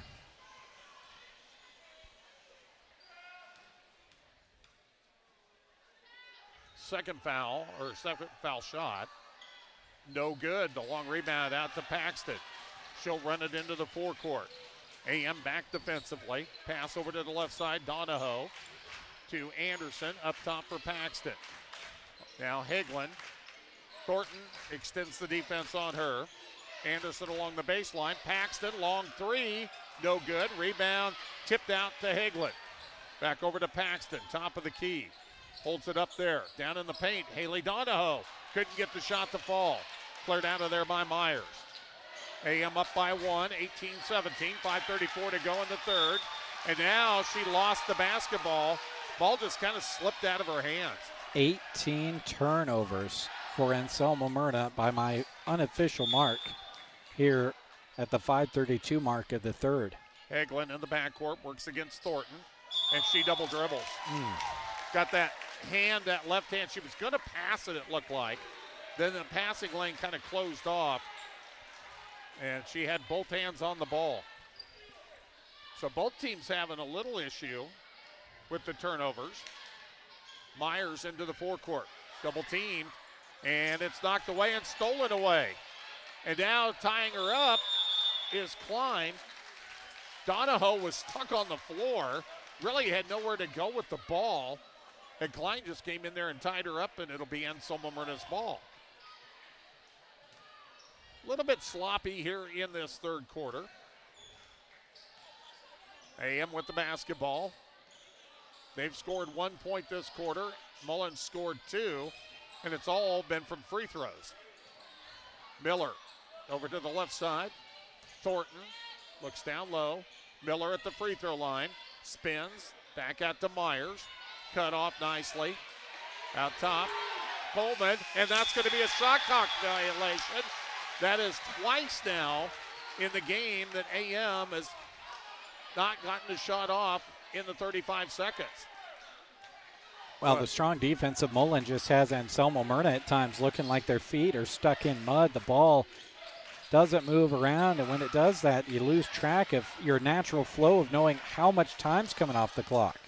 Pass from Hagelin intended for Jenna Donahoe, but she had vacated the area, and AM comes the other way after the turnover.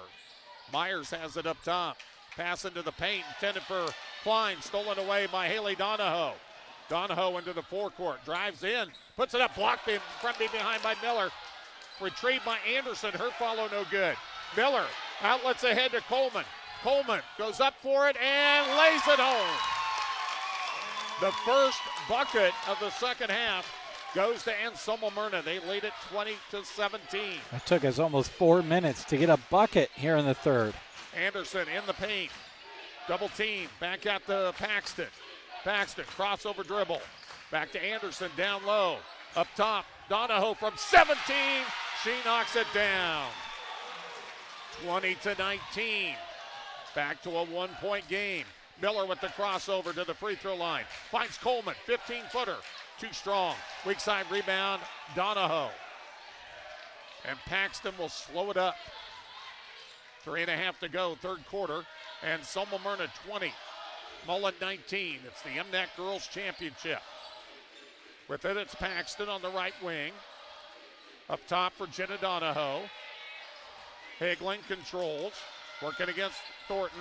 Down low to Anderson along the baseline. 5-foot fall away. No good. Taken out of there by Coleman. Ahead to Thornton. And now Miller has it in the backcourt. Ahead to Thornton. 3-on-3. Drives, has a lane, puts it up and in. The Mullen defense overplayed on the left side. Thornton saw the lane, took it in, and laid it home.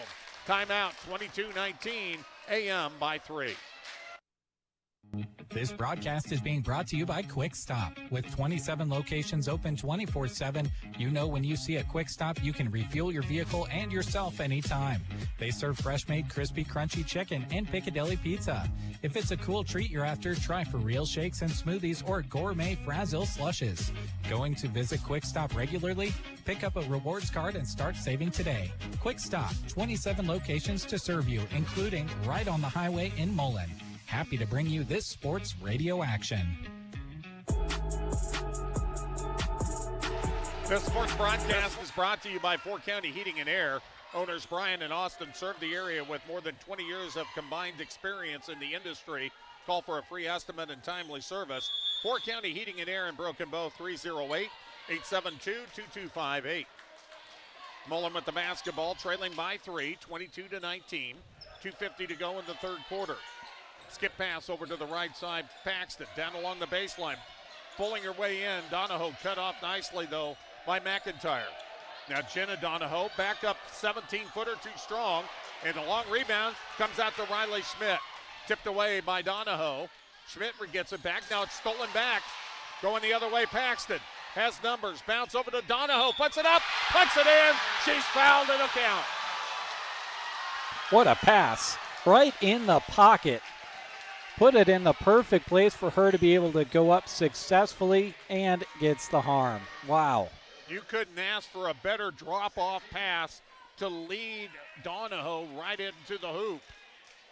And I'll be honest with you, I didn't catch who got the foul. I didn't either. I was so busy watching the reaction of the Mullen players being so excited that I didn't catch it. And Donahoe completes the three-point play.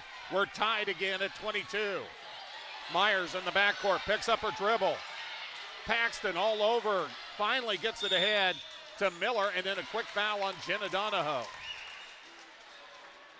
That will not relate to shots. That'll be the third team foul. And it's her third foul if it is on her. They're talking it over. She was the one that was the defender over there. And that's who the foul will go on. And Peyton Paxton, they kind of looked at her for a second. She said, no, not me. No. And literally pointed over at her teammate, who unfortunately has a couple more fouls than Peyton has. So she kind of passed the blame off. She's a freshman. I'm a senior. Come on. It's Miller along the baseline off the right side. Couldn't get the shot to go, but she does get to the line. Wingbach picks it up, her first. And a two-shot opportunity for McKenna Miller. 22-22. Number 22 at the line. That's McKenna Miller, and she makes it. She's got 7. That's her first point of the quarter. 23-22, Lady Coyotes. It's Miller, Klein, McIntyre, Thornton, and Myers in there right now for AM. She makes them both. McCulley, Paxton, both Donahoes, and Wingbach in there for Mullen. Paxton has it up top. Man-to-man defense. Nice pass into the lane, but it was tipped away by Klein, who reached over without fouling. Myers into the forecourt. Has McIntyre open on the backside. Got her. Lays it home. 26-22. Coyotes now with the 4-point advantage. Paxton for McCulley. Skip pass over to Paxton. Drives, cut off by Miller. Looking for Wingbach, doesn't have a good pass. Now goes to McCulley on the right side. Shot clock at 15. Bounce over to Paxton. Minute 24 to go in the third. Donahoe in the paint, puts it up from 5, too strong. Goes after her own board, and a foul, I believe, will go on Myers. Rhiannon Myers will pick up that foul, and it will mean a new shot clock for Mullen. Just the third team foul on AM. Paxton lobs it up top for Wingbach. Gives off to Jenna Donahoe. 26-22, Anselmo-Merna. Mullen with the basketball. Paxton, top of the key, into the paint. Donahoe posts up, puts it up with the left hand, but couldn't get it to go. McIntyre with the good positioning. Myers into the forecourt. Holds it up. Now it's Miller. Miller on the run down the sideline. Back out for a three from Myers. Got it! And AM has their biggest lead of the game of 7. They've put 7 in a row down. 40 seconds to go in the third. 29-22. McCulley on the run. Lost the ball. It goes out of bounds, but off of one of the AM players. Yeah, went off of McIntyre's knee, I believe. Very key series here for the Lady Broncos. Hagelin in. Jenna Donahoe will sit down. Paxton lobs it up top for Donahoe. Gives it to Paxton. Launches the three. No good. Off the iron. Fight for the rebound. Off of McCulley. Shot clock's off. AM can hold for one if they so choose. Full court pressure. Myers in the backcourt. Working against McCulley. Still back in the backcourt. Going to have to do something quickly, and a quick timeout by Coach Kirchman. 17.1 to go in the third. 29-22, and Anselmo-Merna on top. This sports broadcast is brought to you by Cray Angus, proud Mullen Broncos supporters. Their annual bull sale is quickly approaching. Mark your calendar to be on the east edge of Mullen the first Saturday in April at 1 p.m. Mountain Time. A program with a purpose, a family with a commitment. Cray Angus's 34th annual production sale. The first Saturday in April, that's April 5th. They'd love to have you. Enjoy the broadcast, brought to you in part by Cray Angus. Don't forget, we've got the boys' championship game to follow. It'll be the fourth of our broadcasts here this afternoon and evening on 95.3. Jeremy will have the call. Sandhills Valley and Twin Loup in that championship game. AM with the basketball. Myers across the timeline. Down to 11 seconds. Over to Miller. Dribbles in. Nobody picks her up. Open from the wing. Couldn't get it to go. They crashed the boards. Tipped around. Controlled by Thornton. Myers fakes the three. Drives at the buzzer. No good from 8. And we'll go to the fourth quarter. After 3 in North Platte. And Anselmo-Merna 29. Mullen 22. You're at 95.3. Electricity. We use it every single day. Kristen Electric is ready to help you with your electric projects in underground, farm, remodels, and new construction. If it needs electricity, Kristen Electric can't get it there. Call 308-258-4164. They'll figure out a plan to get you on the way to having reliable electricity. For underground, farm, remodels, and new construction. Proud to support the Anselmo-Merna Coyotes by sponsoring this broadcast. Kristen Electric. The Highway 2 Depot in Mullen is the place to stop, with options like burgers, wings, soft serve ice cream, and Munchies prepared country style.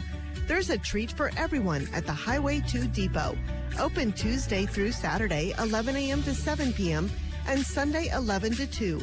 Stop in to eat or grab carryout to go. Cheering on the Mullen Broncos and proud to help sponsor this sports broadcast. Visit the Highway 2 Depot in Mullen. It really is the place to stop. Your friends and neighbors at Dayspring Bank, formerly First State Bank of Mullen, are proud to support the Mullen Broncos on the road for those of you who can't be at the game. Whether your family is growing, you're starting a business, or you've been farming or ranching for generations, Dayspring's bankers get to know you personally and create custom solutions to help you reach your goals. Dayspring Bank, for whatever the day brings. Member FDIC. We come back to North Platte. Play underway. Mullen with the basketball to start the period. Hagelin trying to drive the baseline, cut off by Thornton, and she'll pick up the foul. And Mullen will keep the basketball. They'll get a fresh shot clock. Peyton Paxton to throw it in from the right side out to Hagelin. Hagelin looking for the play to develop. Into the corner for McCulley. Now at the Paxton. Dribbles in. Bounce down low to Anderson. Cut off by McIntyre.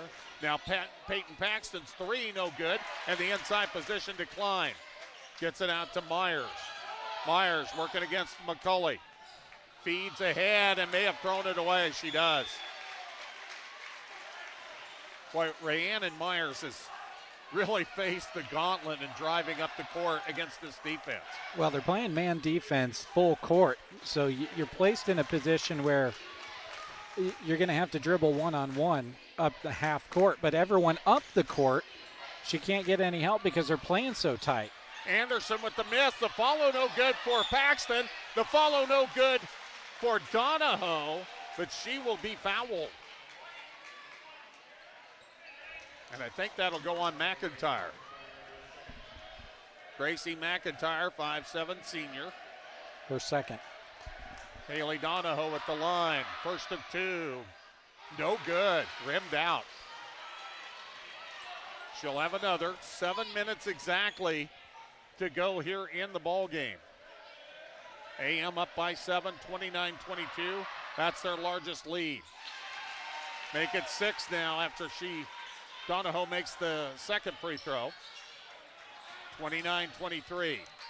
Miller across the timeline, picks up the dribble, double team. Now finds Myers on the right side. Mullen, they take some chances. They try to double you up in the half court. Now the ball stolen away. McCulley quickly ahead, runs down court, pump fakes, lays it up and in. Nice job letting the defense go by, and that's one heck of a way to score your first points. 29-25. Now Thornton at the other end. Had to stop, goes out to Miller. Miller has a lane down the right side, forces up a 10-footer. No good. Rebound Klein. Blocked though from behind by Donahoe.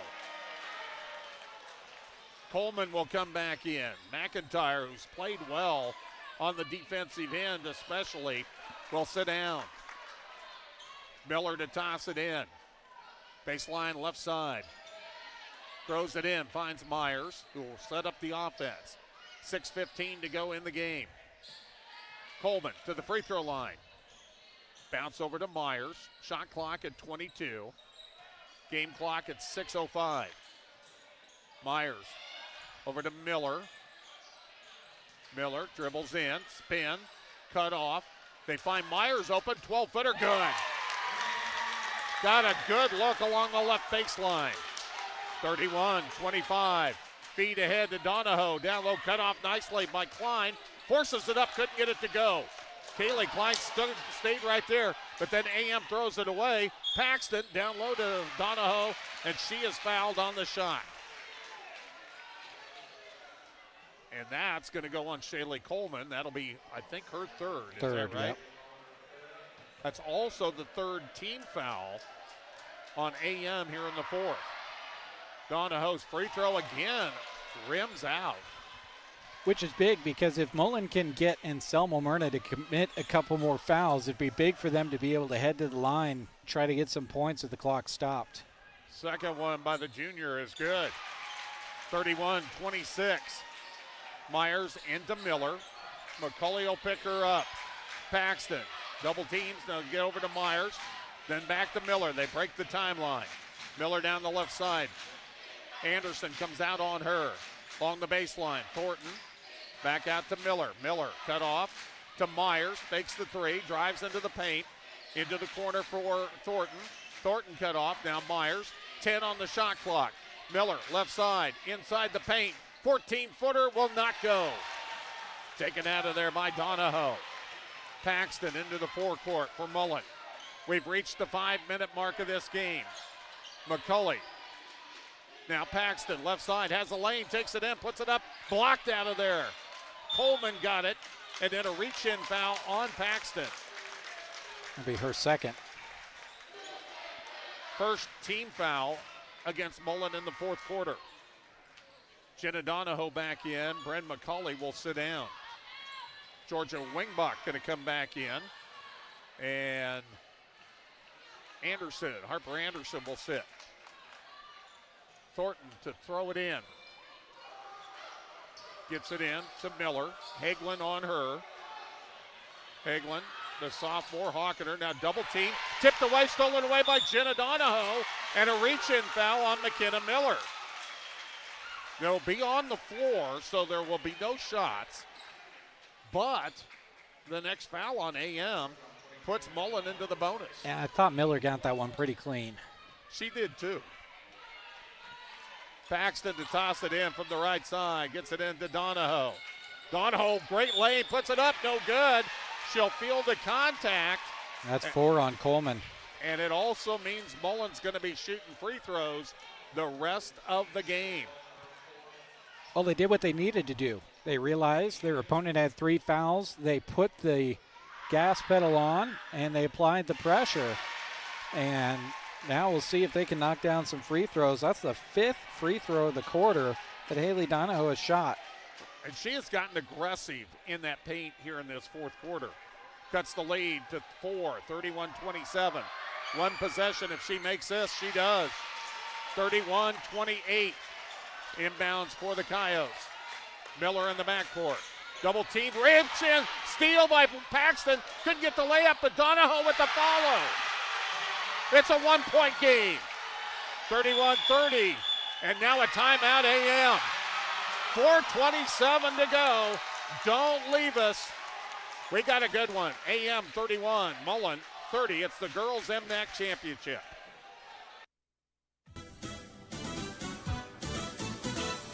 Sandhills Physical Therapy and Sports Rehab provides training services and sports injury screenings to both Mullen and the surrounding areas. Open Monday, Wednesday, and Fridays. Nikki Gracie is always happy to be of service to the community she loves so much. Sandhills Physical Therapy is dedicated to helping you achieve. Located in Mullen, give them a call at 546-2306 to make an appointment. Proud sponsors of this broadcast, Sandhills Physical Therapy and Sports Rehab. Just as all the athletes show hard work and dedication throughout the season, the Anselmo-Merna Booster Club is dedicated to supporting them. They want to express their encouragement to all the teams, not only during game time, but also during every practice, every drill, every rep, every challenge. A lot goes into each time you compete, and the Boosters are very proud of you. Good luck from the Anselmo-Merna Boosters. Awesome atmosphere here in the McDonald Belton Gymnasium. Girls Championship of the MNAC, and Anselmo-Merna 31, Mullen 30. Mullen just has scored 4 in a row to get it back within 1. Miller in the backcourt. That's got probably a 10 count. It's got to be a 10 count. Yeah, and then some, because the shot clock shows 22. They gave them a few extra seconds and still didn't get it across. That's the 25th turnover for Anselmo-Merna. Kay Dent and Steven Dent along the baseline, or along the bench, was hollering about that one now. And now they just got the shot clock reset. It was still at 22 when Mullen went to inbound it. So now we're ready to go. Inbounds will go to Hagelin. 1-point game in favor of AM. Hagelin along the baseline. Out to Jenna Donahoe. Picked up the dribble, gets it off to Hagelin. Stripped away from her, and I think it went off her leg. No, it's going to be. Nope, now I think maybe. No, nope, they got it right. It's Anselmo-Merna basketball. Yep, it will be Anselmo-Merna's basketball. And that is correct because it was stripped off of Hagelin's leg. So AM will toss it in. Miller gets it in to Myers, and there was no argument from the Mullen bench. Myers working against Hagelin as we go under 4 minutes. Paxton with the help, got a piece of the ball, reached in and tied her up. Boy, Mullen is so good when one player is playing up aggressively, their teammates help off and come from the blind side and help get these jump balls. It'll stay with AM on the alternating possession. And since it was an alternating possession, the clock shot does not reset. So it's down to 18. Driving, Miller's got a step, puts it up, and it would not go. And it's brought down by Wingbach. And then another tie-up. It'll go back over to Mullen now. Boy, the way this game has gone, as good as the defense has been, that's about as good a look of a shot as we have seen either of these teams have an opportunity for. Mullen with a chance to take the lead. They've had a couple of leads in this game, but otherwise AM has led most of the way. They were down by 7 earlier. With it, it's Paxton. Into the paint, Jenna Donahoe. Layup good on the back door. And Mullen takes the lead, 32-31. They've outscored Anselmo-Merna 10-2 here in the quarter. And now a foul. Donahoe, the ball on the behind the back dribble by Miller. Donahoe was there, knocked it away, but ran into Miller.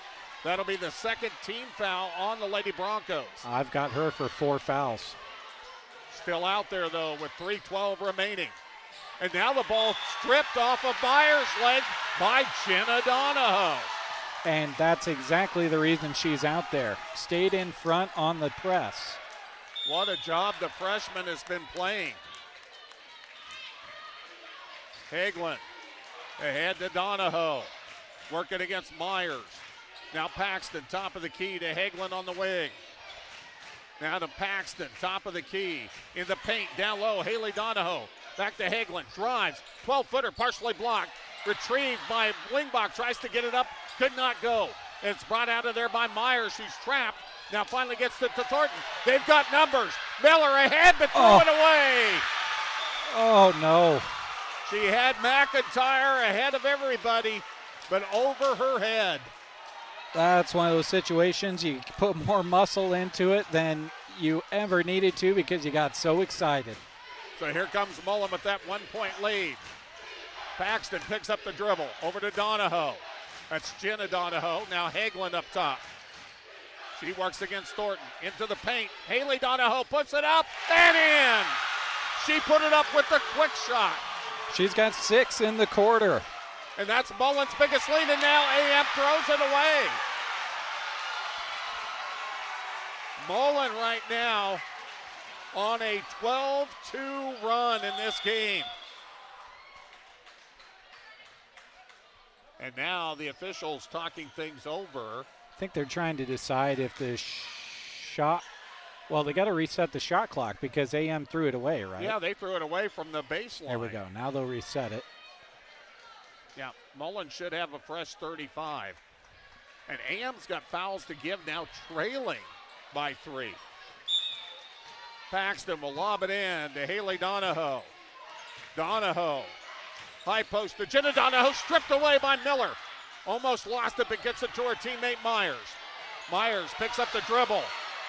Back over to Miller. She'll get to cross the timeline. Feeds ahead to Thornton. Thornton double dribbled. Now brought that offhand up. The defense was just there. There wasn't enough contact there to be a foul, but there was enough contact for there to be a double dribble. And it's a fine line, but Mullen wrote it perfectly right there. Timeout going to be taken by Mullen. We'll take it with them. 1:54 to go in the ball game. 34-31, Lady Broncos.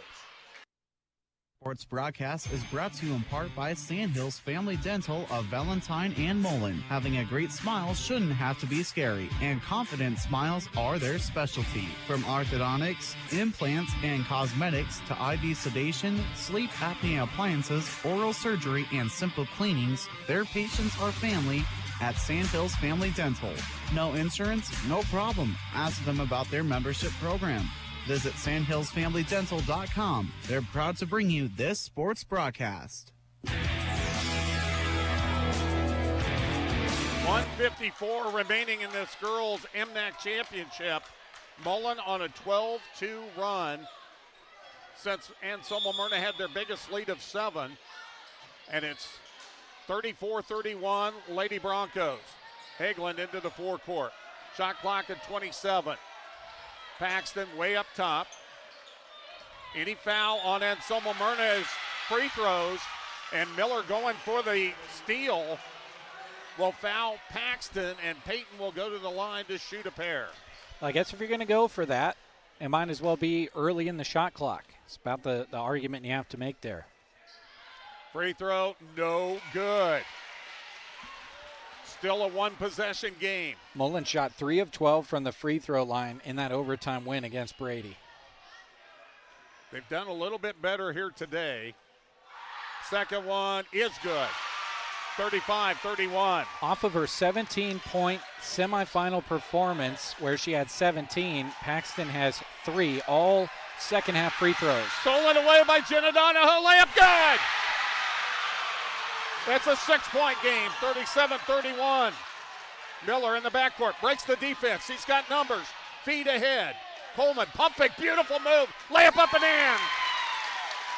37-33, minute 21 remaining. Donahoe will slow it up and give off to Paxton. Paxton into the forecourt. Working against Miller. Off to the right, left side, Donahoe. Now Hagelin looked at the three, doesn't take it. Drives, cut off to Donahoe. Now for Paxton. 15 seconds on the shot clock. Paxton as we go under a minute. Jenna Donahoe for three, it's short. Rebound saved in by Paxton, but into Coleman. Here comes AM, they've got numbers. Myers out ahead, takes it down, lays it up, and no good! And a foul on the rebound on Anselmo-Merna. That is the worst series of events that the Coyotes could muster. Oh, down by 4, you got a wide open layup and then a foul and your opponent shooting at the other end. Myers had a great look at it, but just would not go for her. So 46.3 to go, and the freshman, Jenna Donahoe, what a game, what a second half she's had. What a quarter she's had. She's got 6 here in the fourth quarter.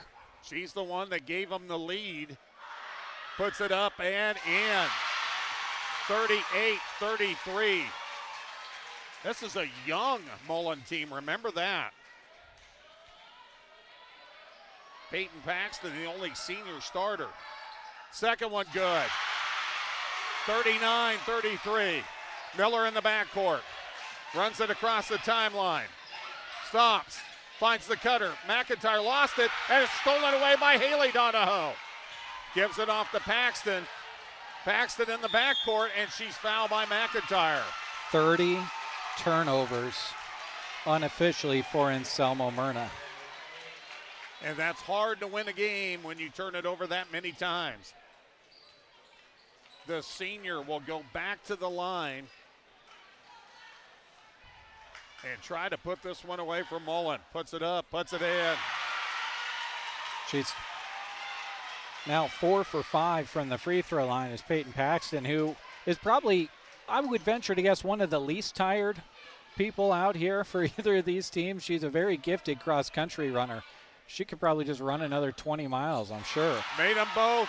Biggest lead of the game, 8 points, 41-33. Miller will bring it across the timeline, over to Thornton. Gonna have to launch it. Long three, it's off the mark and out of bounds. And Mullen will have it with 23.2 remaining.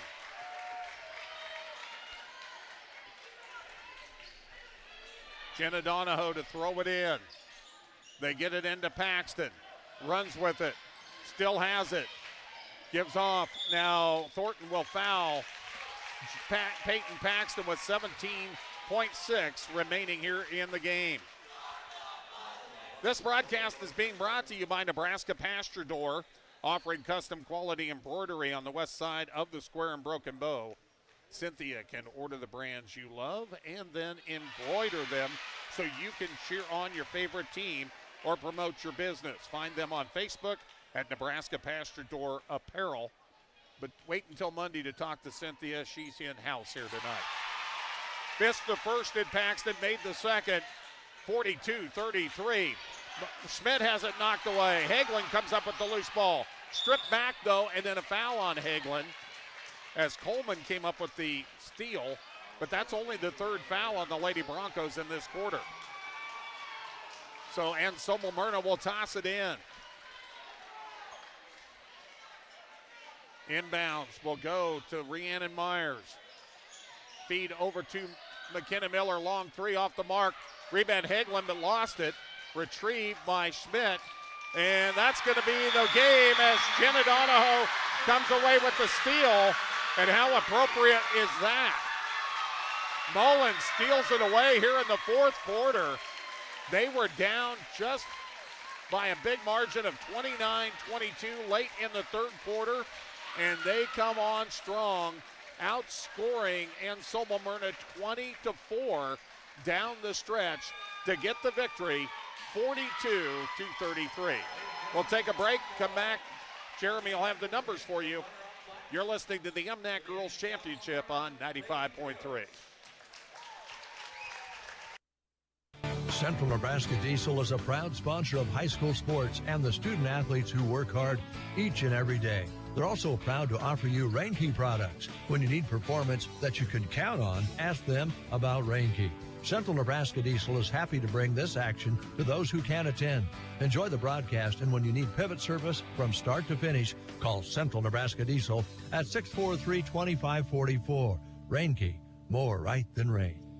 Consolidated is a proud sponsor of our student athletes. Everyone wants to get to the events and cheer on our students, but sometimes you just can't. Keeping up to date on all the local sports is hard to do, but Consolidated super fast broadband can change that. Find all the latest information on school and broadcast channel web pages, along with news and weather. For more information, call Consolidated at 1-800-742-7464. Plus, keep up with them on Facebook. Just search Consolidated Companies.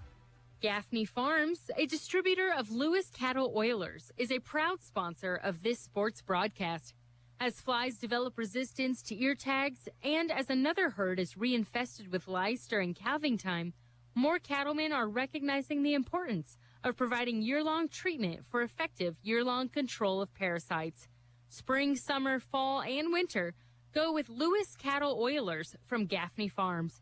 Howard, Linda, and the boys would like to wish all the area athletes good luck. Trotter Incorporated is happy to bring you this broadcast of high school sports. At Trotters, they're happy to support all the youth in the area, not only in sports, but in all of their extracurricular activities. A balance of school and activities will prepare them to balance their lives in the future, and Trotter Incorporated commends them for all of their hard work. They're proud of all of the area athletes and are excited to help bring you this sports broadcast. Trotter Incorporated. Winter, spring, summer, or fall. Now all you got to do is call, and I'll be there, yeah, yeah, yeah. You've got a friend. Sometimes life changes just like the seasons. Do you have the right accounts for where you're at in life? Call or stop by any NSB branch in Broken Bow, Myrna, or Callaway, and they'll be there. Nebraska State Bank, member FDIC. You've got a friend. When your car gets dented, dinged, smashed, or smacked, the last thing you should have to worry about is it being in the right hands to get it fixed.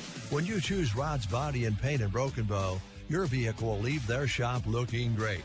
Don't forget, Rod can also help you with those windshield chips. Take care of them before they get worse and cost you more money. If your windshield already needs replaced, they can do that too. Rod's Body and Paint on the curve, west of Broken Bow. We come back here to North Platte. Final score in the girls' MNAC championship. Mullen with the rally in the fourth quarter defeats Anselmo-Merna 42-33. And with the numbers, here's Jeremy Scheib. All right, thank you very much, Larry. Let's take a look at those numbers. First, for the victorious Mullen Broncos, your 2025 MNAC champions, it was Haley Donahoe facing things for Mullen. Scored 11 of her 17 points in the second half. Had a wonderful fourth quarter, to say the least. Hit 4 of 6 from the free throw line. Knocked one home from the field for her 17 points. 10 points put in by Jenna Donahoe to join her in double figures. Riley Hagelin with 7, 6 for Peyton Paxton, all in the second half from the free throw line, and then 2 for Bryn McCauley there in the fourth quarter. For Anselmo-Merna, nobody reached double figures here in this one. Shaylee Coleman and McKenna Miller each had 8, 6 points for Rhiannon Myers. 4 put in by Lily Thornton, a 3 from Riley Schmidt there in the second quarter, and then 2 apiece for Gracie McIntyre and Kaylee Klein. This one really was won and lost in the turnover and free throw battle. So I'll give you those numbers. Anselmo-Merna 50% shooting from the charity stripe, 4 of 8 for their opponent. Mullen got to the line 23 times. Obviously, you get to the line that much, it's due to being aggressive on offense and putting your opponent on their heels. The big thing is they made 18 of those 23 free throws. I mentioned turnovers. Anselmo-Merna with 31 by my mark, 19 for Mullen in the game. Again, your leading scorers, Haley Donahoe with 17, Jenna Donahoe for Mullen with 10. For Anselmo-Merna with 8 apiece, Shaylee Coleman and McKenna Miller. Your final score, again, is 42-33 in favor of Mullen, your 2025 girls MNAC champions. And Mullen improves to 14-1. Their only loss, the regular season loss at Anselmo-Merna. The Coyotes will drop to 15-4. And by the way, Mullen, after winning the championship, they'll get tested Monday night. They're going to Maywood Hayes Center, who is playing in the Republican Plains Activities Conference Championship tonight. So that should be a dandy of a game when those two hook up on Monday. Well, that's the girls' MNAC. We're going to get you ready for the boys' MNAC, Sandhills Valley and Twin Loup. Coming up next here on 95.3. Why did the cardinal cross the road? To get to your neighbor's bird feeder. You can keep the birds in your backyard with a bird feeder full of fresh bird seed from AeroSeed. AeroSeed in Broken Bow offers feeders and 9 varieties of bird seed to choose from. AeroSeed's bird seed is available in economically priced bulk quantities from 1 pound to 50 pounds, so you can get as much or as little as you need at a great price. Get the birds back to your yard with a full bird feeder from AeroSeed in Broken Bow. Today is the day. After countless hours of research, cutting back expenses, and 9 months of anxiously waiting for her, today is the day you finally bring home your new car. It's also the day to protect her with an auto policy from Shelter Insurance. Our policies are competitively priced and include new car replacement coverage if anything were to happen to your new baby. Contact your local Shelter Insurance agents, Brent Custer or Seth Pearson in Broken Bow. Attention, Nebraska farmers. At Custer Federal State Bank, we know that agriculture is more than a job, it's a way of life. That's why we're proud to offer agricultural loans tailored to your needs. Whether you're looking to expand your operations, purchase new equipment, or manage daily expenses, our experienced team is here to help. With competitive rates, personalized service, we're your partners in growth. Visit Custer Federal State Bank today, where your future grows. Custer Federal State Bank, rooted in Nebraska, growing with you. Member FDIC, Equal Housing Lender.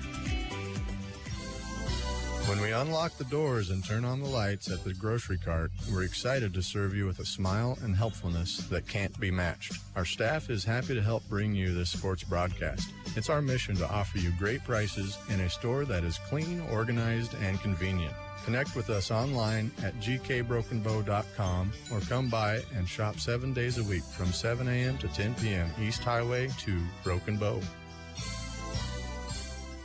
Agland ATV would like to thank all of our customers for their business and friendships this year and look forward to working with you in 2025. Polaris has worked hard to keep bringing you the most reliable and powerful machines in the off-road market. Agland ATV is proud to keep that momentum rolling here in central Nebraska and strives to offer you the best in off-road sales and service. Agland ATV, West Highway 2 in Broken Bow. Always wear a helmet, never drink and drive. Team Physical Therapy, together empowering able movement. The winter season presents us with all kinds of challenges, one of which that is tricky, slippery ice. If you need help recovering from a fall, call us at Team Physical Therapy, 872-5111. We've served Central Nebraska with personalized and compassionate care for over 50 years, 872-5111. With locations in Broken Bow, Burwell, Callaway, and Gothenburg, Team Physical Therapy can get you moving again. Call 872-5111.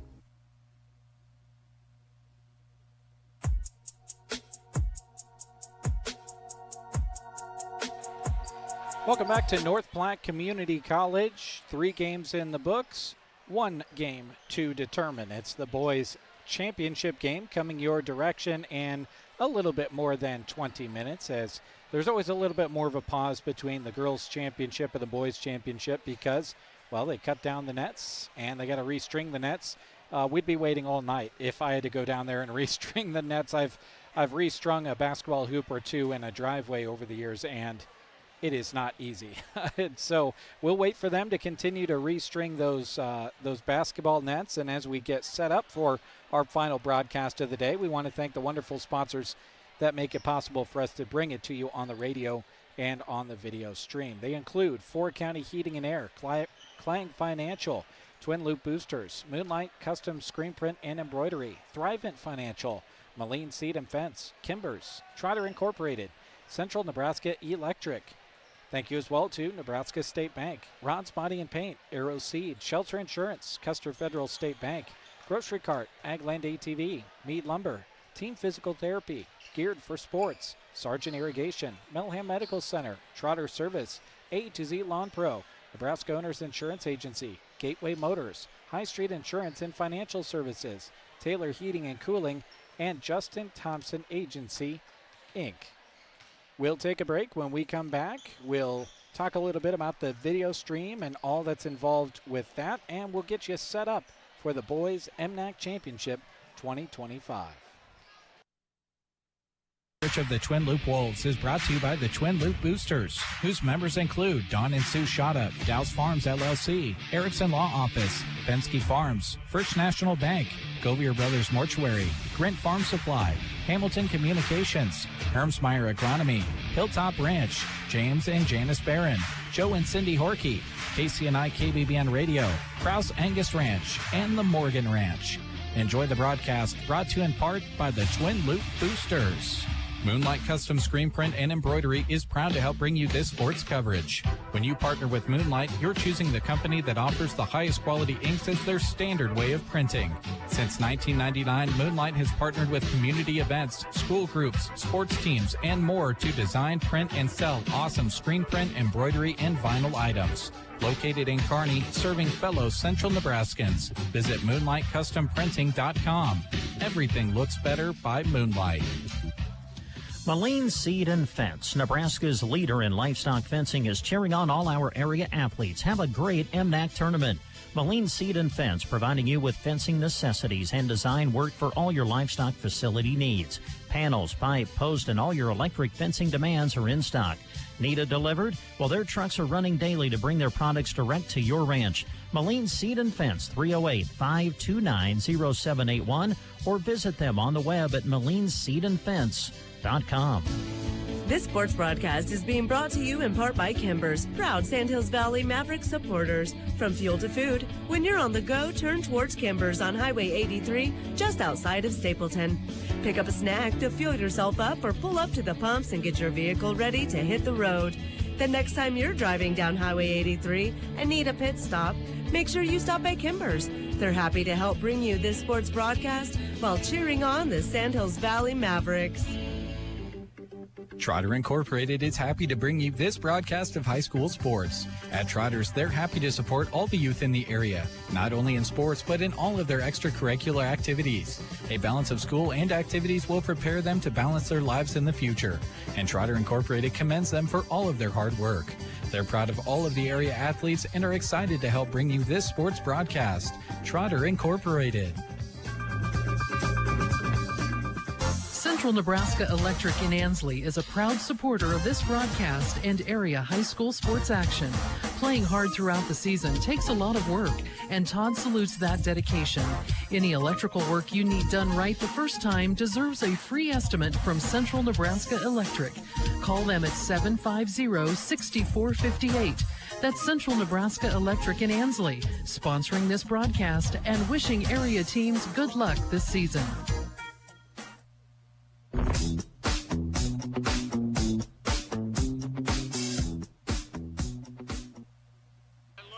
Welcome back to North Platte Community College as we get set up for the boys championship between Sandhills Valley and Twin Loop. One of the nets has been strung up, the other one not so much. So we're waiting for that net to be strung up so these teams can start warming up, and at that point it will be 20 minutes until the time that we start the final game.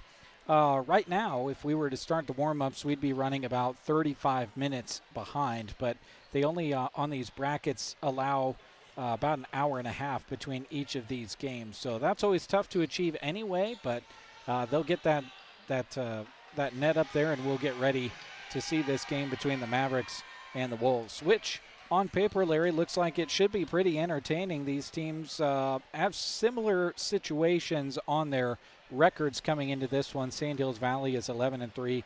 Twin Loop is 12-5. So records are similar. They kind of have similar games in a lot of way. I think it'll be interesting to see how they go against each other here in a championship matchup. Well, yeah, and I do believe they met up one time during the regular season. Well, let's check and see. Yes, back in just before Christmas, and it was Twin Loup getting the win, 37-31, and that was at Sandhills Valley. So, Sandhills Valley, there's no question, they like the low-scoring, defensive kind of games. They like to force the shot clock violations. Twin Loup, you and I have seen them a couple of times. I think they feel like they can play at either tempo. Yeah, and they kind of have the personnel that lends itself to that. Obviously they've got size all across their starting lineup, 6 feet tall or taller. And when you've got a speedy guy like Yaya Harris, obviously he wants to push the ball every now and then. It would just be a crime to tell him to go out there and play a slow offense. But then you got the big guys down below that once you settle into the half-court side of things, you can slow it up and utilize them as well to bang inside. So it'll be interesting to see how this one plays out. Obviously, Sandhills Valley kind of wants to slow it down a little bit more. Twin Loup, one of those teams that kind of wants to create a little bit of chaos and pass it up the floor as quickly as possible. Now they did put that second, they sound the buzzer, and the 20-minute clock has started as they've got that second net up, and warm-ups have started. I think of the song that Dave has on his on the KBBN airplay, Put a Woman in Charge. 2 guys couldn't get that one done. They got the gal up there. She took care of it. There you go. So both of the nets are up. The warm-ups have started, and it'll be Twin Loup and Sandhills Valley coming your way very soon. We'll take a break. When we come back, Larry and I will talk a little bit more about the players in this matchup. You're listening to Central Nebraska's Sports Source. Radio coverage of the Twin Loup Wolves is brought to you by the Twin Loup Boosters, whose members include Ortville's Repair, Pineview Ranch, Prairie Thunder Game Birds, Rybert's Chiropractic, Sargent Chamber of Commerce, Sargent Corner Market, Sargent Insurance Agency, Speltz Lumber Company, Stars Wildlife Inn, Stoll, Gavecki, and Piskorski PC, and Taylor Storage. Enjoy the broadcast brought to you in part by the Twin Loup Boosters. Wouldn't you like to feel like you were number one? Nebraska State Bank and Trust would like to make you number one with great rewards like instant issue debit cards, mobile banking and deposit capture, estimates and online banking, and free bill pay, not to mention a free gift with each new checking account. You're sure to feel like a winner. Head on in to any of their friendly branches in Broken Bow, Callaway, and Myrna, and let them make you number one. Nebraska State Bank and Trust Company, member FDIC. When your car gets dented, dinged, smashed, or smacked, the last thing you should have to worry about is it being in the right hands to get it fixed. When you choose Rod's Body and Paint in Broken Bow, your vehicle will leave their shop looking great. Don't forget, Rod can also help you with those windshield chips. Take care of them before they get worse and cost you more money.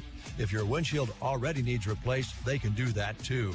Rod's Body and Paint on the curb, west of Broken Bow. Are prairie dogs wreaking havoc in your pastures? Then get rid of them with Rosol from Arrow Seed.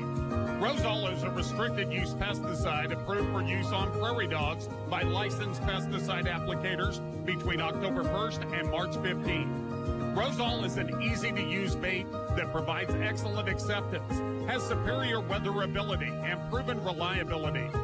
To learn more about Rosol, call or stop by Arrow Seed in Broken Bow today. Pickup truck, sports car, motorcycle, minivan, townhouse, 2-story, farmhouse, fixer-upper. What you drive and where you live is different for everyone, so it's important to have insurance that fits your needs and is just right for you. At Shelter Insurance, we understand that, which is why our agents help you design a comprehensive auto, home, and life insurance plan. Insurance that fits just right. Contact your local Shelter Insurance agents, Brent Custer or Seth Pearson in Broken Bow. Attention, Nebraska farmers. At Custer Federal State Bank, we know that agriculture is more than a job, it's a way of life. That's why we're proud to offer agricultural loans tailored to your needs. Whether you're looking to expand your operations, purchase new equipment, or manage daily expenses, our experienced team is here to help. With competitive rates, personalized service, we're your partners in growth. Visit Custer Federal State Bank today, where your future grows. Custer Federal State Bank, rooted in Nebraska, growing with you. Member FDIC, Equal Housing Lender.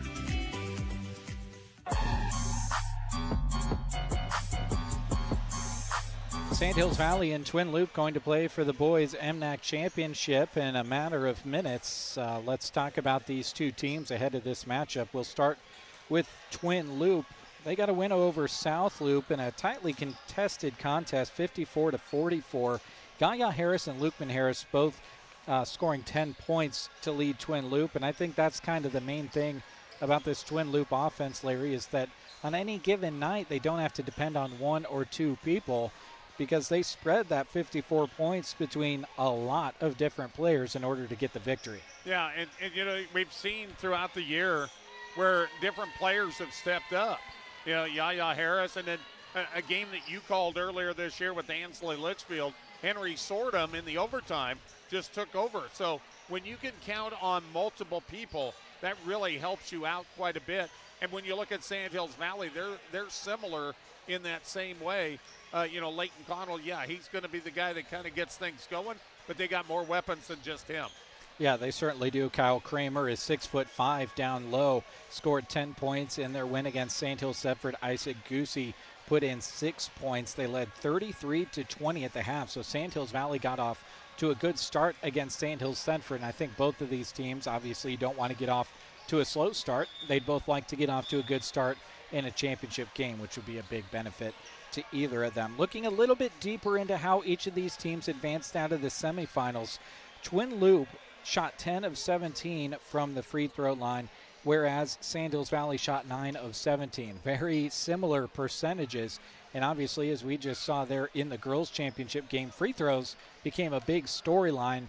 I think it'll be interesting to see which of these two teams can put the pedal to the metal and cause more fouls for their opponent. And the other thing I think that would be big here too is we've noticed throughout the day that the defensive pressure has caused a lot of turnovers, and handling the ball, taking good care of it, and controlling the tempo for both these teams, I think that's going to be key.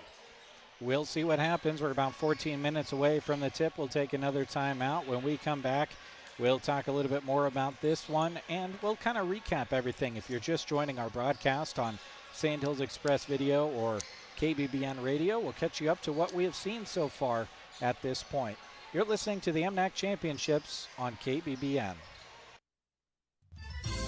The Grocery Cart is proud to bring you this sports broadcast. The case is always full of delicious food you can have right away, or talk to the staff about your upcoming event and they'll make food for you. There's a wide selection of salads, and don't forget Chester's chicken buckets and strips. If the occasion calls for a cake, you can have it decorated how you'd like.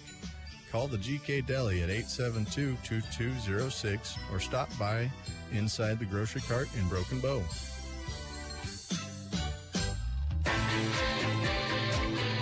Start the new year off-road with the Polaris sales event. Aglen ATV is stocked up with all of the different machines you will need to kick off the new year. Not to mention all of the in-stock accessories they have to help you tackle every job you will face in 2025. Polaris is even offering a coupon this month towards cab components to help keep you warm. Stop in today at Aglen ATV for great Polaris deals. Always wear a helmet, never drink and drive. Team Physical Therapy, together empowering able movement. The winter season presents us with all kinds of challenges, one of which that is tricky, slippery ice. If you need help recovering from a fall, call us at Team Physical Therapy, 872-5111. We've served Central Nebraska with personalized and compassionate care for over 50 years, 872-5111. With locations in Broken Bow, Burwell, Callaway, and Gothenburg, Team Physical Therapy can get you moving again. Call 872-5111. When you need to gear up for your sports endeavors, go to the place that has it right in their name. Geared for Sports in Broken Bow. They can get you ready for the field, court, track, mat, diamond, whatever. Shop their wide selection of items, and if they don't have what you need, talk to Scott to see if he can get it for you. Sports gear, athletic wear, footwear, and everything in between as at Geared for Sports, located on the west side of the square in Broken Bow.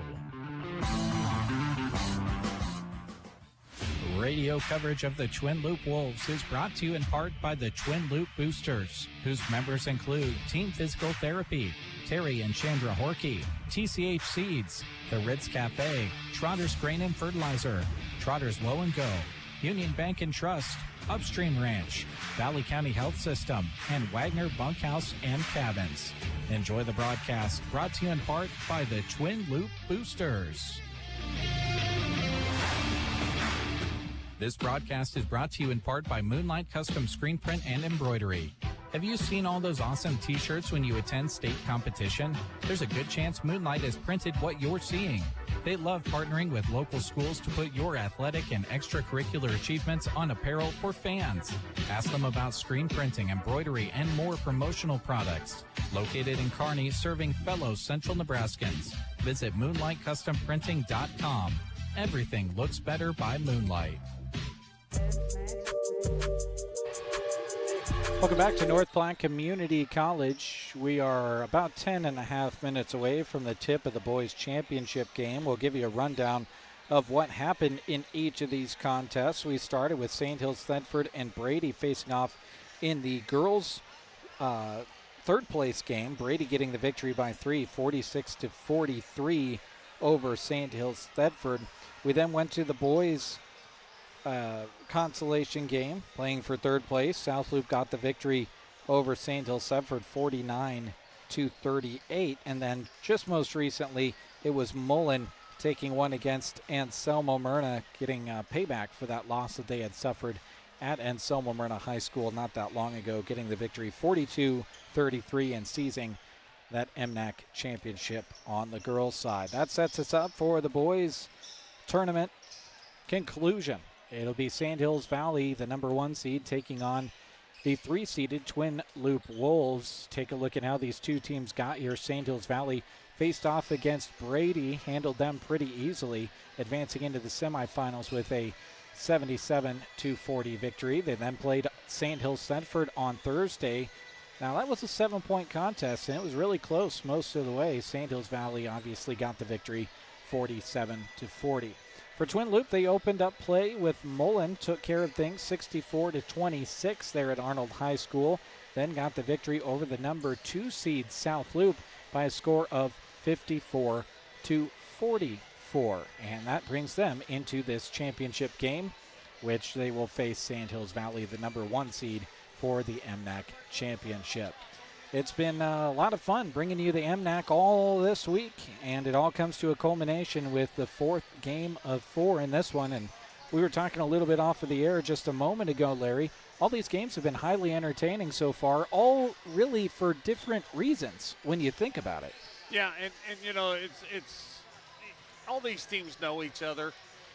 You know, they know that they've got one opportunity here today to either get the consolation this afternoon or in that last game get the championship.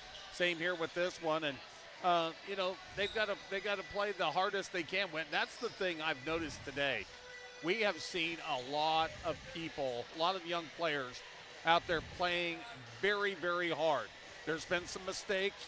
That's going to happen. But, boy, I tell you, the effort has been there all day long. Yeah, effort has been high-notch, and that's what you expect to be in an MNAC championship day. Those third-place games, highly competitive, and hard basketball being played there as well. It's a busy week. It's a week full of late nights for everybody involved, the parents and the supporters, as well as the kids and the coaches. But I think that's just the way that it's going to be, and it's always a lot of fun. You would take the nights of not very much rest to have some fun. And it sets up your February, you know, which is the end of the regular season. For the girls, they've got 2 weeks left. That's it. And then they start their sub-districts 2 weeks from Monday. And for the boys, they've got 3 weeks left. Although, when I looked, I think it's Twin Loop. These two teams here, Twin Loop and Sandhills Valley, they don't play a game during the state wrestling meet. So their final game will be in 2 weeks, and then they'll take a week off before they play sub-districts. They might be comfortable with that. I don't know. There's good and bad probably to both of that, taking anywhere from 8 to 10 days off compared to having a game just before. So, you know, it gets you ready for the stretch run. And both these teams have some big games coming up, but also you want to take that biggest trophy home. You mentioned the games coming up. Sandhills Valley is going to have 3 games in a row at home. An 0-15 Brady squad, which they just defeated 77-40 in the opening round of MNAC. Then they'll host Paxton, an 11-5 team. They will host Mullen, a 5-8 team, and then they'll go on the road to play Perkins County. They are 13-4. Twin Loup, it's a 6-10 Anselmo-Merna squad, a 1-14 Elba squad, an 8-7 Sumner-Eddyville Miller squad, and then Central Valley is who they will play to round out the season on the 14th of February. They are 12-5. And that Sumner-Eddyville Miller game against Twin Loup we'll have on the radio on 95.3. We're just under 6 minutes away from the tip at Sandhills Valley and Twin Loup for the MNAC Boys Championship coming up next on Central Nebraska's Sports Source. Seed and Fence, Nebraska's leader in livestock fencing, is cheering on all our area athletes. Have a great MNAC tournament.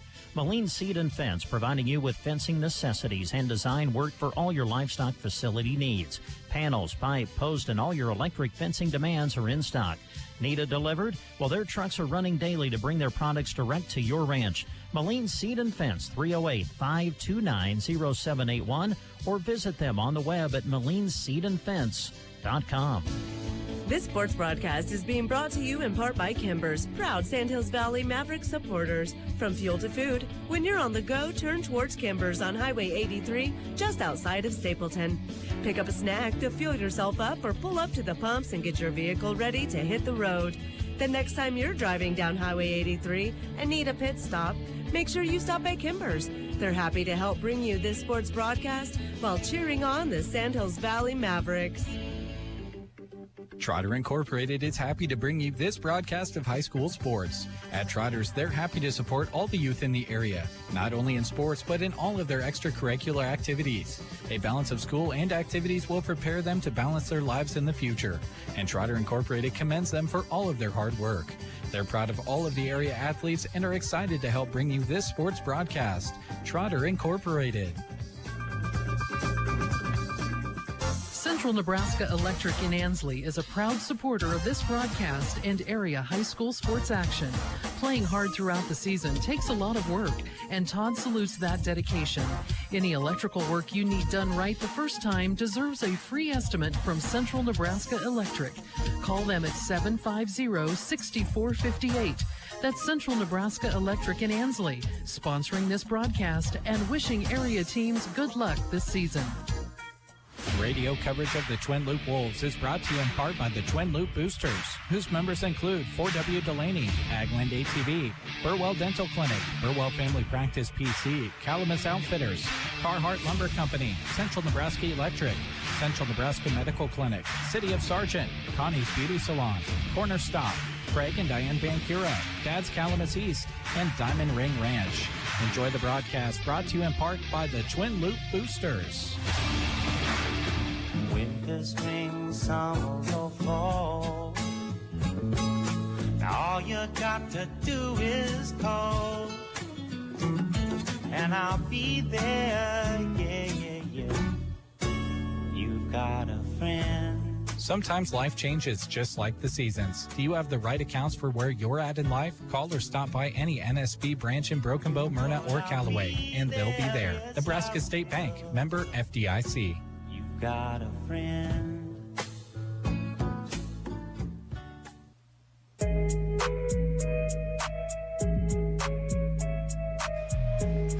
Welcome back to North Platte Community College. We're just moments away from the tip between Sandhills Valley and Twin Loup. We've talked about the players we'll see on the floor.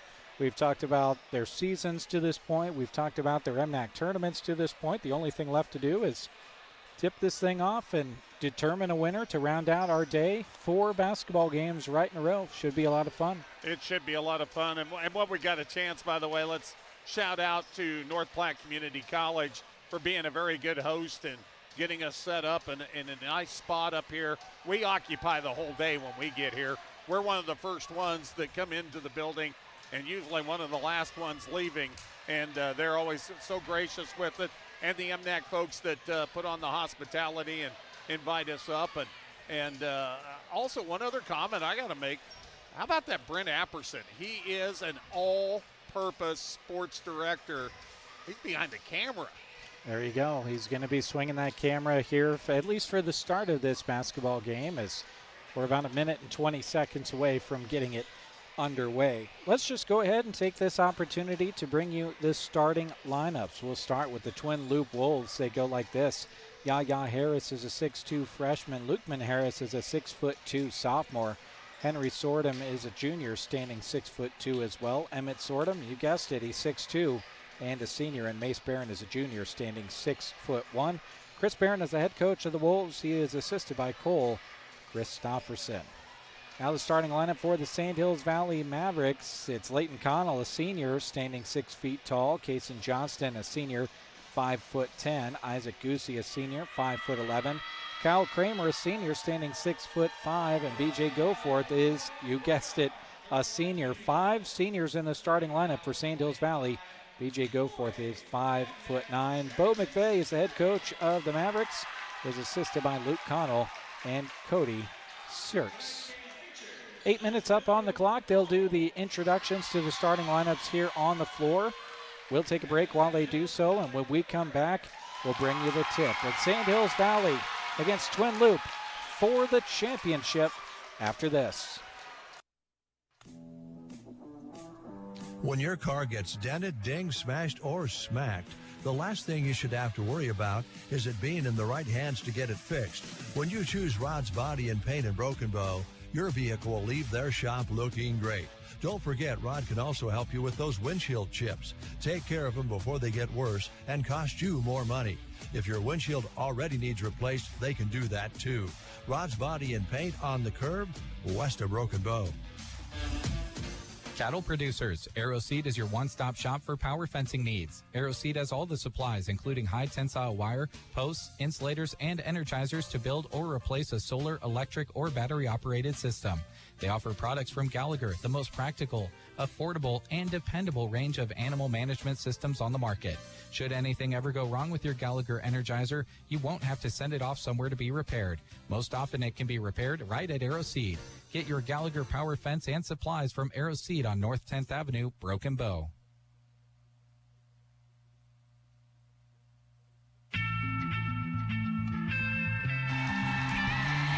One change to let you know about from the expected starters. We have Daniel Zuniga, the senior, 5'10", getting the start for Sandhills Valley. So a different senior in the starting lineup. This is a very experienced Sandhills Valley squad, Larry. That's one thing that we didn't touch on outside of the starting lineups. A very experienced Sandhills Valley squad that has a lot of time playing together.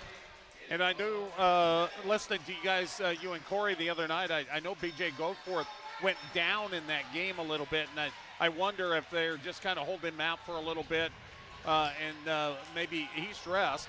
We'll see if he gets out there and plays in a bit. Lukeman Harris going to jump it off for Twin Loup and win the tip against Kyle Kramer. Twin Loup working left to right on your radio as Lukeman Harris pulls the trigger for 3. Sordom the weak side rebound. They're in the road blacks, the white numerals, maroon trim, as Yaya Harris can't get the shot to go inside. Kramer the miss. Mavericks working right to left as you envision the court on your radio. Wearing the home whites, black numerals, and the red trim. Connell with the right side. Right to left, free throw line jumper, and he claps the hands running back. Leighton Connell, 1 for 1 from the field. Opens up our scoring. Sorry, Larry. Very good design play that time for the Mavericks. Yaya Harris pulls the trigger for 3. Doesn't go. Rebound pulled out of there by Goosey. Ahead to Connell. Connell up the left-hand side. Holds it up. Didn't quite have the look he wanted. Now pulls it back and gets the call from the sideline. Connell to Kramer, just left of center. Ball above the head. Harris tasked with playing him. Now Goosey right side. Isaac up top. Leighton Connell, deep 3. Got it to go! And Sandhills Valley leads 5-0.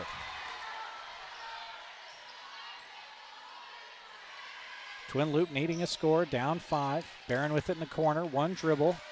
Tries to get it out to Harris, now skips it over to Yaya. Yaya dribbles in, defense leaves him, puts it over Kramer, won't go, Sordom the rebound, foul on the putback attempt. That was a good move by Yaya down the left baseline, but boy, did he get challenged there at the end by Kyle Kramer, who come up there high with that long arm. Henry Sordom will shoot a couple. First one, no. 6:25 to go, first quarter. Sandhills Valley with the 5-0 lead. Sordom gets Twin Loup on the board, knocks home the second. Some token pressure from Yaya Harris as Connell runs back the other way. Centers the basketball, calls out the play. Kramer just left of center, ball above the head to Johnson, now right side Goosey. Similar looking play to last time. Connell, left to right, off to Goosey, back to Connell. Little rub screen. Goosey drives baseline, spins, up top to Connell. 7 on the shot clock. Good defensive possession for Twin Loup. Connell, offside. Zuniga, no look. Kramer didn't get it out of his hand. Shot clock violation. Great defense by the Wolves. And Kramer got the shot to go, but you could see it was still in his hands. That'll be the first turnover on Sandhills Valley.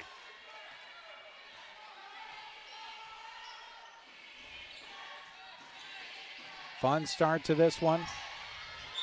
As inside goes Twin Loup, a whistle and a foul called. Mason Barron is so tough down in that block area. He does a great job with that pump fake.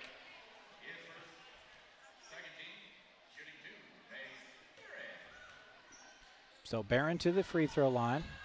First, rims out.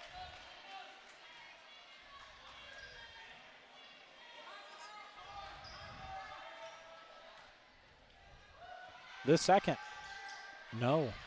Kramer, long wingspan, wrangles it in. Kramer will bring it forward. Harris slides the feet with him, holds it up, and they get it out to Connell. Gets the play from the sideline. Mavericks do that often. They look for that initial push, see if there's anything there, and then get the play from the sideline with about 25 on the shot clock or so. Connell with it up top. Left to right, drives around the defense. Sordom tried to get a hand on it, but Connell missed. Lukeman Harris the other way, trying to outrace everybody. Holds it up top to Yaya. Yaya drives inside, scoops it down to Sordom, who goes glass and scores it. Henry Sordom on the high-low look. And every time that Yaya Harris gets into that paint, you got to close in on him, and when you do, that's going to leave somebody open. Kramer hands it off to Connell. Connell holds it up, out to Zuniga. He hands it off to Goosey. 4:39 to go, first quarter. Sandhills Valley with that initial 5-0 push, but Twin Loup has scored everything since then. Johnston drives inside. Nice find to Kramer. Lace it up and in. Johnston let the defense collapse on him and then passed out of it. Lukeman Harris, right side, drives in, goes around the defense and scores to answer. 7-5. Sandhills Valley's lead. Mavericks basketball. Connell into the front court. Kramer left side. Kramer around the horn, off to Goosey. Thought about the three, now pulls the trigger, left it long. Connell, the offensive board. Off to Zuniga, he'll pull a three. It's off to the back. Kramer, the weak side rebound. Kyle tries to get it out of there, but it's intercepted. Yaya Harris the other way, pulls up from the short corner, left it long. Johnston, the weak side rebound for the Mavericks. Harris really didn't have a very good angle for that shot.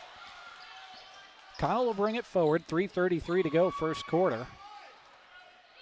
Sandhills Valley Mavericks enjoying the 2-point lead. Johnston hands it off to Goosey. Goosey off to Zuniga, now right side. They go to Johnston in the corner, drives baseline, cut off well by Sordom.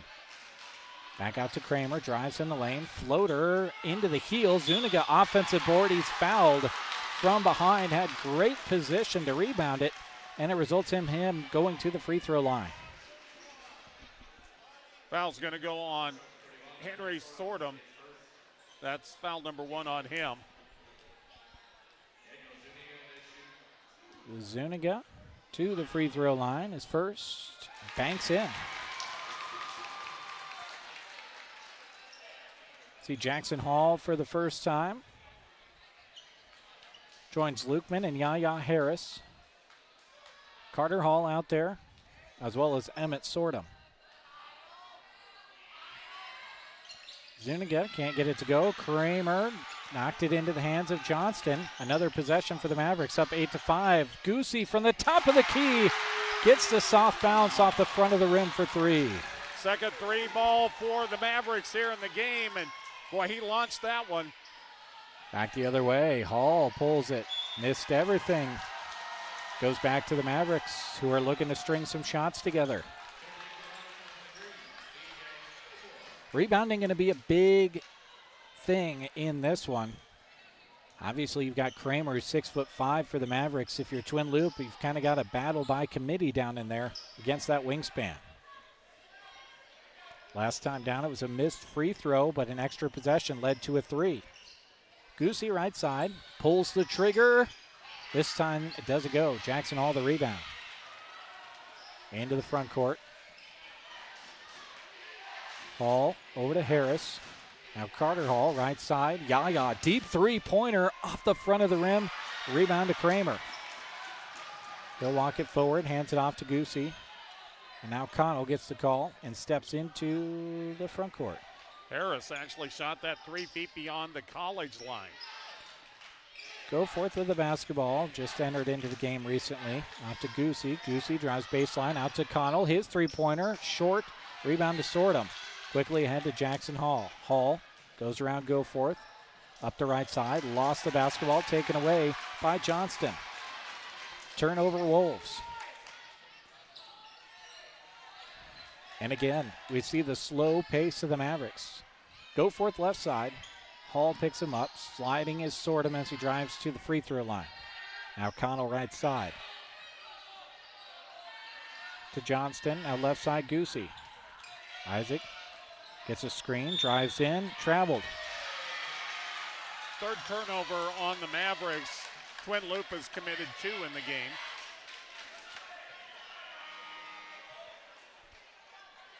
Well, it was a quick 5-0 lead to start the game for Sandhills Valley. And Twin Loup scored the next 3. And we've kind of gone back and forth since then. The most recent spurt has been by Sandhills Valley via the 3-ball. Lukeman Harris cuts through a double team, gets it off to Barron. Had it kind of held a little bit as he jumped up, and they call it travel. I think they're going to get him with that travel on the pump fake, and credit Kyle Kramer there with intimidating him inside. Connell into the front court against Yaya Harris. Yaya playing carefully. He got in foul trouble in the semifinal and had to spend more time than I'm sure he wanted to on the bench as Sandhills Valley throws it away. Goforth was looking for Goosey on the right side, but just misfired. Twin Loup getting the stops, Larry, but haven't been able to put some scores in. Yeah, they really just haven't found their rhythm on offense yet. Barron inside, blocked by Kramer. Comes Goosey the other way, 43 seconds remaining first quarter. Goosey to Connell up top. Holds it up, gets the call from the sideline, hands it off to Kramer. About 10-second difference between the shot and game clock. Goosey with it, up top to Connell, 16 on the shot clock. Connell drives inside, kicks it out to Kramer, drives baseline, spins, out to Goforth. His 3 goes! Methodical offense from Sandhills Valley. They lead at 14-5. Lukeman Harris in the corner, off to Yaya. Right side to Hall, now Jackson Hall drives baseline, slapped away by the long arms of Kramer, and Twin Loup didn't get a shot off. And all the momentum belongs the way of the Mavericks. They lead at 14-5 as we head to the second quarter. Greatness doesn't happen overnight. It takes time, focus, and dedication. At Shelter Insurance, we understand that because we put in the hard work and dedication for decades. And that commitment is paid off. with award-winning customer service for your auto, home, and life insurance. Contact your local shelter insurance agents, Brent Custer or Seth Pearson in Broken Bow. Attention Nebraska farmers. At Custer Federal State Bank, we know that agriculture is more than a job, it's a way of life. That's why we're proud to offer agricultural loans tailored to your needs. Whether you're looking to expand your operations, purchase new equipment, or manage daily expenses, our experienced team is here to help. With competitive rates, personalized service, we're your partners in growth. Visit Custer Federal State Bank today, where your future grows. Custer Federal State Bank, rooted in Nebraska, growing with you. Member FDIC, Equal Housing Lender.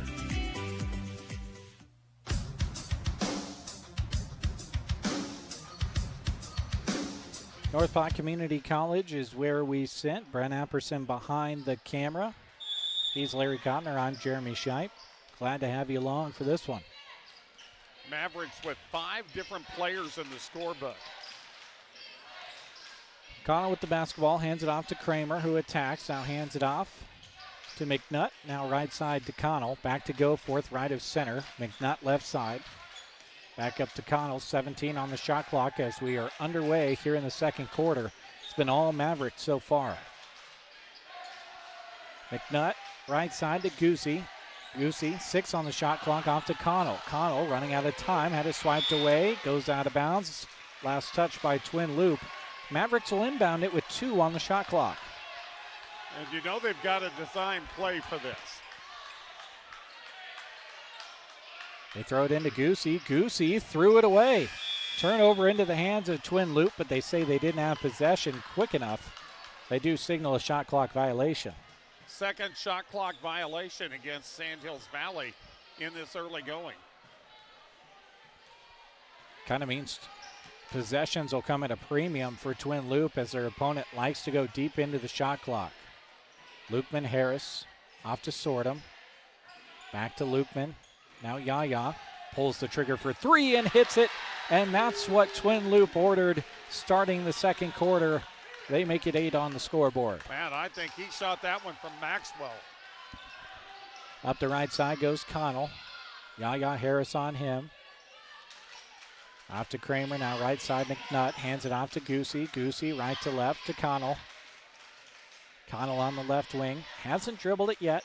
Now Harris steps up and starts the count. Gets a screen. Off to McNutt, now in the corner, go for it. BJ drives baseline, cut off, but they say Barron committed the foul. Just too sharp of an angle trying to slide the feet, Mace Barron, and he's whistled for one there. Mace Barron's first foul. Not a lot of fouls have really been whistled in this game. They've let him play. Goosey to key it in, throws it up top to Goforth. Comes down with it. Skip pass off to Connell. Connell left side, 28 on the shot clock. Connell loses the dribble off to McNutt. Now right side Goosey. Working against Sortum, lobs it in for Kramer. Double teamed, out to Goforth. Goforth kicks it out. McNutt, 3-pointer.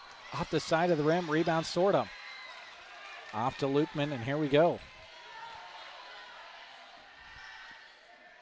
Lone scorer in this quarter so far, Yaya Harris. Oh, what a pass down inside to Sortum. Rose up, faked the shot, and scooped it down to Sortum, who put it in. And that's twice now that Henry Sortum has been the benefactor of a nice penetration move by Yaya Harris. Connell with the basketball, swiped out, throws it ahead to Kramer. Kramer working against Harris, drives around him, shoots over a double team, and scores it to answer. Okay, Kyle Kramer has come to play here tonight. He is out there with a lot of vigor. You can just see it in his game. Sortum inside to Sortum, and it's missed. Pulled down by Mace Barron, swiped at. Barron kicks it out to Lukeman Harris. His 3 up, rattles out. Sortum the rebound, had it knocked away. Harris tracks it down. Had it knocked away, and Connell gets the steal. 3 on 2. Connell to Goforth. Goforth hangs, shoots, and scores. Well, that was not easy. Yeah, the defense was right there. He just had to use hang time to give himself an opportunity. Kick out. Yaya Harris to answer. That is twice here in this quarter. He has shot beyond the college three-point line and put them down. 18-13. Twin Loup is pulled to within 5. Connell to Kramer. Has it swiped out, back out to Connell. Takes one power dribble, puts up a three off the rim. Yaya high for the rebound, wants to race. Yaya the other way, dribbles around Connell, but a foul going to be whistled on Layton, which honestly probably not the end of the world if you're the Mavericks, because Yaya was blowing past him pretty quick. Yeah, I think that might have saved a bucket.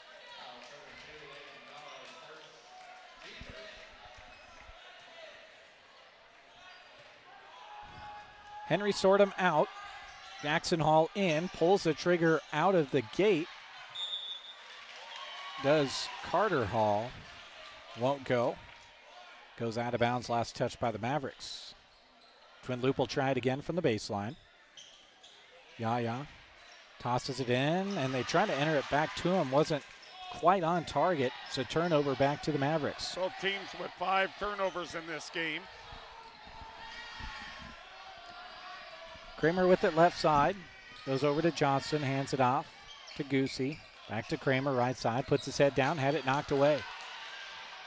Back the other way, Jackson Hall through to Lukeman Harris. Does well to control that somehow, and now Goforth comes shooting through on the Harris-to-Harris pass and knocks it out of bounds. Well, just like we saw in the girls' championship game, we're seeing a lot of quick hands on the defensive side of the ball in this boys' championship. Daniel Zuniga back in for the Mavericks. Connell will get a rest. He doesn't get a whole lot of it. Don't see him on the bench all that often. Yaya from a different area code knocks one down on the inbound. Oh, my. He didn't even think about that one. The quick trigger, and he's got the deep ball going. It's a 2-point game. 3 in a row. Goosey the other direction, drives baseline, out to Zuniga, had it knocked away from behind. Sortum the other way, ahead to Yaya. Yaya up the right side, lays it up high off the glass, but missed it. Back the other way, the Mavericks on the miss. That would have tied it. Goosey on the right side to Johnston. Johnston dribbles it out. Zuniga calling for the ball, was wide open underneath as Goforth is walloped by Jackson Hall. Yeah, Jackson got his money's worth there. And Connell right back in. He'll key in the ball for the Mavericks, who lead by 2 with 3:04 to go, first half. Connell and Kramer play catch. Kramer shoots it over Harris, scores it. Good offense there from the guy in white and red named Kyle Kramer. He leads the way for Sandhills Valley with 6 points. Harris in the corner. Back around to Yaya. Harris pulls another one from deep and hits it again. He is on fire. Missed the layup, but he's put down 4 from about 27 feet. Holy smokes, and he's not waiting to make the decision. He's going quick. Sandhills Valley might have to start picking him up from 30 feet. Goforth with it up top for the Mavericks. 13 on the shot clock, drives around the defense, tries to get it over to Zuniga. It's popped up in the air. Lukeman Harris comes down with it. Throws it ahead to Jackson Hall. Hall in the corner. Carter Hall. Skip pass over to Lukeman Harris. His three-pointer off the back rim. Rebound to the Mavericks. Connell up the left side to Kramer. Kramer threw it away. Thought Connell was going to go to the hoop. He didn't. Yaya out races everybody the other direction and is fouled. But this kid, he is a lot of fun to watch play basketball. He's got the three-pointer going. It doesn't matter if he's got 3 defenders in front of him. He thinks he can win that race the other way. He's as electric a freshman as I've seen. As I say, yeah, just keep in mind, folks, he's a freshman. First free throw doesn't go as Barron and Sortum come back in. Of course, also in the fall, we saw him at the quarterback position, and he was electric then. Lukeman Harris and Emmett Sortum will take a rest. Second one goes for Yaya.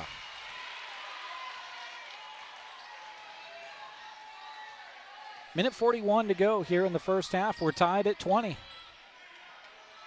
Feels like a championship game, doesn't it? Kramer in the corner. Connell missed it.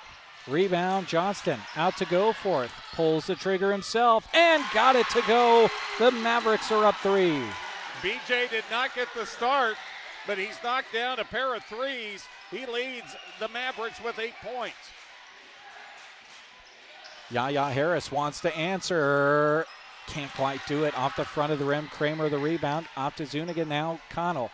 Connell up the left side. Had his pocket picked by Yaya Harris. Yaya the other way. Oh, what a dribble. Goes glass and scores it. Holy smokes, what a move. Oh, he had a wall in front of him named Kyle Kramer who could swat anything around, and that was the only way he was going to get around him, and he went up with the left hand. Wow, that was wild. BJ Goforth back the other way. Sandhills Valley the 1-point lead, and they throw it away. 2-on-1 the other way. It's the 2 Halls. Jackson Hall lays it up. Missed it. Rebound Connell. Connell into the front court. Fouled. And the pace has quickened all of a sudden, and the excitement, and really kind of everyone needs to catch their breath a little bit as Goosey comes into the game for Goforth. And that was kind of lost in the conversation we've been having here, is that the game's pace has picked up, and that favors Twin Loup, where Sandhills Valley would prefer to have that little slower style. Speaking of slower style, the Mavericks walk it into the front court, now hold it up. Start the possession. Zuniga, left to right to Johnston. Kicks it out to Goosey. Goosey, short corner, shoots it, left it short. 4 Twin Loup Wolves there to rebound it. 8 seconds. Yaya up the left side, steps into a 3, and it! What a half for Yaya Harris and the Twin Loup Wolves. They take a 2-point lead into halftime in the MNAC Boys Championship. Larry's totaling up the numbers. We'll pass them your way when we come back.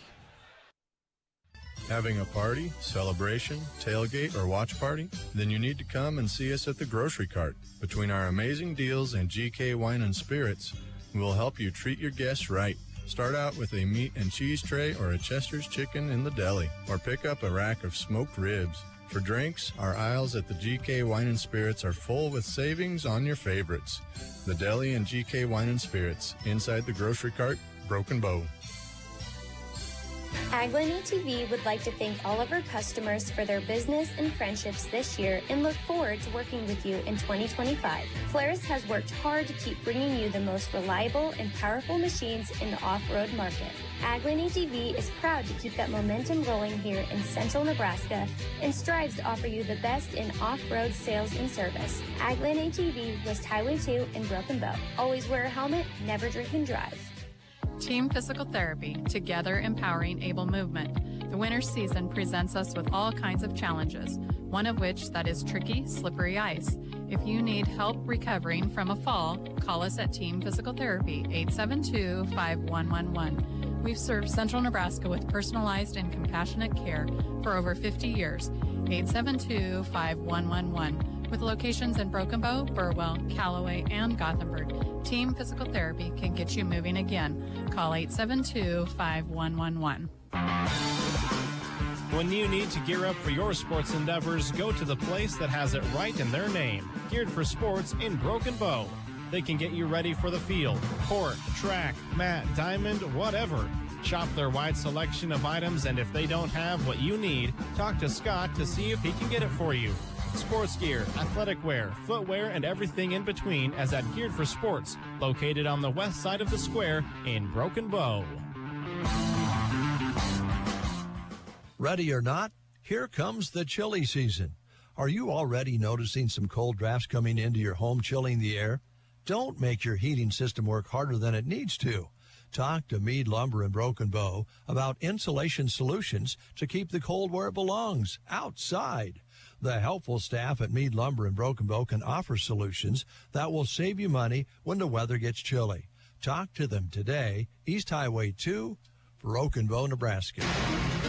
Sargent Irrigation may be known worldwide, but their roots are right here in central Nebraska, something they are very proud of. They hire right here in the heartland and know their success is due to those quality employees. As a way of showing support for the community, Sargent Irrigation sponsors high school sports broadcasts so those unable to attend can follow the action. Enjoy the broadcast, sponsored in part by Sargent Irrigation in Broken Bow.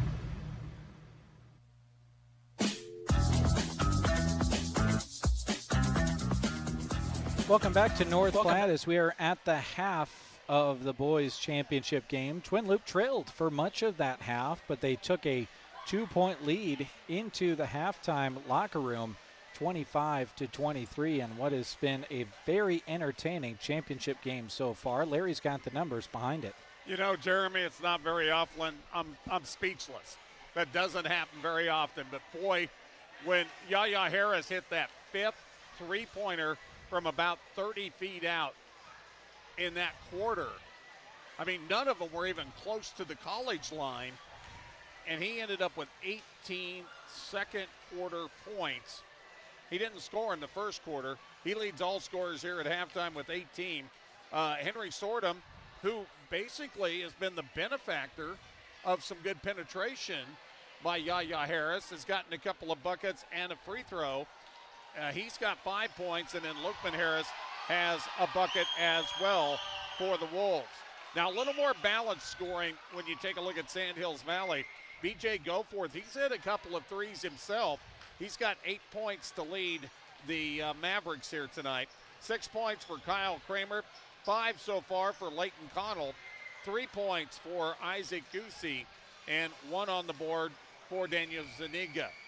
When we take a look at the team statistics, 14 rebounds for Sandhills Valley, 10 for Twin Loup. Turnovers, we always talk about turnovers. That was big, 11 first half turnovers against the Mavericks. Twin Loup had 5, and I believe most of those came in the first quarter. They might have had 1 in the second quarter, but they did a really good job of handling the ball in the second quarter. And then from the free throw line, Sandhills Valley 1 of 2. And Twin Loup, that's one area they weren't strong in, 2 of 6. And again, here at halftime, it's been the Yaya Harris show for Twin Loup. 18 of their 25 points, and leading the way for Sandhills Valley, 8 for B.J. Goforth, 25-23. We got a great game, just like we have all day long. It's the boys MNAC here on 95.3, and it has not disappointed so far. Well, the only thing left is for these two teams to make some adjustments at halftime, and I'm sure we've got an entertaining second half coming up. We hope you join us for it. Please notice those sponsors that are scrolling on the top right-hand part of your screen as you take this game in on the Facebook page and YouTube channel. Of course, we would love for you to follow our Facebook page and subscribe to our YouTube channel. We do a lot of video streaming these days in addition to our radio broadcasts, and you can watch all the replays completely free, and you get to watch the games completely free because of those sponsors you see on the top right-hand part of your screen. It's a lot of fun bringing you these games. So you've had, maybe we should add it up during the commercial break between MNAC and Southwest Conference, how many games we've had this week. It's been a lot, and we can't do it without your viewership and listenership and the help of the sponsors as well. Thank you so much, everybody, for making this another great conference basketball week. We'll step away. When we come back, it's third quarter action time as we try to determine a boys champion in the Mid-Nebraska Activities Conference. This broadcast is brought to you by Mullen Medical Center in Broken Bow, where we deliver caring and comprehensive health care right here, close to home. The specialty clinic brings our residents access to the area's most experienced physicians in cardiology, general surgery, obstetrics and gynecology, orthopedics, and more. Partnering with you to inspire healthy living through quality care. Mullen Medical Center in Broken Bow. The student athletes you're cheering on during this broadcast practice and study in order to get their competition and schoolwork done right. At Trotter Service, they do the same, except with your vehicle repairs. Whether you need a new battery, brake work, an alignment, tires, wheels, or an overhaul, trust their auto repair specialists to tackle the job. Don't forget bulk oil and fuel delivery and on-the-farm tire truck service too. Proud to help bring you this broadcast, Trotter Service in Broken Bow. Acquiring a lush green lawn is a lot of work. Worry no more. A2Z Lawn Pro's fertilizer program is the solution to ease your mind and lessen your work. Any time of the season is a good time to start. Eliminate weeds, strengthen your grass, and even keep bugs away with liquid fertilizer treatments mixed with micronutrients for a recipe that works specifically in this area. 30 years of experience. 308-870-1762 for A to Z Lawn Pro. That's A to Z Lawn Pro at 870-1762. With offices in Broken Bow and Callaway, Nebraska Owners Insurance Agency is here for the area. This is Chip, and I invite you into the Broken Bow office Tuesday, Wednesdays, or Thursdays to speak with me about getting the coverage that fits you and your situation best. If Callaway is more convenient, Liana and Lori are in the office there Monday through Friday. 2 locations serving central Nebraska and beyond. Thanks for choosing Nebraska Owners Insurance Agency. Did you hear? Gateway Motors Quick Lube is ready to flow flawlessly into your busy schedule. No appointment, no planning. Just show up and your vehicle's health is taken care of faster than a squirrel sipping Mountain Dew, a cat hearing a can opener, a dog hearing the word walk, or a toddler asking, "Hi." Expert technicians, top quality oil and products. Quick Lube at Gateway Motors in Broken Bow, East Highway 2.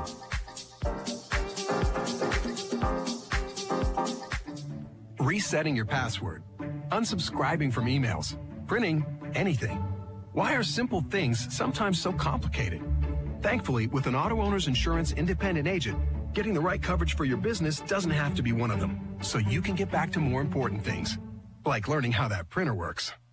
That's simple human sense. Hi, this is Nate Bell with High Street Insurance and Financial Services in Broken Bow. See us online at hsip.com. See possible. Your quick thoughts as we start the second half, Larry. Well, I'll tell you what, both teams going to have to figure out how to defense a little better. They're going to have to try to – it'd be interesting to see how they come out at Yaya Harris as he's been shooting there, and they come right out and double teaming. And they draw a charge.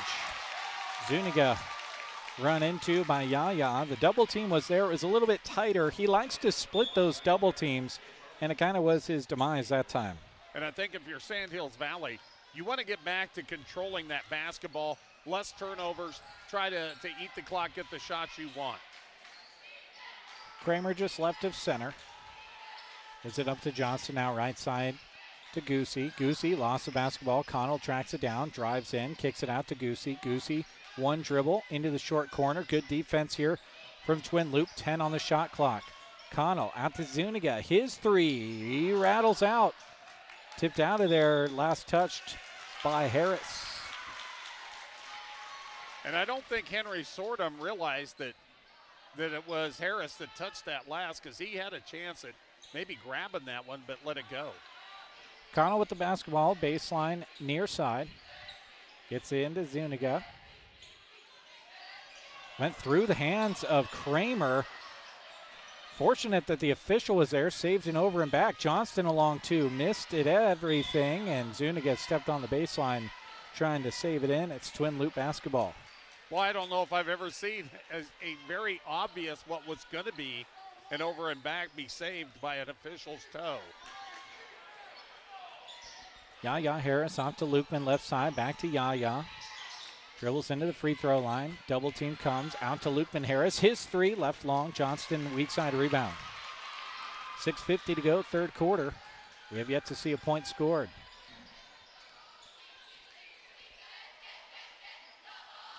Kramer, left side. It's kind of how they start all of their offensive sets. Johnston fouled on the layup attempt. No question, there was a bump there from Emmett Sordum. Just his first. Nobody really in any kind of foul trouble on either team. Johnston misses the first. This sports broadcast is brought to you by Four County Heating and Air. Owners Brian and Austin serve the area with more than 20 years of combined experience in the industry. For a free estimate and timely service, Four County Heating and Air in Broken Bow at 872-2258. 0 for 2 that trip for Johnston. Twin Loup brings it the other way. Lukeman Harris up the left side off to Yaya. Barron on the far side. Skip pass. Lukeman drives around the defense. Hangs and shoots over Kramer for 2. Well, that was not easy with the big guy coming out with those long arms. Twin Loup enjoying the 4-point lead, their largest of the contest so far. Kramer turns against Harris, out to Connell.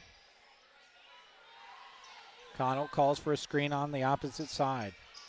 Drives on the right side, cut off by Harris, back to Kramer, shoots over a double team, wouldn't go, Yaya the rebound. Oh, tough shooting luck there for Kyle Kramer. Yaya off to Barron in the corner. Mace, 1 dribble, 2 dribbles, kicks it out to Yaya.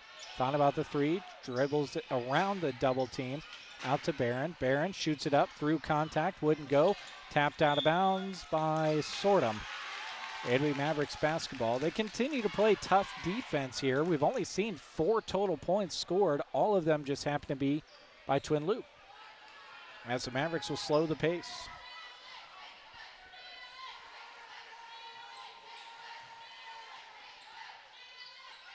Kramer on the right side this time, off to Johnston.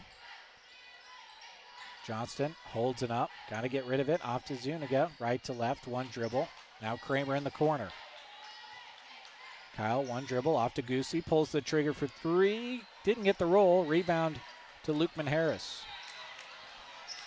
Lukeman up the left side, kicks it off to Yaya, pulls the trigger for 3, missed it. Barron the weak side rebound, goes up, just missed it. Thought that one was going to go in, had the right angle, but he's fouled and will shoot 2. Yeah, I think if he didn't lose his balance a little when he came down, he'd have been probably better off, but he had to kind of get himself stationary and then go back up. That allowed the defense to get to him. He hits the first. Thrivent is proud to support the area teams as they work hard to achieve their goals. Representative Scott Harvey wants to help you with your financial goals by creating a strategy that reflects your priorities and protects what matters most to you. For insurance, investments, and planning for retirement, call Scott Harvey and Thrivent Financial at 308-872-2511. And they make Johnston pay for committing the foul as hitting both free throws was Twin Loup. Mace Barron's first 2 points of the game. Connell slices through the defense, missed the layup though. Quickly the other way, Twin Loup, the lob for Lukeman Harris, and Yaya threw it too tall. Yeah, just a little too high for him. 6th turnover in the game, first of the second half. 4:35 to go here, third quarter. Twin Loup 29, Sandhills Valley 23. Mavericks in the half court. Kramer, ball above the head. Working around right side to Goosey. Working against Sortum. Up top, Connell. Deep 3-pointer. Just rimmed out. And the 3 ball not falling for the Mavericks like it was in the first half. Lukeman Harris brings it into the front court. Lost it initially. Now skips it over to Barron. Mace, couple of jab steps. Back left side. Sortum to Sortum. Now kick out to Lukeman Harris. His 3-pointer misses. Sortum, the board, the reverse lay-in wouldn't go. The Mavericks dodge a bullet. Connell back the other direction. Kicks it out to Goosey. Open for 3. Got it to go. Just what the Mavericks needed. First points of the second half come on a 3 ball by Isaac Goosey for Sandhills Valley. Yaya Harris in the corner to Barron. Barron holds it up, dribbles it once. Over the top to Harris. Lukeman back to Mace. Ball above the head. This time to Yaya. He's pump faking from out at 30 feet. And now he takes one from there and hits it. Yaya Harris cannot miss from 3. What an absolutely spectacular performance this young man is putting on. I was about to say that the 3-2 zone has really done a good job of keeping him from knocking those down, but about that time he got free. Your friends at Clank Financial are honored to help with any of your health and life insurance questions, as well as any retirement planning needs you may have. You can reach them at 308-872-6810. Clank Financial, downtown Broken Bow at 940 South D Street. We'll be right back. The team at Taylor Heating and Cooling are big fans of our area student athletes and are proud to help bring you their accomplishments on the radio. Just like these bright students keep a cool head in the heat of competition, Taylor Heating and Cooling is ready to help keep you cool with their services. If the season calls for heat, they're ready with repair and new install expertise there as well. Financing is available because sweating or shivering in your home needs fixed now, not later. Call Taylor Heating and Cooling at 308-872-6196 or visit TaylorHeatingandCoolingBB.com.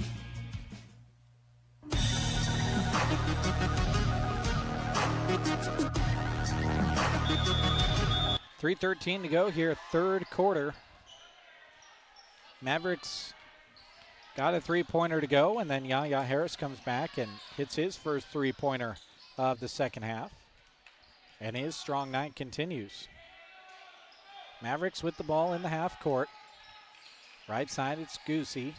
Goosey surveys up top to Connell.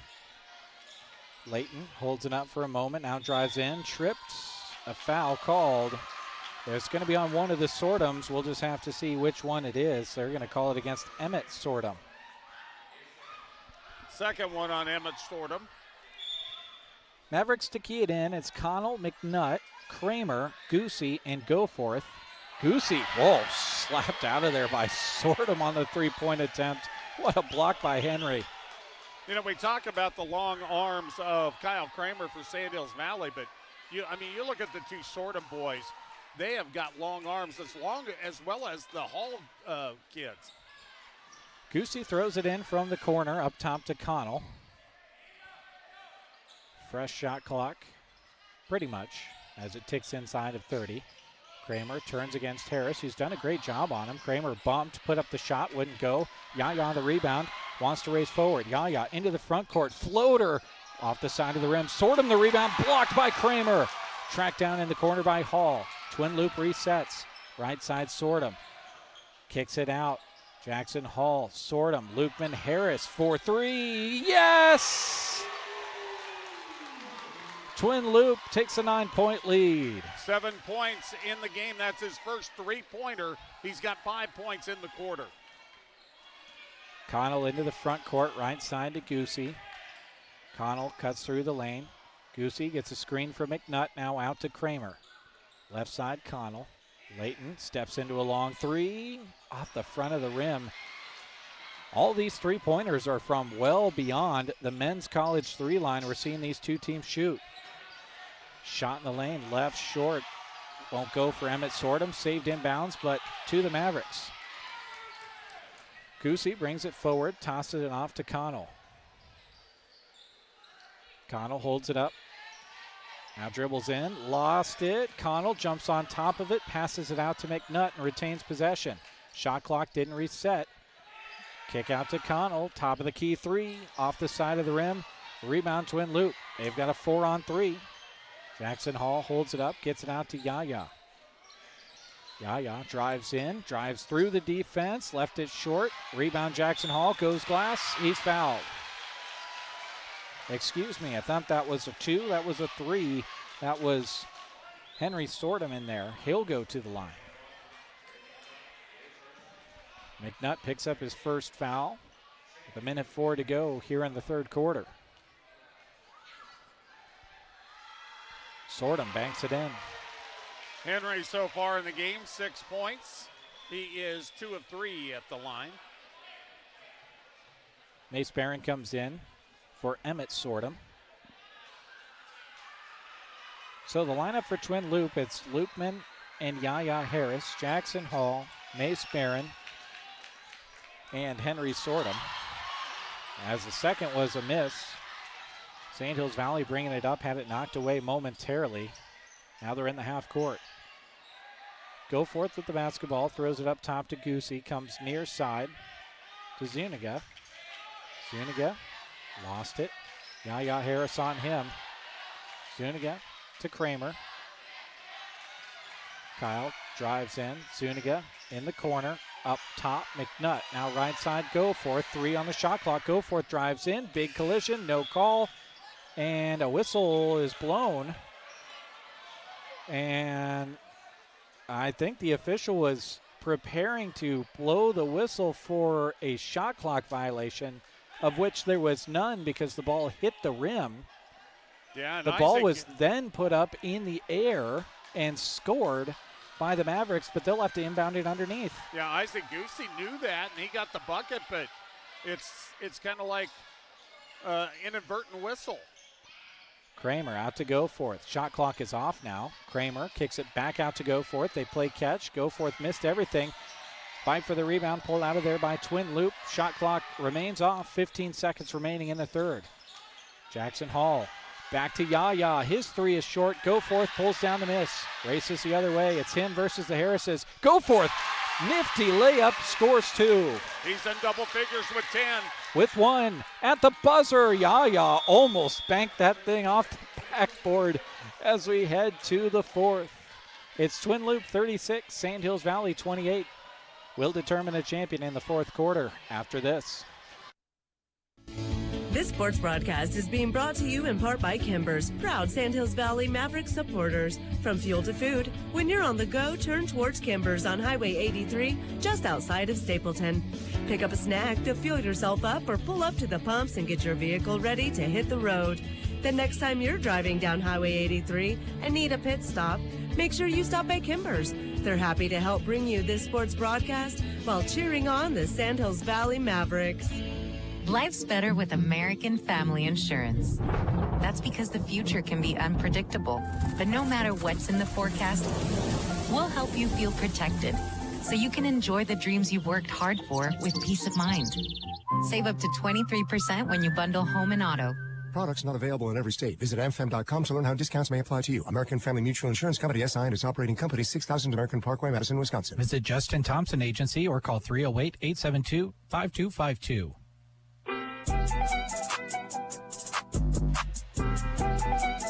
Well, it's crunch time, as they say, Larry. 8 minutes to determine a boys MNAC champion. Yeah, and for Sandhills Valley, I think it's important for them to chip away here early on in this fourth quarter. They are not designed to be a come-from-behind team. Kramer with it far side, kicks it back out to Connell. Back into Kramer, a little bit deeper, out to Goforth. Would have been a long 2. Fake that, shot it from the free throw line, missed it. Back the other direction, Carter Hall. Up top to Yaya. Now Mace in the corner. Barron, 1 dribble. Up top, Yaya. Thought about the 3, drives inside instead. What a layup, goes glass, and scores 2. He covered so much ground on that move inside the free throw line. It's kind of one of those things, what do you do? He's shooting it so hot from outside, just a pump fake, and then he's so good at dribbling inside and making guys miss, he can score off the glass. His offensive game has been on point here today. Kramer shoots over Yaya, scores it, count it, and the foul. And they call the foul on Yaya Harris. I believe that's his second.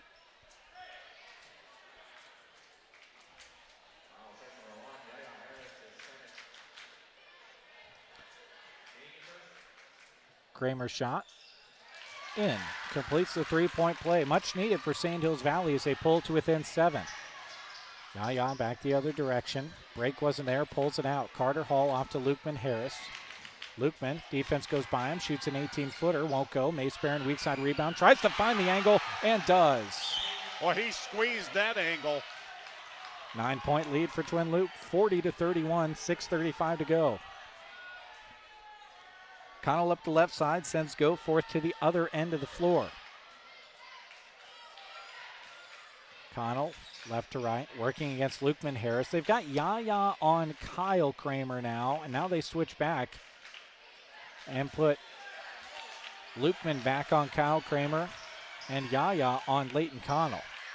Connell out to Goforth. 4 on the shot clock. Tough shot, left it short. And that's just kind of a tough possession for the Mavericks. Not much happening. They bled it all down inside of 5 and then got a very contested leaner in the lane from Goforth. Well, that was good defense that time.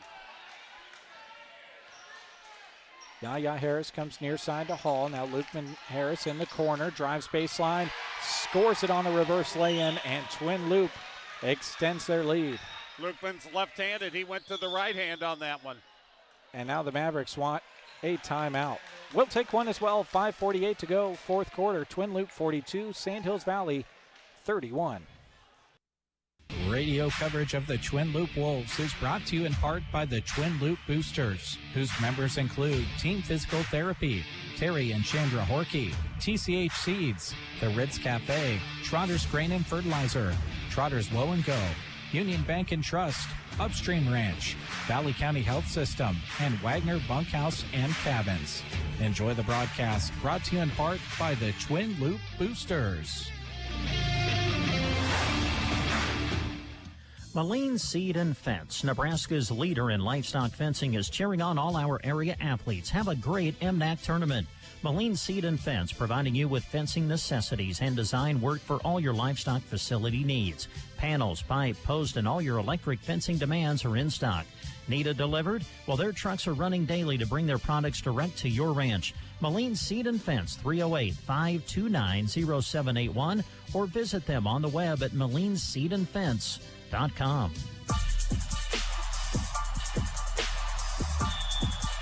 Sandhills Valley trailing 31-42 with the basketball on the baseline inbound. Not making it easy is Twin Loup's defense for this one for the Mavericks.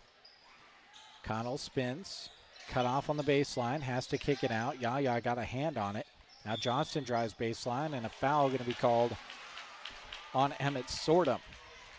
I believe that'll be 3 on Emmett Sordum.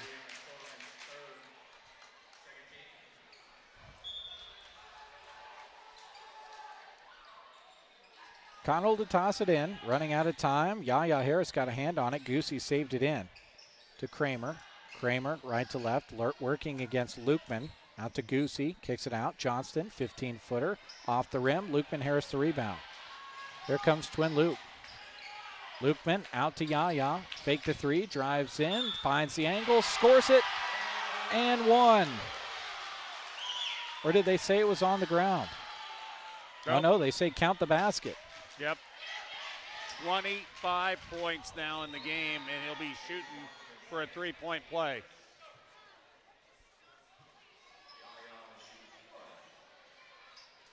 So Mavericks kind of feeling like they got to get something going offensively, because doesn't really seem like the offense for Twin Loup is going to slow down. And the Mavericks, like you said earlier, don't usually run an offense where they try to get scores quickly. Yeah. With 5:18, you feel like the chipping away needs to start right now as Harris completes the 3-point play. 26 in the game now for Yaya Harris. Connell into the front court, has it poked away, able to track it down, go forth into Johnston. Johnston turns, shoots. They say no shot. They call the foul a couple turns earlier as Johnston went for the spin move. And I think they got Mace Barron on that one. Third foul on Mace Barron. So now Mace Barron and Emmett Sordum both with 3. Kramer on the inbound, kicks it out to Goosey. His 3-pointer rims out. Barron the rebound. Twin Loup brings it up with Yaya. Harris up the left side. Goforth picks him up. Now Harris centers the basketball.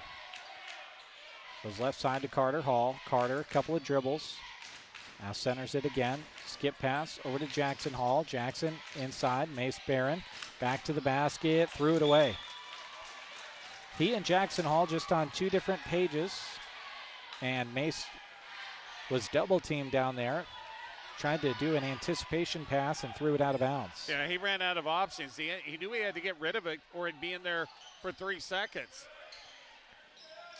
Connell with it left side. Fell to his knees and it goes the other direction. Turnover into the hands of Twin Loup. Sandhills Valley had done a pretty good job of not turning the ball over here in the second half, but I got a piece of that one, knocked it off his knees. Twin Loop into the front court. Yaya Harris with it left side. Lobs it in for Barron, high post. Mace turns around, kicks it out. Twin Loop in no hurry to shoot the basketball.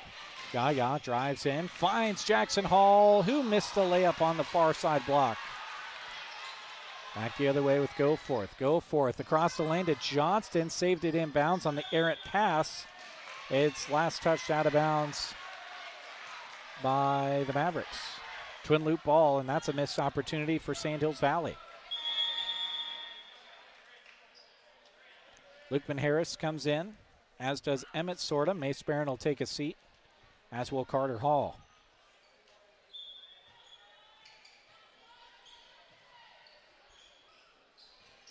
Yaya Harris into the front court, cutting through three Sandhills Valley players, kicks it off to Sortum on the scoop pass, and they score another two. Well, Henry Sortum owes Yaya Harris a big thank you here tonight. He has been the benefactor almost every time he scored on a pass from Yaya.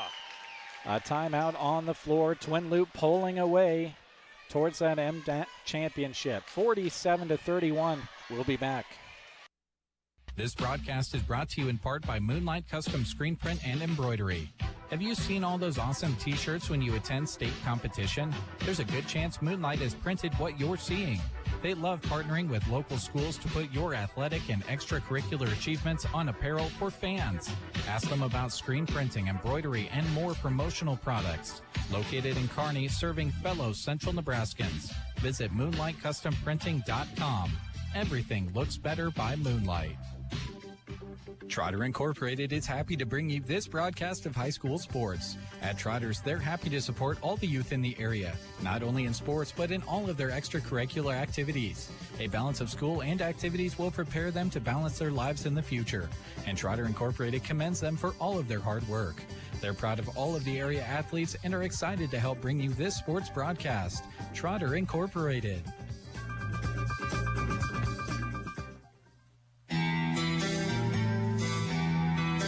3:40 to go, fourth quarter. Twin Loop leading at 47-31 over Sandhills Valley. Mavericks had the basketball, needing a score, something fierce. Connell, defense left him, took the three, and there you go. That was right on cue as Leighton Connell hits it, and now more aggressive defense from Sandhills Valley on the press. A timeout called by Yaya Harris. Will step away as well. 47-34, Twin Loop. Central Nebraska Electric in Ansley is a proud supporter of this broadcast and area high school sports action. Playing hard throughout the season takes a lot of work, and Todd salutes that dedication. Any electrical work you need done right the first time deserves a free estimate from Central Nebraska Electric. Call them at 750-6458. That's Central Nebraska Electric in Ansley, sponsoring this broadcast and wishing area teams good luck this season.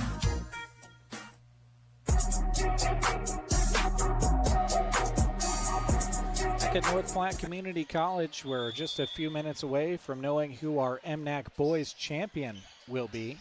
Mavericks are tossing a full court press at Twin Loop. Almost worked, but Yaya Harris called a timeout. Now the Twin Loop Wolves are in the half court. Yaya just left to center, drives through a few people, spins while passing. Out to Lukeman Harris, goes glass, wouldn't go. Zuniga the rebound for the Mavericks. Back the other direction. Mavericks don't have numbers anymore. Off to Goosey, long three-pointer, left it off the front of the rim. Don't think he realized how far out he was. Twin Loop the rebound, and a foul going to be called on the Mavericks.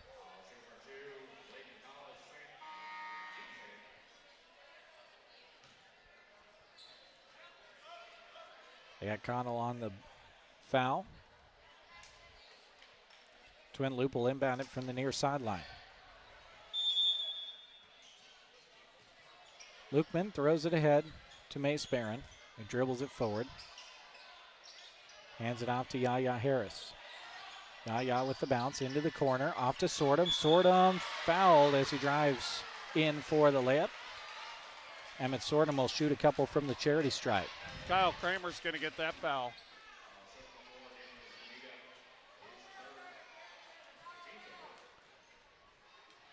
Sort to the line. Couple of dribbles, puts it up, and it rimmed out.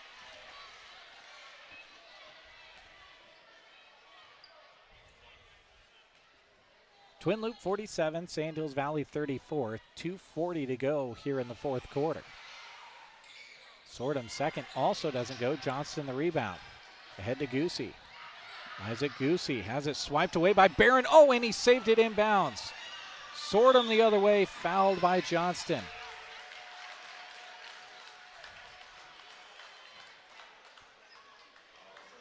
Fourth team foul on Sandhills Valley. So the next foul will have Twin Loup shooting the rest of the way. Yaya Harris with the basketball, working against Connell. Drives around him, throws it ahead to Barron. Mace, ball above the head. Now a couple of dribbles. Hounded by Connell, gives it off to Yaya Harris. Skips it over to Mace Barron. Skip pass over to Lukeman Harris. Dribbled it off his foot, and it's turned back over to the Mavericks. Going to be the 9th turnover on Twin Loup. So the Mavericks to key it in. Connell lobs it in to Zuniga. Now gets it back and runs it up the left side. Lukeman Harris sliding the feet. Mavericks work in the half court. As we have 2 minutes to go here, fourth quarter. Goosey pulls the trigger and hits. It's a 10-point game. Sandhills Valley not out of it yet. Isaac Goosey with 9. Yaya Harris runs into Zuniga. No call either direction. Johnston gets the turnover. Here come the Mavericks looking to put something together. Minute 41 to go, fourth quarter. Connell, long three, got it to go, my goodness, from 31 feet at least. And all of a sudden, it's a 7-point game. Well, I'm going to make a correction. Sandhills Valley does have the capability of coming from behind because they've got that outside shooting with Leighton Connell and Isaac Goosey. You pair that with a couple of turnovers by Twin Loup on the other side, and that's kind of the fuel for a comeback. 47-40, a minute 35, and you think about it this way, Larry, each shot clock is 35 seconds. You got a minute 35, so you figure you can get roughly, not quite 3 shot clocks out of that. If you get 3 stops and 3 scores, you're right back in this thing or winning it if you're Sandhills Valley. A minute 35, a lot of time. Yeah, this is a big possession for Twin Loup. And, you know, part of what kind of worked against Twin Loup here was they had to slow it down. They decided they were going to eat some clock and try to milk the clock a little. Well, that plays right into Sandhills Valley. Yaya Harris with the basketball, working against Connell. Jump passes it off to Sortum. Sortum lost it, but was fouled. And it's free throws the rest of the way now.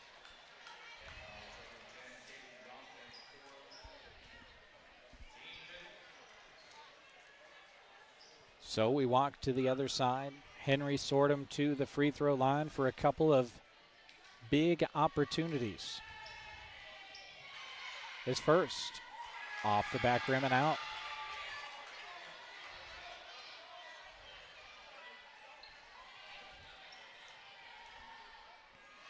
Sortum second, in. Mavericks back the other direction.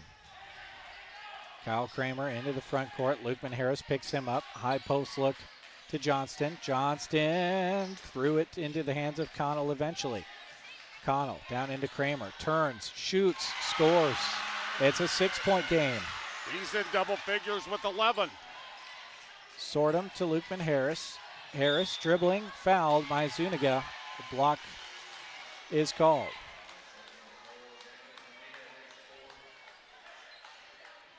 So Lukeman Harris to the free throw line. Again, big free throws for Twin Loup down the stretch as Sandhills Valley tries to crawl back into it. Lukeman's first. Rattles out. And each miss is an opportunity for the Mavericks to gain a point the other direction, whether they shoot a 2 or a 3. Harris is second. Jumps high, also a miss. Kramer the rebound. Trailing by 6, here come the Mavericks. In the corner, Zuniga shoots the 3, left it long. Johnston, the weak side rebound. Drives baseline, cut off. Gives it off to Connell. Connell, a deep 3. Off the side of the rim. Zuniga tracks it down, throws it off of Barron, and retains possession for the Mavericks, who are still down 6. Smart play there to throw it off of the defender that time so that they can keep the possession. Connell getting ready to key it in. Sortum comes out. That's Emmett Sortum. Kramer on the inbound, shoots it up and scores it over Lukeman Harris. And we've got ourselves a 4-point game. Yaya Harris with the basketball. Yaya with the bounce, fouled. Lead by Johnston.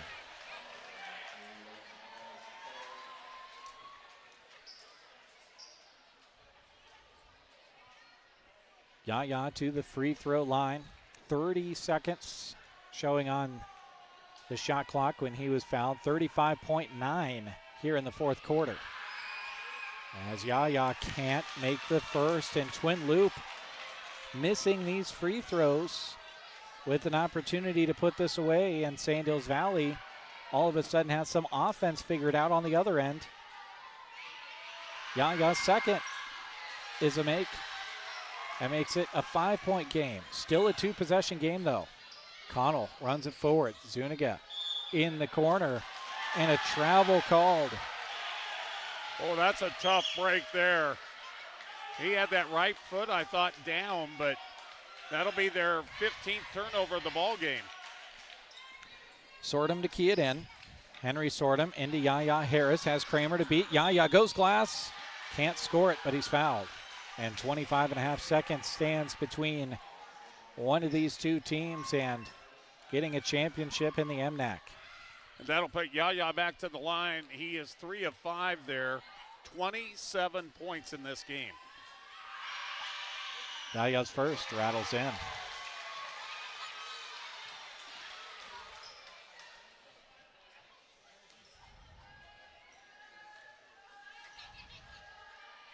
His second. Also a make. Big makes as it makes it a 51-44 game. Goosey pulls the 3 and hits it.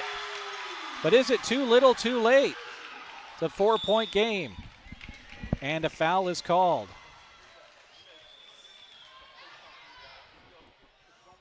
Now the other way. 14.3 on the game clock as Lukeman Harris will go to the free throw line. Still a 2-possession game, but Harris can make it more than that by making a couple at the free throw line. His first. No.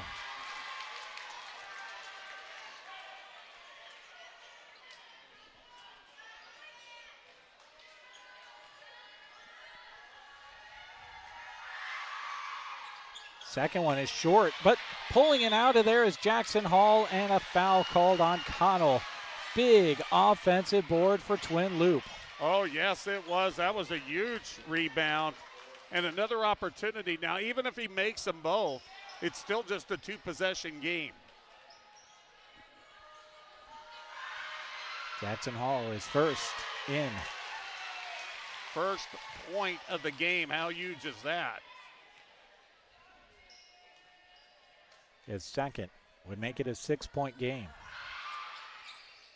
Doesn't go, but another offensive board almost by Lukeman Harris. Jump ball, but it favors Twin Loup on the alternating possession. The Mavericks thinking, what do we got to do to get down to the other end? And they'll have to foul immediately here. Jackson Hall to key it in. Gets it into Sortum. Sortum might have traveled. He did. Or forced the turnover.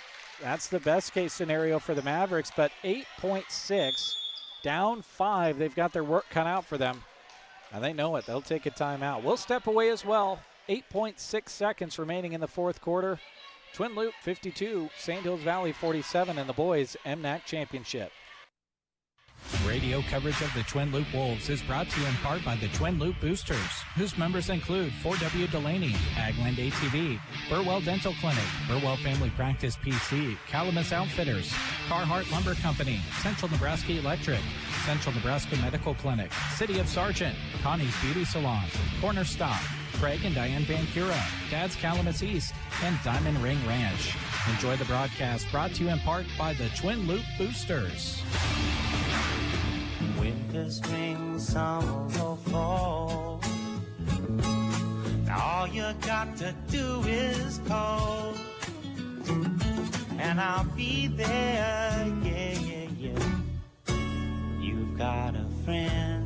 Sometimes life changes just like the seasons. Do you have the right accounts for where you're at in life? Call or stop by any NSB branch in Broken Bow, Myrna, or Callaway, and they'll be there. Nebraska State Bank, member FDIC. You've got a friend. Back to the action. Connell, a heave from three, won't go. Sortum the rebound, and a foul, Sandhills Valley, and that will do it. The Twin Loup Wolves are going to secure the MNAC championship for 2025 in the boys bracket. Well, you know, you really have to feel good for Coach Chris Barron. He's had some teams that have really struggled over the last few years, but they've gotten better and then better and better over the last 2 to 3 years and have worked their way to this position, and now they're going to come away with a championship. They're the 3 seed and on their way to this championship game, defeated the 6 seed, Mullen, the 2 seed, South Loup, and now the 1 seed, Sandhills Valley. And the MNAC championship will be headed to the home of the Twin Loup Wolves. Big free throws here for Henry Sortum, and the fact that he can get into double figures with making 1 of 2. Misses the first.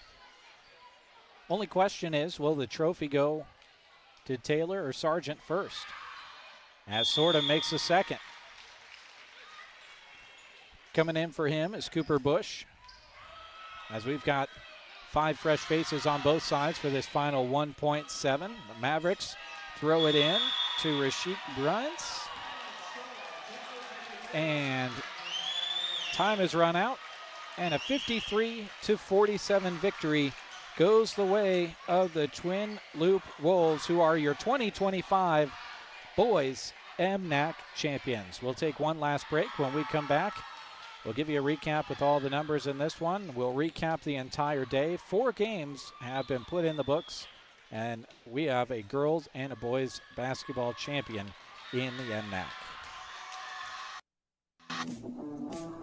When your car gets dented, dinged, smashed, or smacked, the last thing you should have to worry about is it being in the right hands to get it fixed. When you choose Rod's Body and Paint in Broken Bow, your vehicle will leave their shop looking great. Don't forget, Rod can also help you with those windshield chips. Take care of them before they get worse and cost you more money.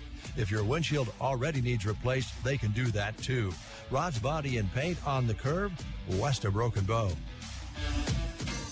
Why did the cardinal cross the road? To get to your neighbor's bird feeder.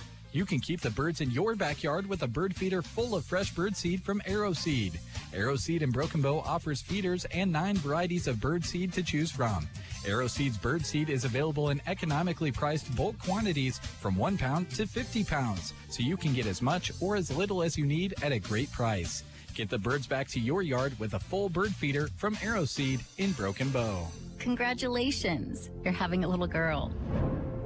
At that moment, everything changed. Our hopes and dreams for ourselves were instantly replaced by our hopes and dreams for her. We got life insurance policies from Shelter Insurance, so that regardless of what life throws at us, we'll still be able to provide the world to her. Shelter Life Insurance Company, Columbia, Missouri. Contact your local Shelter Insurance agents, Brent Custer or Seth Pearson in Broken Bow.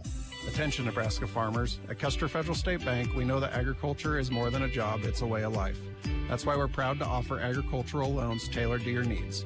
Whether you're looking to expand your operations, purchase new equipment, or manage daily expenses, our experienced team is here to help. With competitive rates, personalized service, we're your partners in growth. Visit Custer Federal State Bank today, where your future grows. Custer Federal State Bank, rooted in Nebraska, growing with you. Member FDIC, Equal Housing Lender.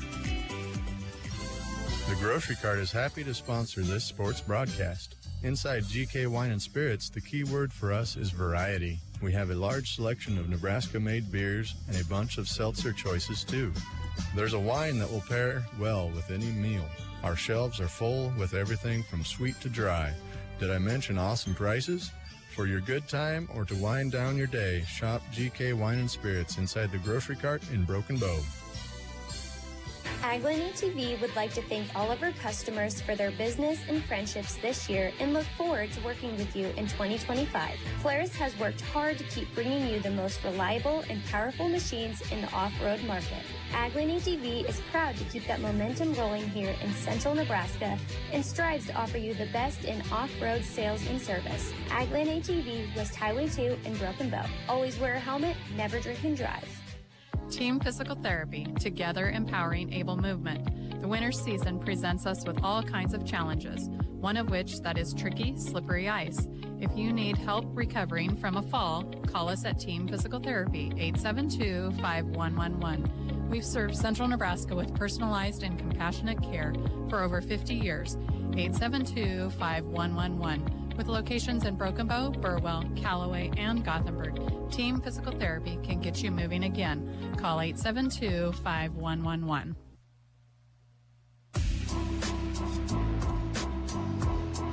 Welcome back one last time to North Platte Community College as the boys game has gone final on the championship side of things. A victory for the Twin Loup Wolves, 53-47 over the Mavericks of Sandhills Valley. With a look at your final numbers, here's Larry. Yaya Harris, excuse me here. Maybe here's Larry. I don't know. Who is that guy? Yeah, Yaya Harris with 29 points to lead all scorers, 18 of those in that second quarter when they turned a 14-5 deficit into a 25-23 lead at halftime, and then they really never looked back. Sandhills Valley made a great effort to get back in the game late. But Yaya Harris, big game here tonight, 29 points to lead all scores. Also in double figures, Henry Sordum with 10. Just missing out on the double digits was Lukeman Harris. He ended up with 9. 4 points in the game for Mace Barron and 1 point for Jackson Hall. For Sandhills Valley, they had 4 players in double figures, good balanced scoring. 13 points leading the way was Kyle Kramer. 12 points for Isaac Goosey. 11 for Leighton Connell. And 10 for B.J. Goforth. And then also 1 point in the game for Daniel Zuniga. When we look at the team statistics, actually free throw shooting allowed Sandhills Valley to get back in this. Twin Loup was only 11 of 25. 6 of 15 in that fourth quarter. On the other hand, Sandhills Valley didn't really have a good percentage either. They were 2 of 5. Rebounds, the edge went to Twin Loup. They had a little bit more dominant in the second half, 29-25. 15 turnovers against the Mavericks. 11 were called against the Wolves. And again, 29 points for Yaya Harris for Twin Loup, 10 for Henry Sordum. And on the other side, 4 players in double figures for Sandhills Valley, 13 for Kyle Kramer, 12 for Isaac Goosey, Leighton Connell with 11, and B.J. Goforth with 10. Final score, as my voice cuts out, 53-47. Twin Loup gets the win. Why don't you, if you want, Larry. Hey, Brent. Brent. I'm going to hand this off to you because Larry lost his voice. He can't do it anymore. So we're just going to recap with we'll bring the sports director on and get your final thoughts at the end of MNAC here as we've wrapped up all 4 games. Yeah, great day. MNAC Championship Saturday, always a lot of fun. Had a chance to visit with the 2 winning coaches of the championship games. They were so proud of what their kids achieved today. Coach Dent for Mullen so thrilled with the way her girls were able to come back with defense in the fourth quarter and win. Just talked to Coach Barron. He talked about, well, I think what Larry mentioned maybe early in your broadcast, there were some tough times a few years ago for this Twin Loup program, and these kids have stuck with it. Now the pieces are coming together, and he was really proud of their effort tonight.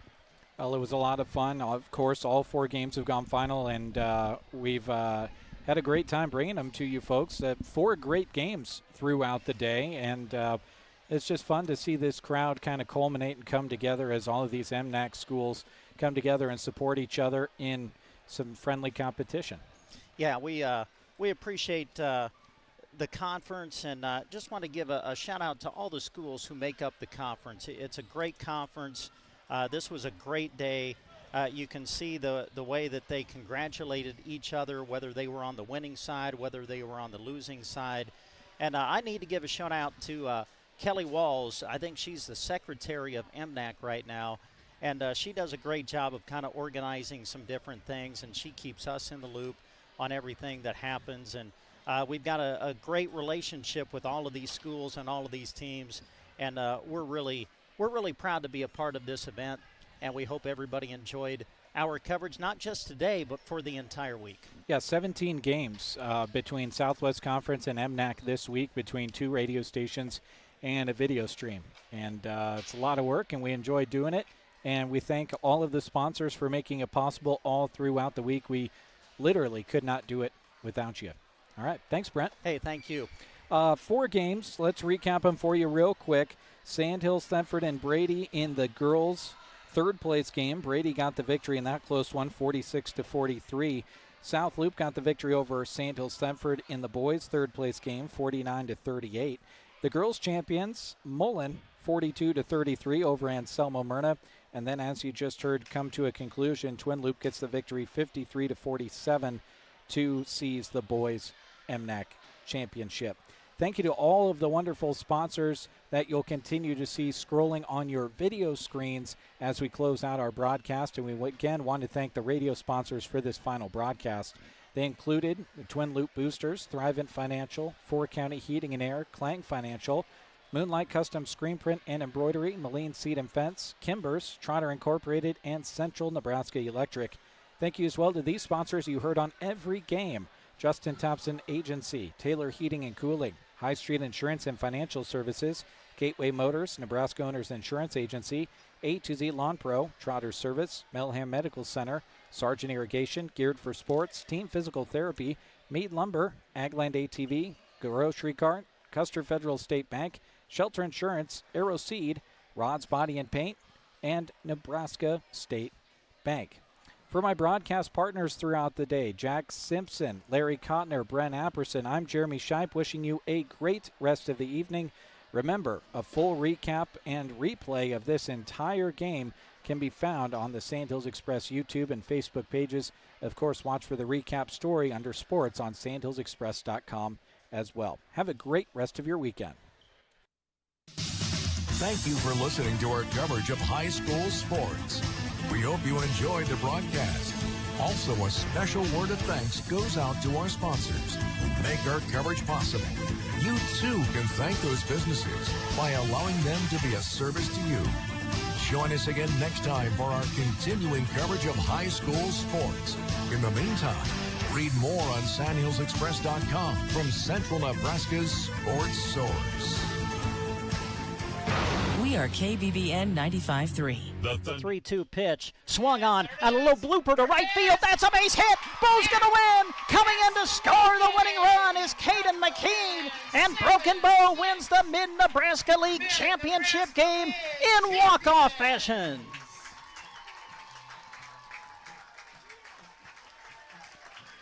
Carter Johnson, a little flare to right field. Found the outfield grass, and Broken Bow has won the Mid-Nebraska League Championship. He's just a strong opponent for any wrestler. I mean, undefeated state champ last year in the state finals the year before, a 3-time state medalist, and there, really nice takedown, good fluid motion by a guy that's wrestling 195 pounds. Brady Skinner with it up top. Fay at the buzzer. Wow. Hits the three. Nice looking shot.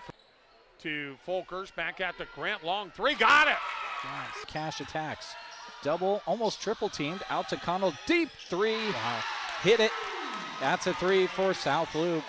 I have to make sure I set my cruise control when I drive after I watch this event. Yeah, exactly.